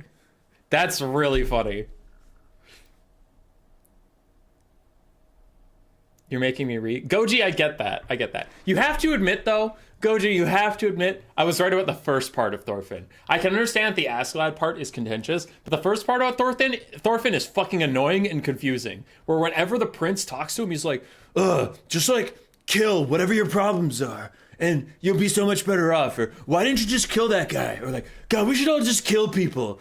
But then he'll also have these little bitch fests where he's like, killing sucks, and Vikings suck, because all they want to do is kill, and my dad didn't want to kill anybody, that's why my dad is so cool, so 99% of what I do is kill people, and all I recommend people to do is kill people, but killing's dumb. It's like, what is your message, Thorfinn? What's your point? And I just hated him. I don't think he was poorly written. I think he was well written to be an obnoxious person. Like, I know real people that are obnoxious. I'm not saying, like, obnoxious people don't exist. I'm just saying Thorfinn was obnoxious, and I think he was meant to be that way, but that doesn't mean I have to like him as a character. I think he was fine for the show. I don't wish he wasn't in the show. I just don't like him.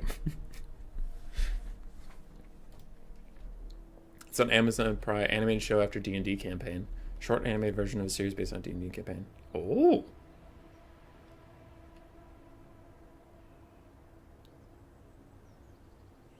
It was like Invincible, similar quality, which is good. Yeah, Invincible was fun. I wonder, is season 2 of Invincible out yet or coming out? I watched that like a year ago and I haven't really checked up on it.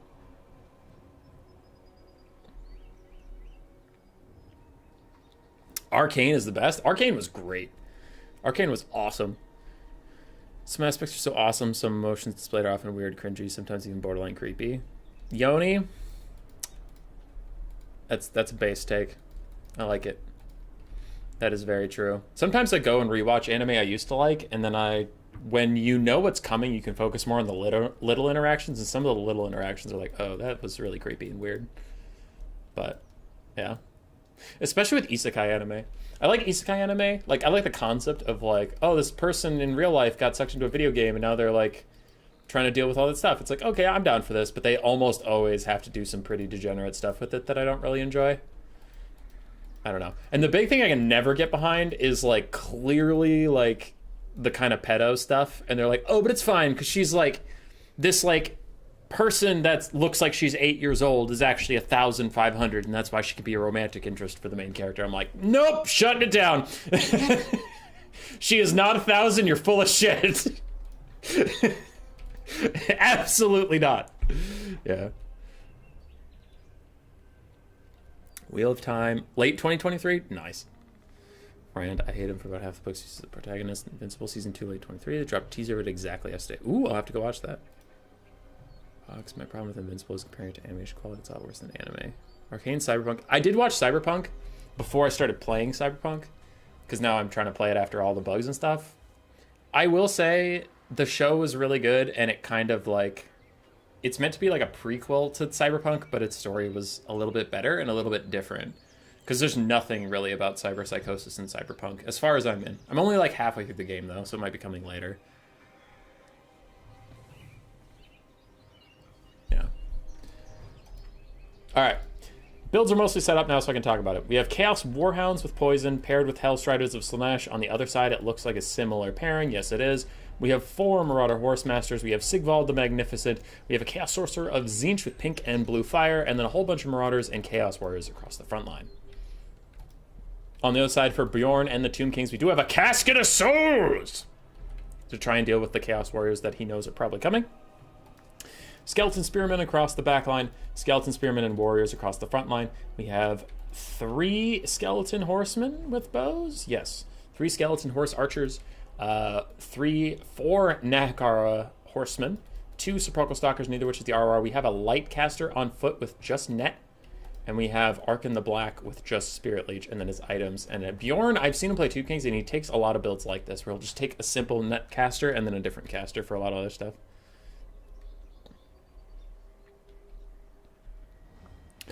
There's a lot about cyberpsychosis? Yeah, okay, then it must still be coming, Jeremy. Because in the main plot, I just got to the parade float thing. Yeah. Because I don't think Johnny's chip in your head counts as cyberpsychosis, because it's not like in the show. What I'm talking about is in the show, cyberpsychosis is your body can only handle so much technology inside of it before it starts freaking out. And Johnny's chip is like this malicious chip that was meant to be like this weird war device thing was put into your head, and it was corrupted because of the fall. So those two things put together, it's eating you alive. But other than that, like, you could be a naked human being and this is still happening. But I got like crazy mantis scissor arms. I've got a bunch of cybernetic upgrades, and like there has been no warning to me whatsoever of if you get more of this stuff, you'll go fucking crazy. I've had none of that. Whereas in the show, it's like, and this isn't spoilers for the show, this is a key concept in the show, is like, in the show, it's like, you can only have so many implants before your mind explodes, so people need to ride that line, and it's all about that, and it kind of has like this drug addiction overhang of like people get addicted to the powers, and it's really hard to convince them not to, and it's like that's what the characters are dealing with, and that shit's like presented to you in episode 1, so that's not spoilers.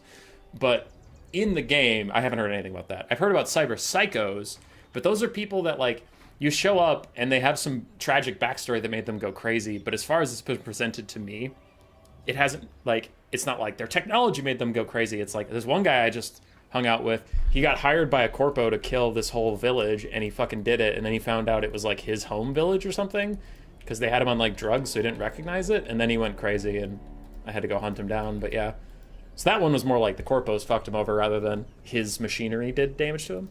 But I did say I'm maybe halfway through the game, maybe less, so if it's coming later, then I just haven't seen it yet. I'm enjoying the game though. I'm enjoying it a lot. I did wait until they fixed a lot of the bugs, and now it's like, oh, this is pretty fun.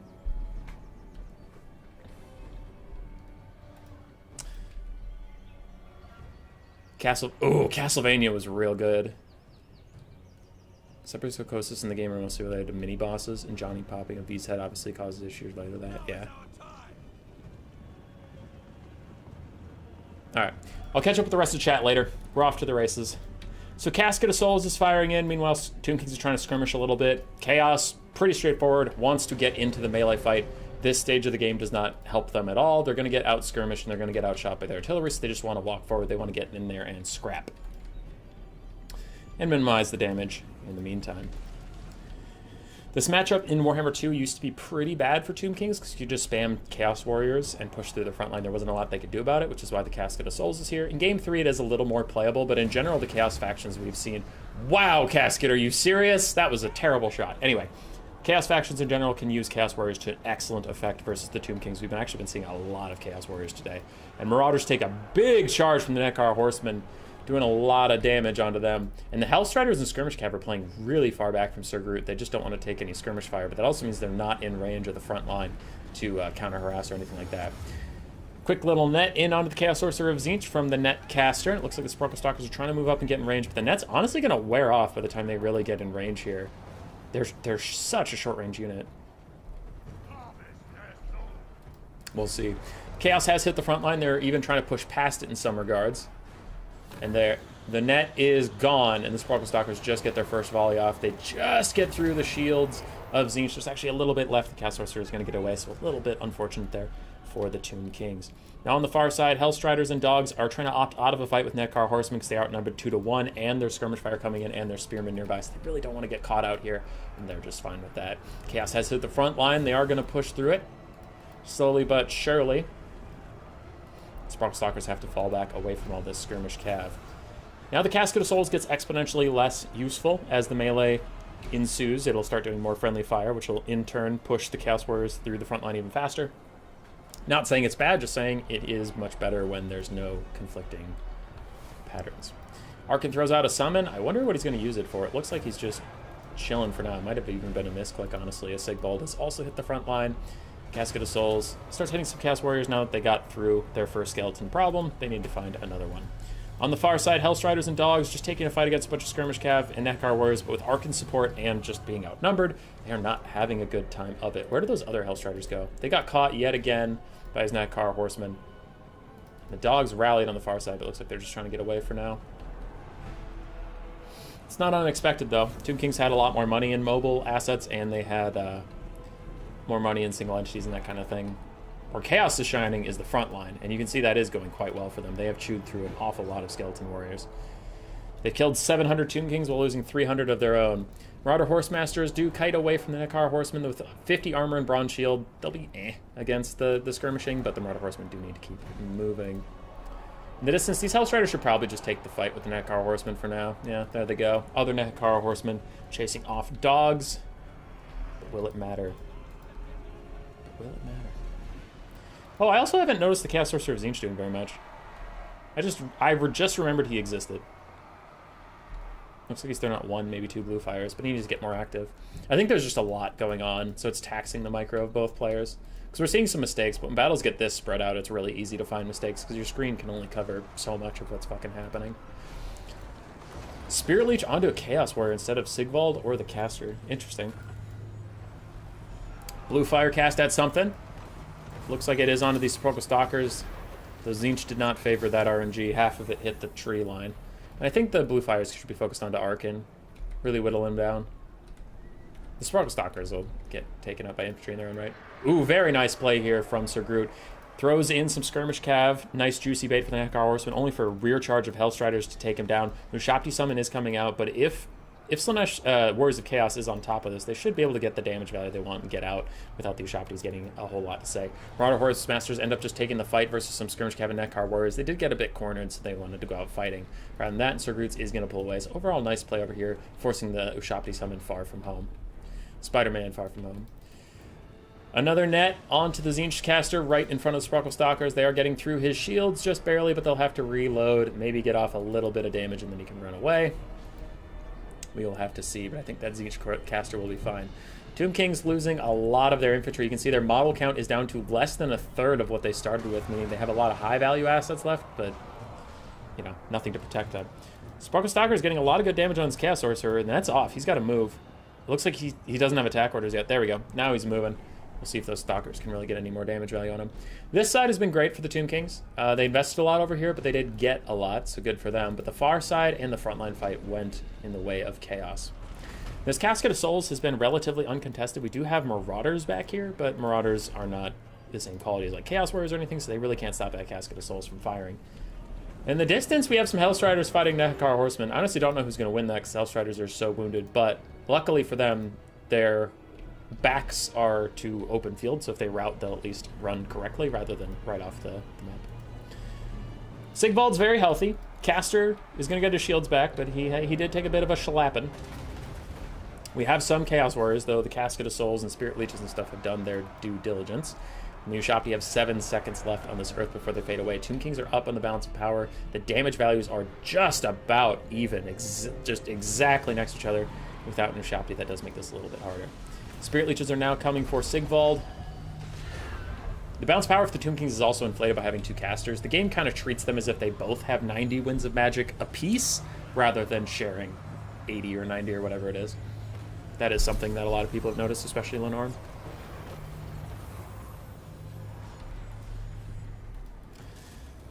All right, Sepulchral Stalkers take a quick blue fire charge. Chaos Warriors getting into combat with Sepulchral Stalkers, and it looks like Marauder Horsemasters are going to go for a quick volley onto them. Casket of Souls has 5 shots left. There's not a lot of great targets. Honestly, ignoring it is fine now. Sepulchral Stalkers are the biggest problem. Because, like, the Casket of Souls was worth shutting down when it had maybe 10, 20 volleys, but now that it only has 4, and all your units are almost dead anyway, it's fine. I mean, if you can kill it for free, take it, but the Sepulchral Stalkers are a way bigger problem.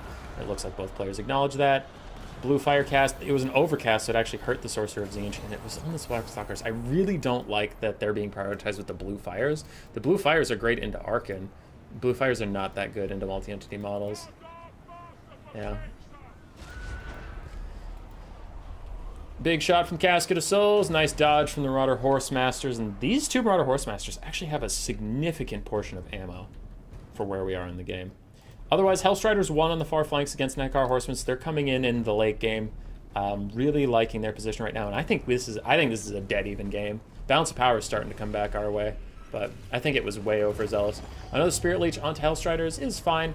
It might be difficult to kill Sigvald later, but we will see. And I really want to see the Blue Fire caster. He's going to have to do some significant work in this late game. I don't know if the Sparkle Stalkers are going to be the best target for him. I kind of hope he starts switching onto Archon.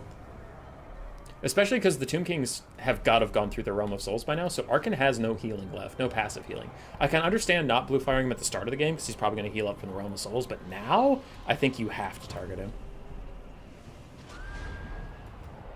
And I've been super underwhelmed by blue fires on these Sparkle Stalkers.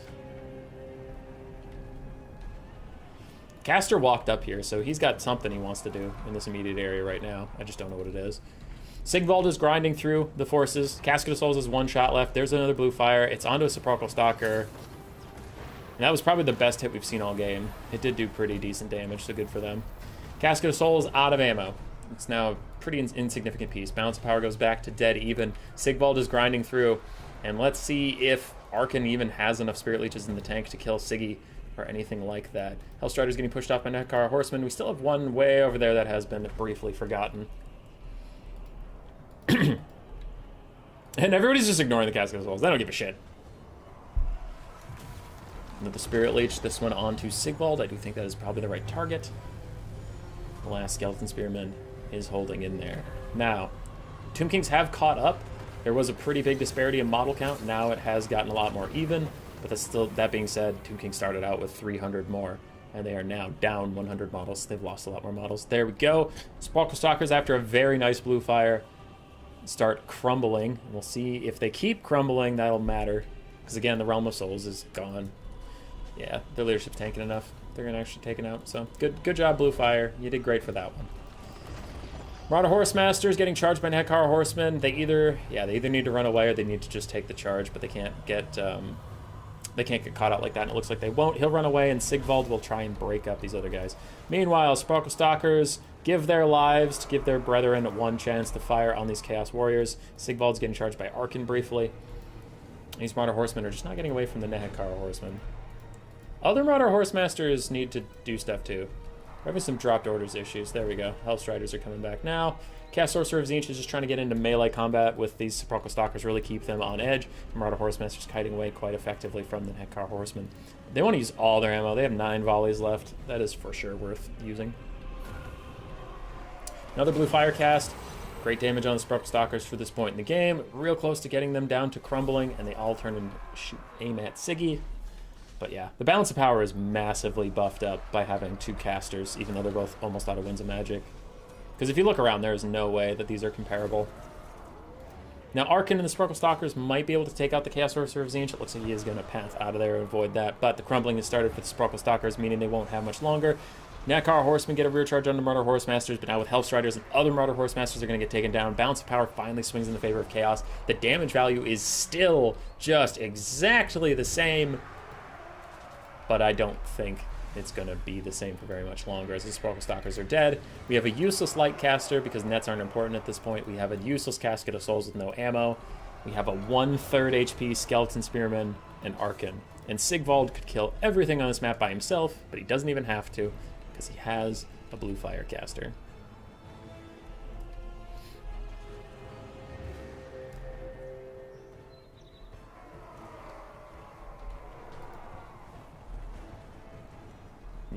This Marauder Horsemaster still has 16 volleys. Jesus. There we go. Blue Fire takes out about a fifth of Arkin's HP. Sigvald ain't scared of nothing.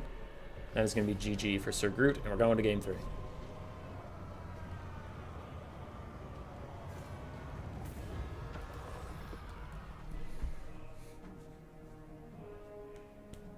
That Johnny being in your brain counteracts cyberpsychosis? Oh, maybe. Yeah. Because, dog, that is my point, is you can just, like, grab as many components as you want, and it's not like your character goes crazy or anything.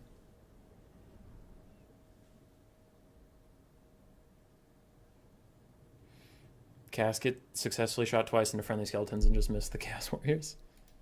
Do you think the Tomb King's archers are a little overpriced? They're basic archers? Yeah, probably.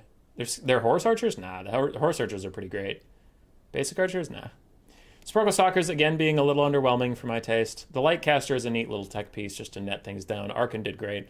Casket of Souls shot all of its ammo and didn't pay for itself, so that was either some bad RNG, bad angles, or I don't know. And Skeletons got murdered by Chaos, but that is fine. If Skeletons beat Chaos, I think we'd have a way bigger problem on our hands. Sigvald, not a lot of value, but he was just running around. Like, he had tons of love left to give. He just couldn't give it. Only 1,000 damage value for the blue fire casts. Marauder Horsemasters did okay. Chaos Warriors did fine. Hellstriders did good overall. But basic Marauders paid for themselves. So that's nice. Is this the finals? No. This is the other semifinal. So we're going to game 3 in this one, and then we have a best of 5 final, and then we're done.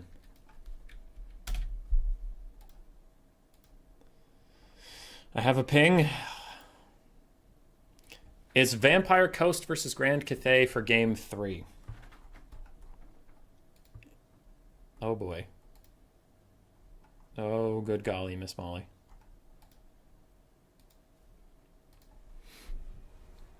Chaos Infantry took almost no damage on the approach. Yeah. And, like, I'm glad Chaos Warriors are doing so well, because Chaos Warriors are kind of supposed to be the best in their weight class. Like, in the lore and stuff, you know, Chaos Warriors of any god are supposed to be better than their mortal counterparts. Like, will Swordmasters beat Chaos Warriors? Yes, but they're not counterparts, right? You're talking about White Lions versus Chaos Warriors. And honestly, White Lions might win that depending on the variant, but, like, you know, Black Ark Corsairs, Chaos Warriors will win that. Empire Halberdiers, Chaos Warriors will win that. Those sorts of things. So I'm fine with Chaos grinding through infinite skeletons like that. I think it'd be a pretty bad game if they didn't.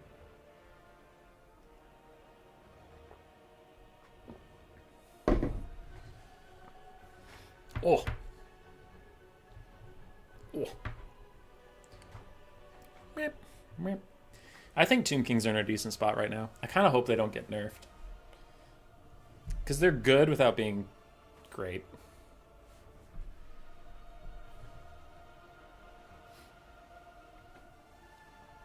I think Nakar Horseman could maybe honestly use a little bit of a buff. Those things underwhelm the shit out of me. Any Ogre or Norska this tournament, hubby? Is it worth rewatching the stream? There was no Ogres or Norska, no. There were a lot of really good games, but not Ogres or Norska, no.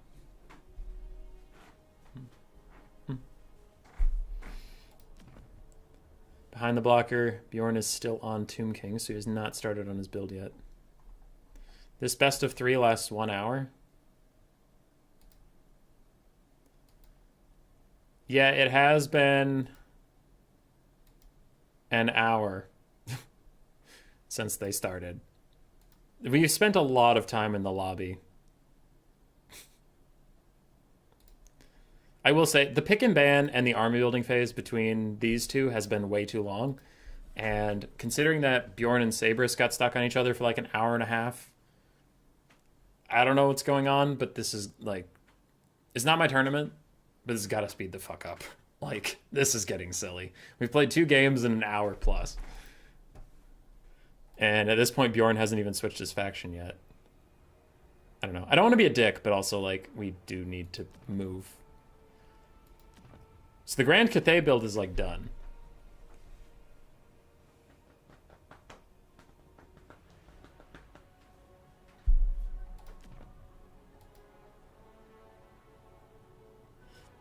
It looks like he's working on his build behind the thing. There we go, he switched over to Coast. I think he was making improvements on his build to, like, think of what to do next time.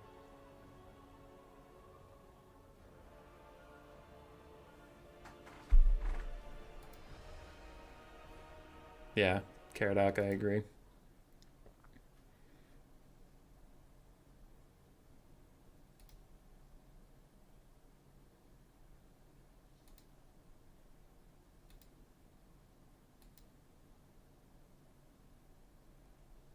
Yep, Caradoc, I got it. There's nothing I can do about it, but I got it.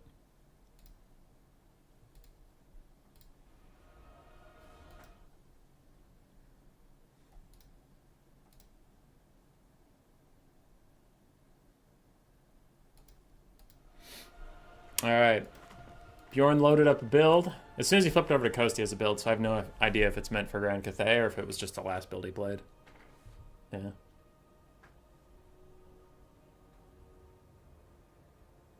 Uh-oh.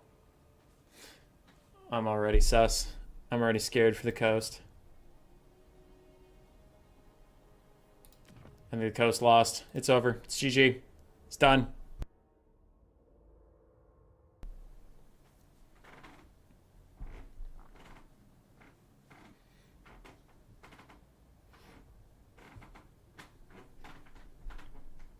The creaky floorboard right there.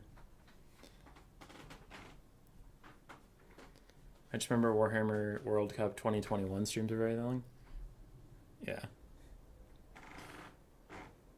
It's funny because there's a parabola. It's not 100% accurate, right? Like that. I'm going to say a generalization, but it's not literally every player. But it is funny at the lowest level of play and at the absolute highest level of play, taking a build. Making a build takes forever. Like, if people literally have no idea what units do, they take forever to build builds.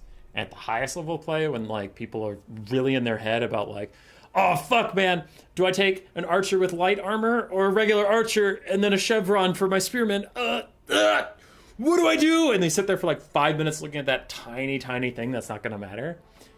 But then, like, people that are good enough to know what most of the units do, but not crazy insane to really know how to min-max their builds. Like, mid-level players are normally the fastest. And it's like this parabola of that, where, like, the closer you are to being a mid-tier player, usually the faster your builds are. And at the higher and lower ends, it's, like, different reasons, but it takes forever. Because I remember, like, some build phases with, I'm trying to remember, it was Alfredino Evenstar, right? It was the Warhammer World Cup finals for land battles, so that was 2 years ago. And I caught the VOD, so I could skip ahead. Whenever there was a build phase, I'd just skip ahead. But there was one time where I skipped ahead like 3 or 4 times, and I couldn't tell if the game crashed or if they were actually just still, like, building their armies. Because I just kept skipping ahead, and Turin was still filling time.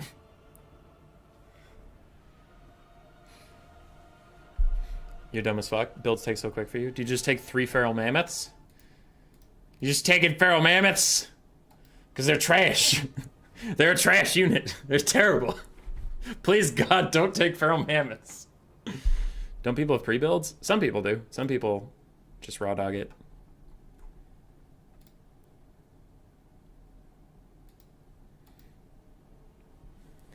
Behind the blocker, the build's ready. 17 gold left. Come on!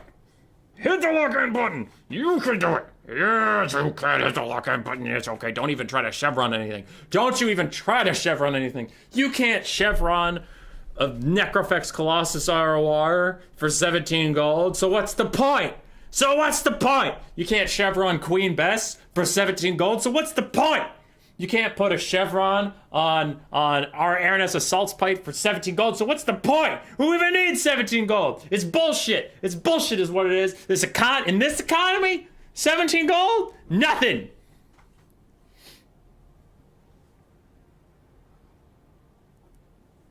You could pre-build for yourself or pre-made builds and send them to the tourney, like 1 build runs, different things. Yeah. You can't stop me from picking the best Norse King. Feral Mammoths are absolute garbage. The worst. The worst, full stop. They're so expensive.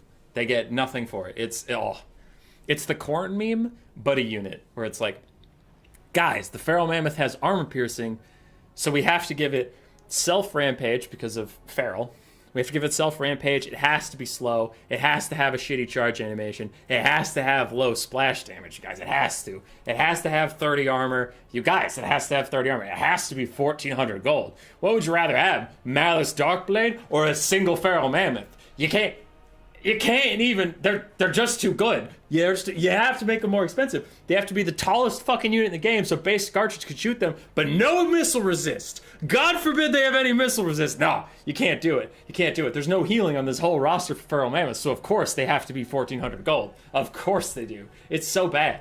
But hey, they're rampaging all the time. We should make their leadership low. Oh, you have to make their leadership low. They suck. They are so bad. There is no fucking thought that went into that unit. I hate them.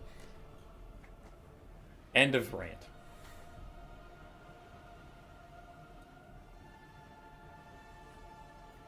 It'd be losing to basic Khorne warriors. Yeah. Like, it just has nothing going for it. They didn't even give it fucking high leadership. Like, if it's gonna rampage, if it's gonna be expensive, and it's, like, squishy, not in the fact it has a giant health pool, but it has no armor, no melee defense, nothing to defend that health pool, and then it's low leadership, it's like, what the fuck? So this thing with 5,000 HP left can rout because its leadership is so low, and it's like, this is more health than most lords in the game, and it's still routing because it's fucking low leadership. Oh, Feral Mammoths are trash, man.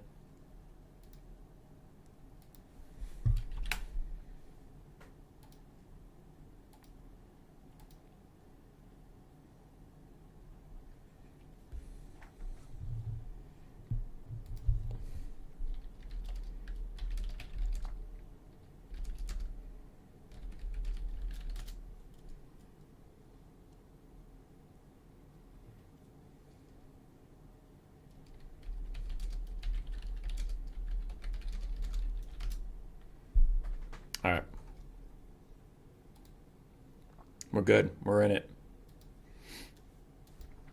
Show me on the doll where the mammoth touched you. In my bum. I'm gonna have to rethink my Feral Mammoth build. Do it. I can't even meme and say the first person to send me a Feral Mammoth victory gets $100, because I guarantee you that fucking replay is gonna be a Feral Mammoth getting instantly gatted, and Norska just wins it anyway. But the Mammoth had nothing to do with it. The Mammoth gets like literally one value, and the person's gonna be like, I mean, they were in the build and I won the game, so I think they did it. And I'm like, no, didn't do anything. Still waiting for the monster update. I'm glad Giants are good now. Giants are good now. And they're not OP, which is nice. Like, it's fun when a meme unit like Sigvald, if you don't remember, if you're too young to remember, Sigvald used to be a meme. Go back and look at Turin's videos. There was a top 5 worst lords list, and Sigvald was on it. And then they way overbuff them, and they become OP, unstoppable, and toxic. And it's like, that's funny. It's very haha funny. But I love what they did with the Giants, where they took a unit that was a meme forever. They kept trying to get it good. They couldn't. And then finally, they get Giants good, and it's not OP. Giants are just good, and that is fine. Giants don't need a buff. They don't need a nerf. They're solid, and it's just perfect. And it's like, all right, can we do more of this? Please, God, no more Sigvalds, but yes, more Giants. Like, units like Giants, where they're good, balanced, good in some matchups, not good in every matchup, and if you fuck up with them, they can punish you, right? I should have a replay of a mammoth making it to the end of the fight. Yeah, Giants are in a really nice spot. They're great duelists. They're decent centerpieces. Their leadership is really high, but their armor is not very high, so basic ranged units and basic spears can do a lot of damage to them. They're slow, so they don't get to pick their own fights. So it's like, it's a good counterbalance of like positives and negatives. Positives and negatives. And CA's like, what's that? All negatives or all positives? Like, no, equal amounts of both. Equal amounts of both. And they're like, cannot compute. Need to make Jade Warriors high armor, high melee defense and melee attack, cheap, strong leadership. Putting them in a box makes them stronger. No, CA, bad. You need downsides. You need downsides to units.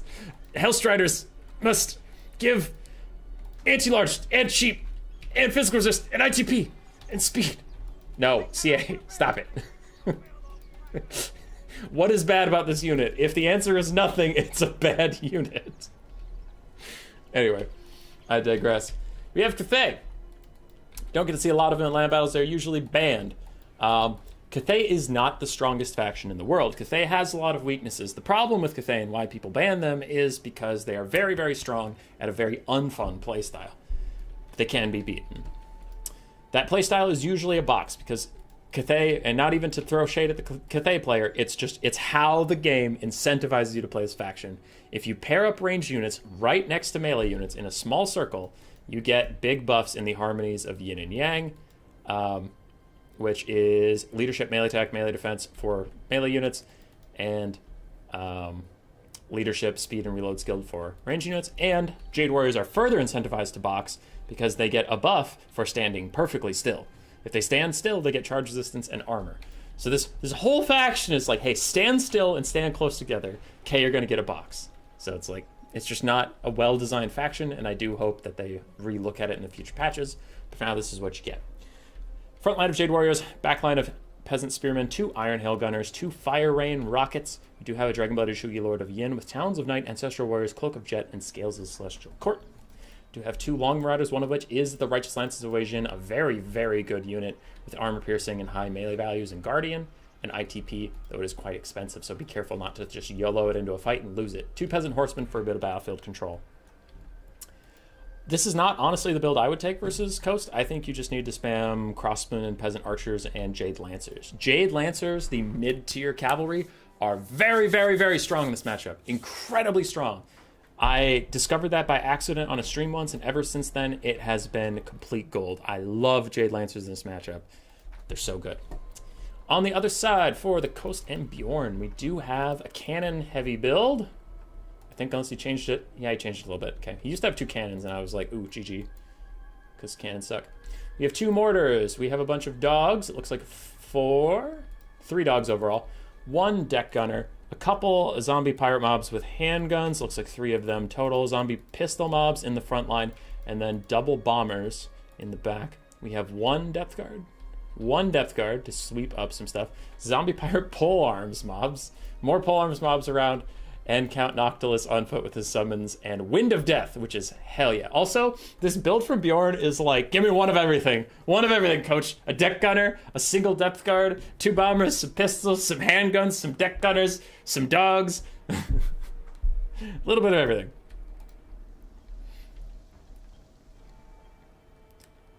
Seemed like every patch they were getting improved for a while. Yeah, now I think they're a good spot. I hope Giants don't get nerfed or buffed. Giants when you have Terracotta Sentinels. Terracotta Sentinels are strong, but they have some issues. They're hard to get to pay for themselves, but yeah. Just because something else is unbalanced doesn't mean Giants aren't balanced. What's the best counter to Cathay? Skaven. Skaven by far. Skaven, High Elves are also decently strong versus them.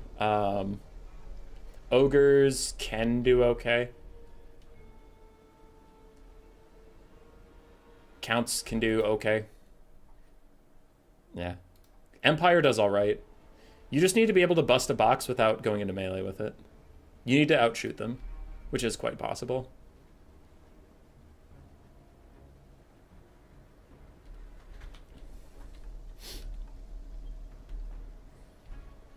But taking Cathay in melee is very, very difficult. High Elves can kind of do it, but High Elves' stats are absolutely redonkulous at the moment. So they actually can just outstat Jade Warriors.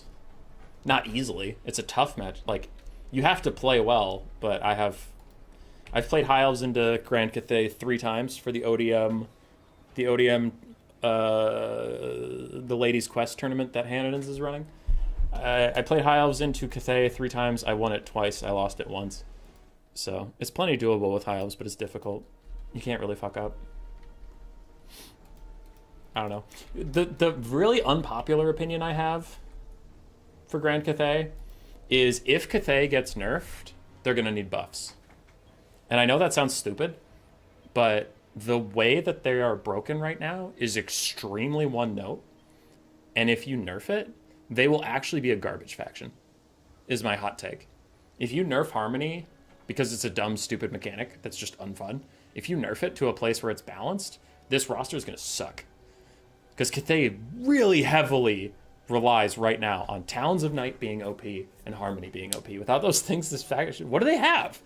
Jade Warriors, when they lose the Harmony buff, and they're not standing still, are pretty meh combatants. Peasant Longspears are incredible, sure. Their archers are fine. Their cavalry sucks, or is extremely elite.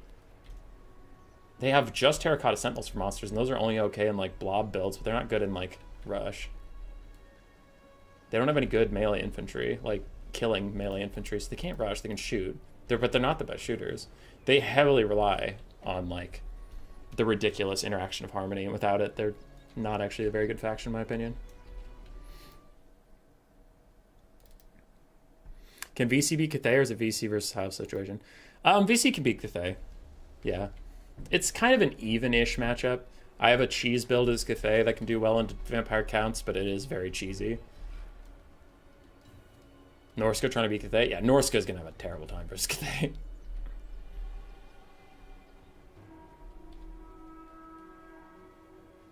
Halves are not redonkulous. The Hallmarks are probably underrun for years, the minute they've gotten too many price reductions in once the wrong places. I was saying high elf stats are redonkulous. Like, if you look at some of their stuff, it's like, oh god, these are super high stats. But, I don't know. High elves are slightly too strong at the moment, but we talked about it earlier in the stream. I don't really mind them too much. I think they have bad matchups. I think they have good matchups. I think they could maybe use, like, a light nerf, if anything, but I don't know. It'd be like a light nerf or leave them alone rather than like a hard nerf. I think other things need a lot more attention. Never lost to Grand Cathay versus Dark Elves. Which side were you?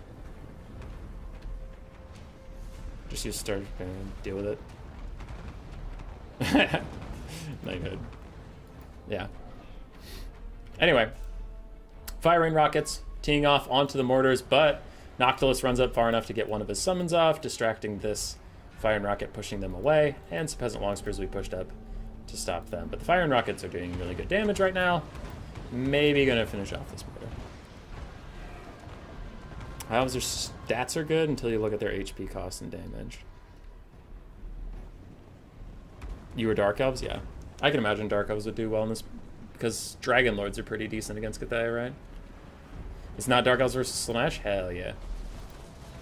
Fire and rockets. Doing well. And these guys still rout. Ooh. They got away from the zombies just to rout anyway.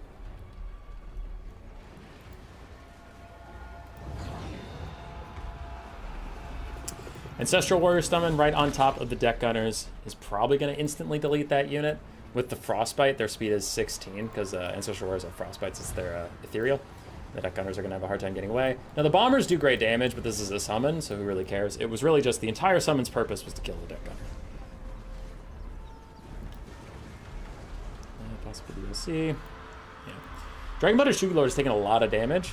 She kind of did not quite get out of range of all these handgunners that are shooting at her, and now there is a Noctilus missile going after her, but since she's moving, most of it'll miss. She took a lot of damage, but she will be okay overall. Peasant Horsemen charging into Zombie Pirate Gunnery mobs, the pistol variant, and the Righteous Lance is trying to take out some bombers.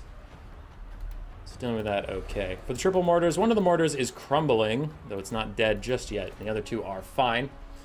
Zombie summons still around, and ooh, Scurvy Dog snuck into the back line and took out the Fire Rain Rocket crew that was running. And now this other Fire Rain Rocket is currently undefended, so it looks like Sir Groot does not know that's coming for him. That'll be a really big win for the Vampire Coast if they can take out that Fire Rain Rocket that still has half ammunition.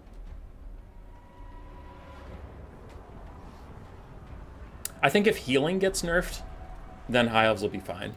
Yeah. I think if, like, the Lore of Life or healing in general takes a hit, then High Elves will be fine. Because right now they're carried pretty heavily by, like, Imric getting regrowth. Yeah.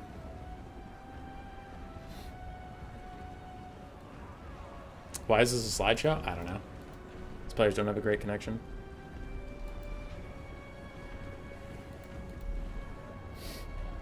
Deck Gunners are gone. But Cathay, the dogs, did get onto the firing rocket, and they are going to tear it apart before the Peasant Longspears can really do a whole lot about that. Jade Warrior frontline not feeling so hot, and Peasant Horsemen also having a bit of a go. I think Cathay is in a really rough situation right now, because I imagine this firing rocket will be entirely deleted.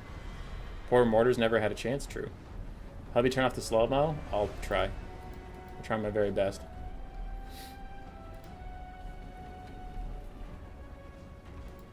Ancestral Warrior Summon fading, and well, I can't tell if this is the first tick or their second tick. If there's a second tick, they're gone in 2, 1. But my countdown is heavily affected by the lag. Or they have 30 more seconds left, depending on if this is the first tick or not.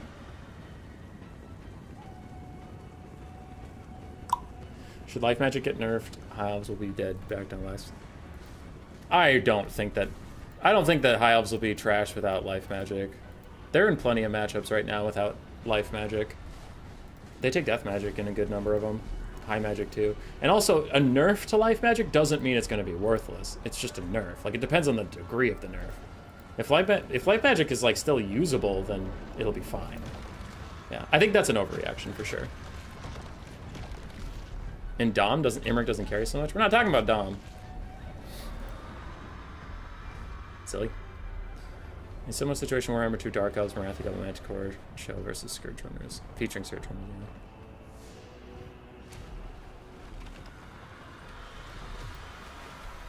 yeah. Alright, Ancestral Warrior Summon is gone. Balance of power is pretty significantly in the favor of the Vampire Coast. They are up 2 to 1 in damage value. And you can see Cathay is in mass route. They have a great Longbow Rider with 1/3 HP. And a full health Peasant Longspear over there. Other than that, yeah, these guys don't have a whole lot going for them at the moment. Dragon Butter Shugi Lord's trying to fight it out. But Nocti's over here just waiting. Phoenix King, if you're still in the chat, you should host the finals lobby for whoever you're getting, because this game's going to be over soon. If life magic got nerfed, what else would be nuked to shit? Like, I feel like everybody is taking things as like, the next patch is going to literally just be nerf life magic, leave everything else alone. Like, I think Wood Elves will probably get buffs, and life magic will probably get nerfs. Now, I don't know if that'll overall help them, but like, I doubt they'll just be like, nerf life magic, end of patch. Like, there's other things going to be going on. Now, I think if they nerf life magic and high elves at the same time, that's definitely going to be a really bad hit to them. But, yeah, just nerfing life magic? No. Because, like, you gotta remember, they nerfed Pit of Shades. And Pit of Shades is still super common. So it's not like, oh man, they're going to change regrowth to be 0.0001% heal. And Earthblood is going to deal damage to targets you cast it on. And that's the spell now. It's like, I mean, a nerf is a nerf, not a fucking gutting. And I doubt they'll fucking gut it. Because they haven't gutted life magic since Warhammer 2. And, like, it was super meta in Warhammer 2 forever. So, I don't know. If it's going to be a nerf, it's going to be one of those slow pussyfoot nerfs. That they're probably going to under-nerf it, right? I don't think life magic is going to be out of the meta until maybe 4 patches from now. It's just not in the cards for CA to, like, actually overreact to something. They underreact, if anything.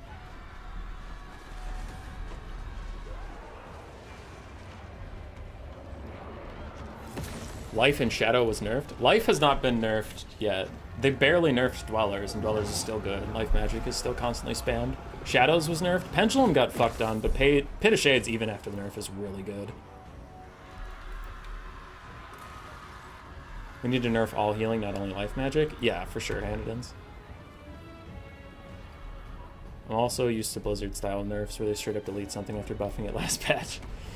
Yeah, that has not been the case. Case in point, fucking Sigvald. Sigvald went from being a meme to being super overpowered, and he's still overpowered today. Grom the Paunch also has something to say. Grom the Paunch exists. This might be too strong. CA twiddles thumbs for 3 years. Let's give Infested Terrains a ridiculously overpowered anti-air attack. Now let's remove the unit from the game entirely. Oh, Infested Terrans, yeah.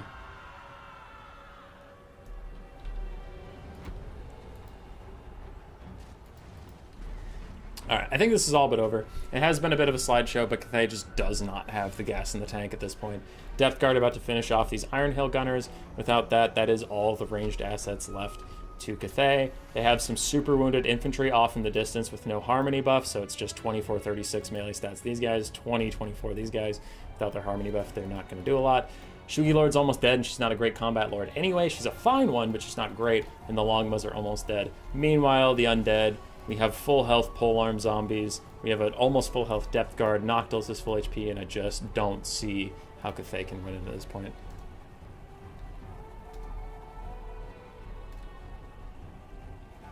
Let's add Warhounds now. Let's remove Warhounds.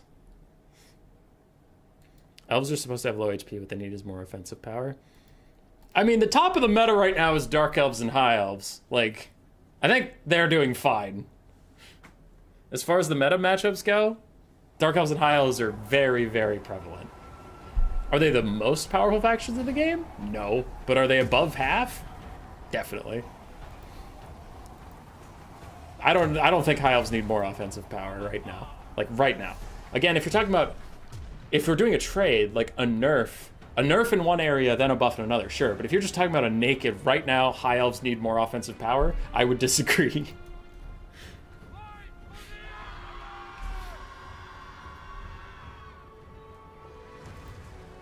Yeah.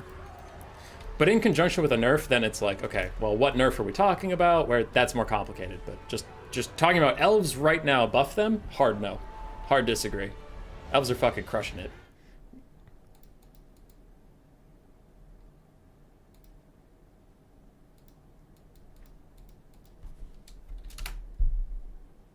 Cyrus just sent me a screenshot. I don't really know why. Whoopsies.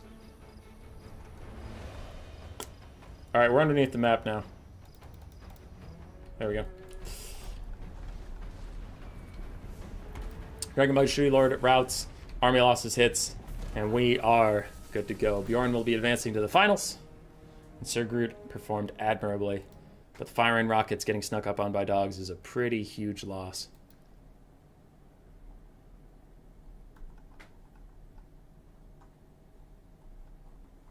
Tactical Itch just posted a video about White Lions. You used to trash talk this unit? Why? White Lions are incredible.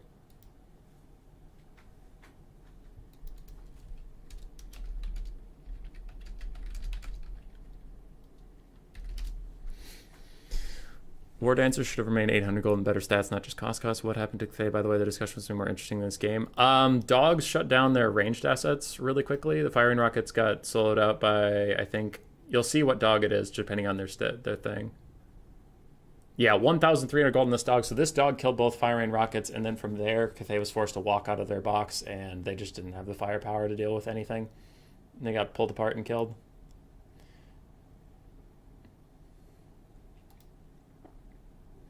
Hows are very fine at the release of IE. They're busted.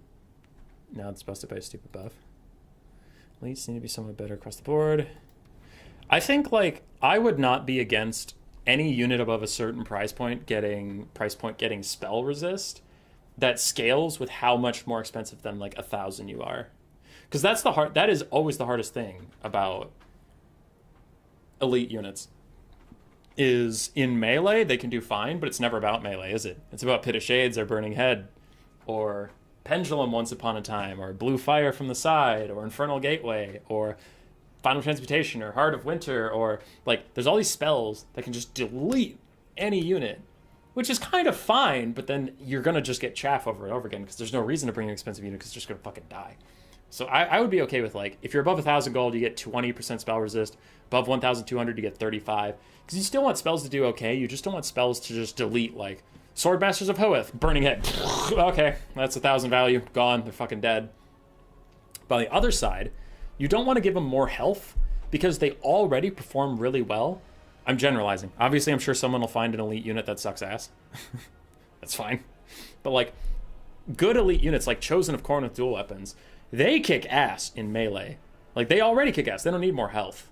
They don't, because against units in melee, their stats are good enough, their health is good enough, that they take very little damage and then kill almost infinite things. It's just, the problem with that is Fate of Buna is coming in hot, right? Burning Head's coming in hot. So I think I would be for, across the board, spell resist for elite units scaling up with cost. Just make units respond to orders so you can dodge. You can't dodge Fate of Buna, though, Loopy. You can't dodge that.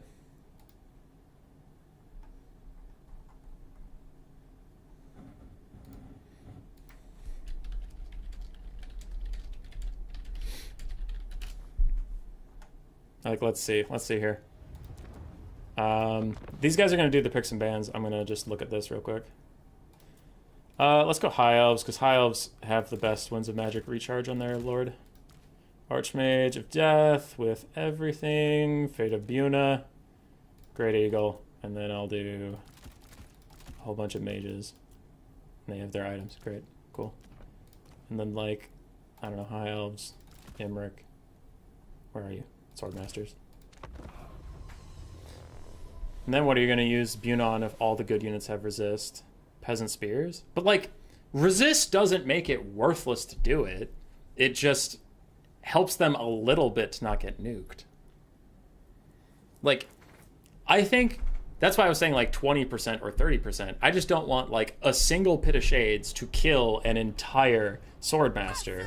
But it's not that, like, it's useless. Like, Khorne has spell resist right now, and you still use spells versus Khorne. Kind of glad it's over now. I've been here 5 hours, mostly just waiting. Yeah. Archmage repositioning. The winds flow through me. Witness true magic. I don't know, because that's not dodgeable. That's pretty pog gaming, just losing a Swordmaster of Hoth to Fate of Buna.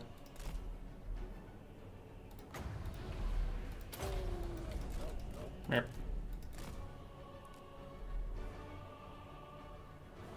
Two Fate of Bahunas. I don't know, it was just an idea.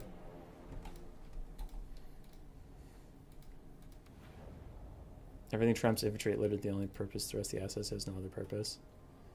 Yeah, because Houseplant, RTK Houseplant had this thing, and, like, he's this really good Dom player, but, like, he had a theory that he used to talk about where it kind of rings true that, like, our conversation earlier about Sisters of Aberlorn versus Khorne. If you bring one Sister of Aberlorn versus Khorne, Spear of Sleipnir, or whatever the fuck you want to call it, is just going to zzz and delete that unit real quick. So if you know that, you're going to have to take 2 or 3 even. Because it's the same concept like Fate of Buna, Pit of Shades, anything like that. If you have only one elite unit, that thing is going to get targeted and killed instantly by whatever that insta-kill thing is. So you have to bring multiples. Well, the reason we never see, like, triple Swordmaster builds or triple Phoenix Guard builds or things like that is because if you do that, you have so little funds for the rest of your army that then your elite infantry is just going to get cycle charged by cavalry, it's going to get killed off by breath attacks from dragons, it's going to get killed off by monstrous infantry, so it's just really not worth it. It's just much better to bring so much cheap shit that there is no great target for the single elitist spell, and that's what you do. Now that's generally why we've seen most metas favor 20 stacks, and I think Chosen One has kind of a point where, like, not kind of a point. Chosen One has a point where you don't want it to go too far in the other direction. Like, where every game is, each army has 6 units of the most elite units they possibly can, slam into each other, and that's it. Like, there's no big battles. That's stupid. But I do like elite units to have a place. Like, right now, a unit that I do like is the Knights of the Brazen Throne. I think they're a good elite unit. 1900 gold. You see them quite frequently in Khorne matchups. They perform well. And they're good. They're good. They're not OP. They're good. You know, they can get focused down by Fate of Buna and stuff, but they only have a pretty paltry 15% spell resist, but even then, their low model count generally stops things from, like, Pit of Shades or Burning Head from really completely fucking them 100 to 0. They can usually get their value in. They're good. They're a good elite unit. I just wish there was more elite units like them, would be my point, you know? And just because, like, there's a couple elite units that are balanced, like the Barons of the Bog, ROR. I mean, they're 1200, they're not that expensive, but you see them a lot with Nurgle. But I wish, like, more factions had elite units that had their place, had their niche. Because, like, you never see the Crimson Killas, you know? Greenskins really don't have that many expensive stuff. Yeah. Norska, you never see Like the War Mammoths do well. Those are their expensive ones. Marauder Champions actually do quite nicely, but they're not that elite. Hammerers, Demigriff Knights, Temple Guard. Fucking never see Temple Guard. I've seen Horned ones, but I still have yet to see Horned ones do well. I've seen Horned ones, but not do well. Do well is a very different thing. Fucking Zinj. Chosen of Zinj with halberds. I only see that versus counts.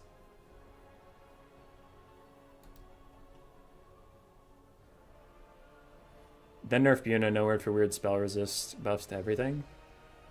Yeah, but then Pit of Shades. Pit of Shades still exists. Heart of Winter still exists. All that stuff. Like, I don't want to make Magic do nothing. I just wish... Yeah, I like Tian's take there. Magic is too good versus elites, but especially Death Magic.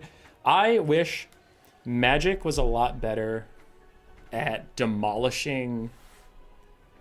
Like, demolishing low-tier infantry, and you would actually have to invest in elite killing spells if you wanted to kill elites. Like, if you brought just Burning Head and Fireball, I really don't think you should do that much damage to, like, Chosen of Zinj or whatever. But if you cast, like, 3 or 4 Burning Heads on them, yeah, they're still gonna die.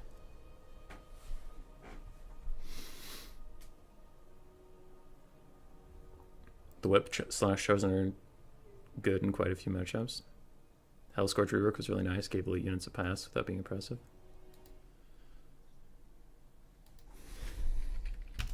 Alright, Bjorn and Phoenix King decided to do the finals another day. So it looks like that is it for today. Sometime in the future, they will do that best of 5. But I think it's getting pretty late for Bjorn, so I think he wants to go to bed. Like Burning Head. Didn't impress the meta. Burning Head post-nerf is actually pretty fine, I think. Burning Head's in a good spot, because it doesn't do that much damage to, like, elite infantry. It does some, but not a ton. But it really clears out chaff. But, like, Talons of Night... Fucking Talons of Night exists, right? Try taking elite units versus fucking Talons of Night. That shit does so much damage.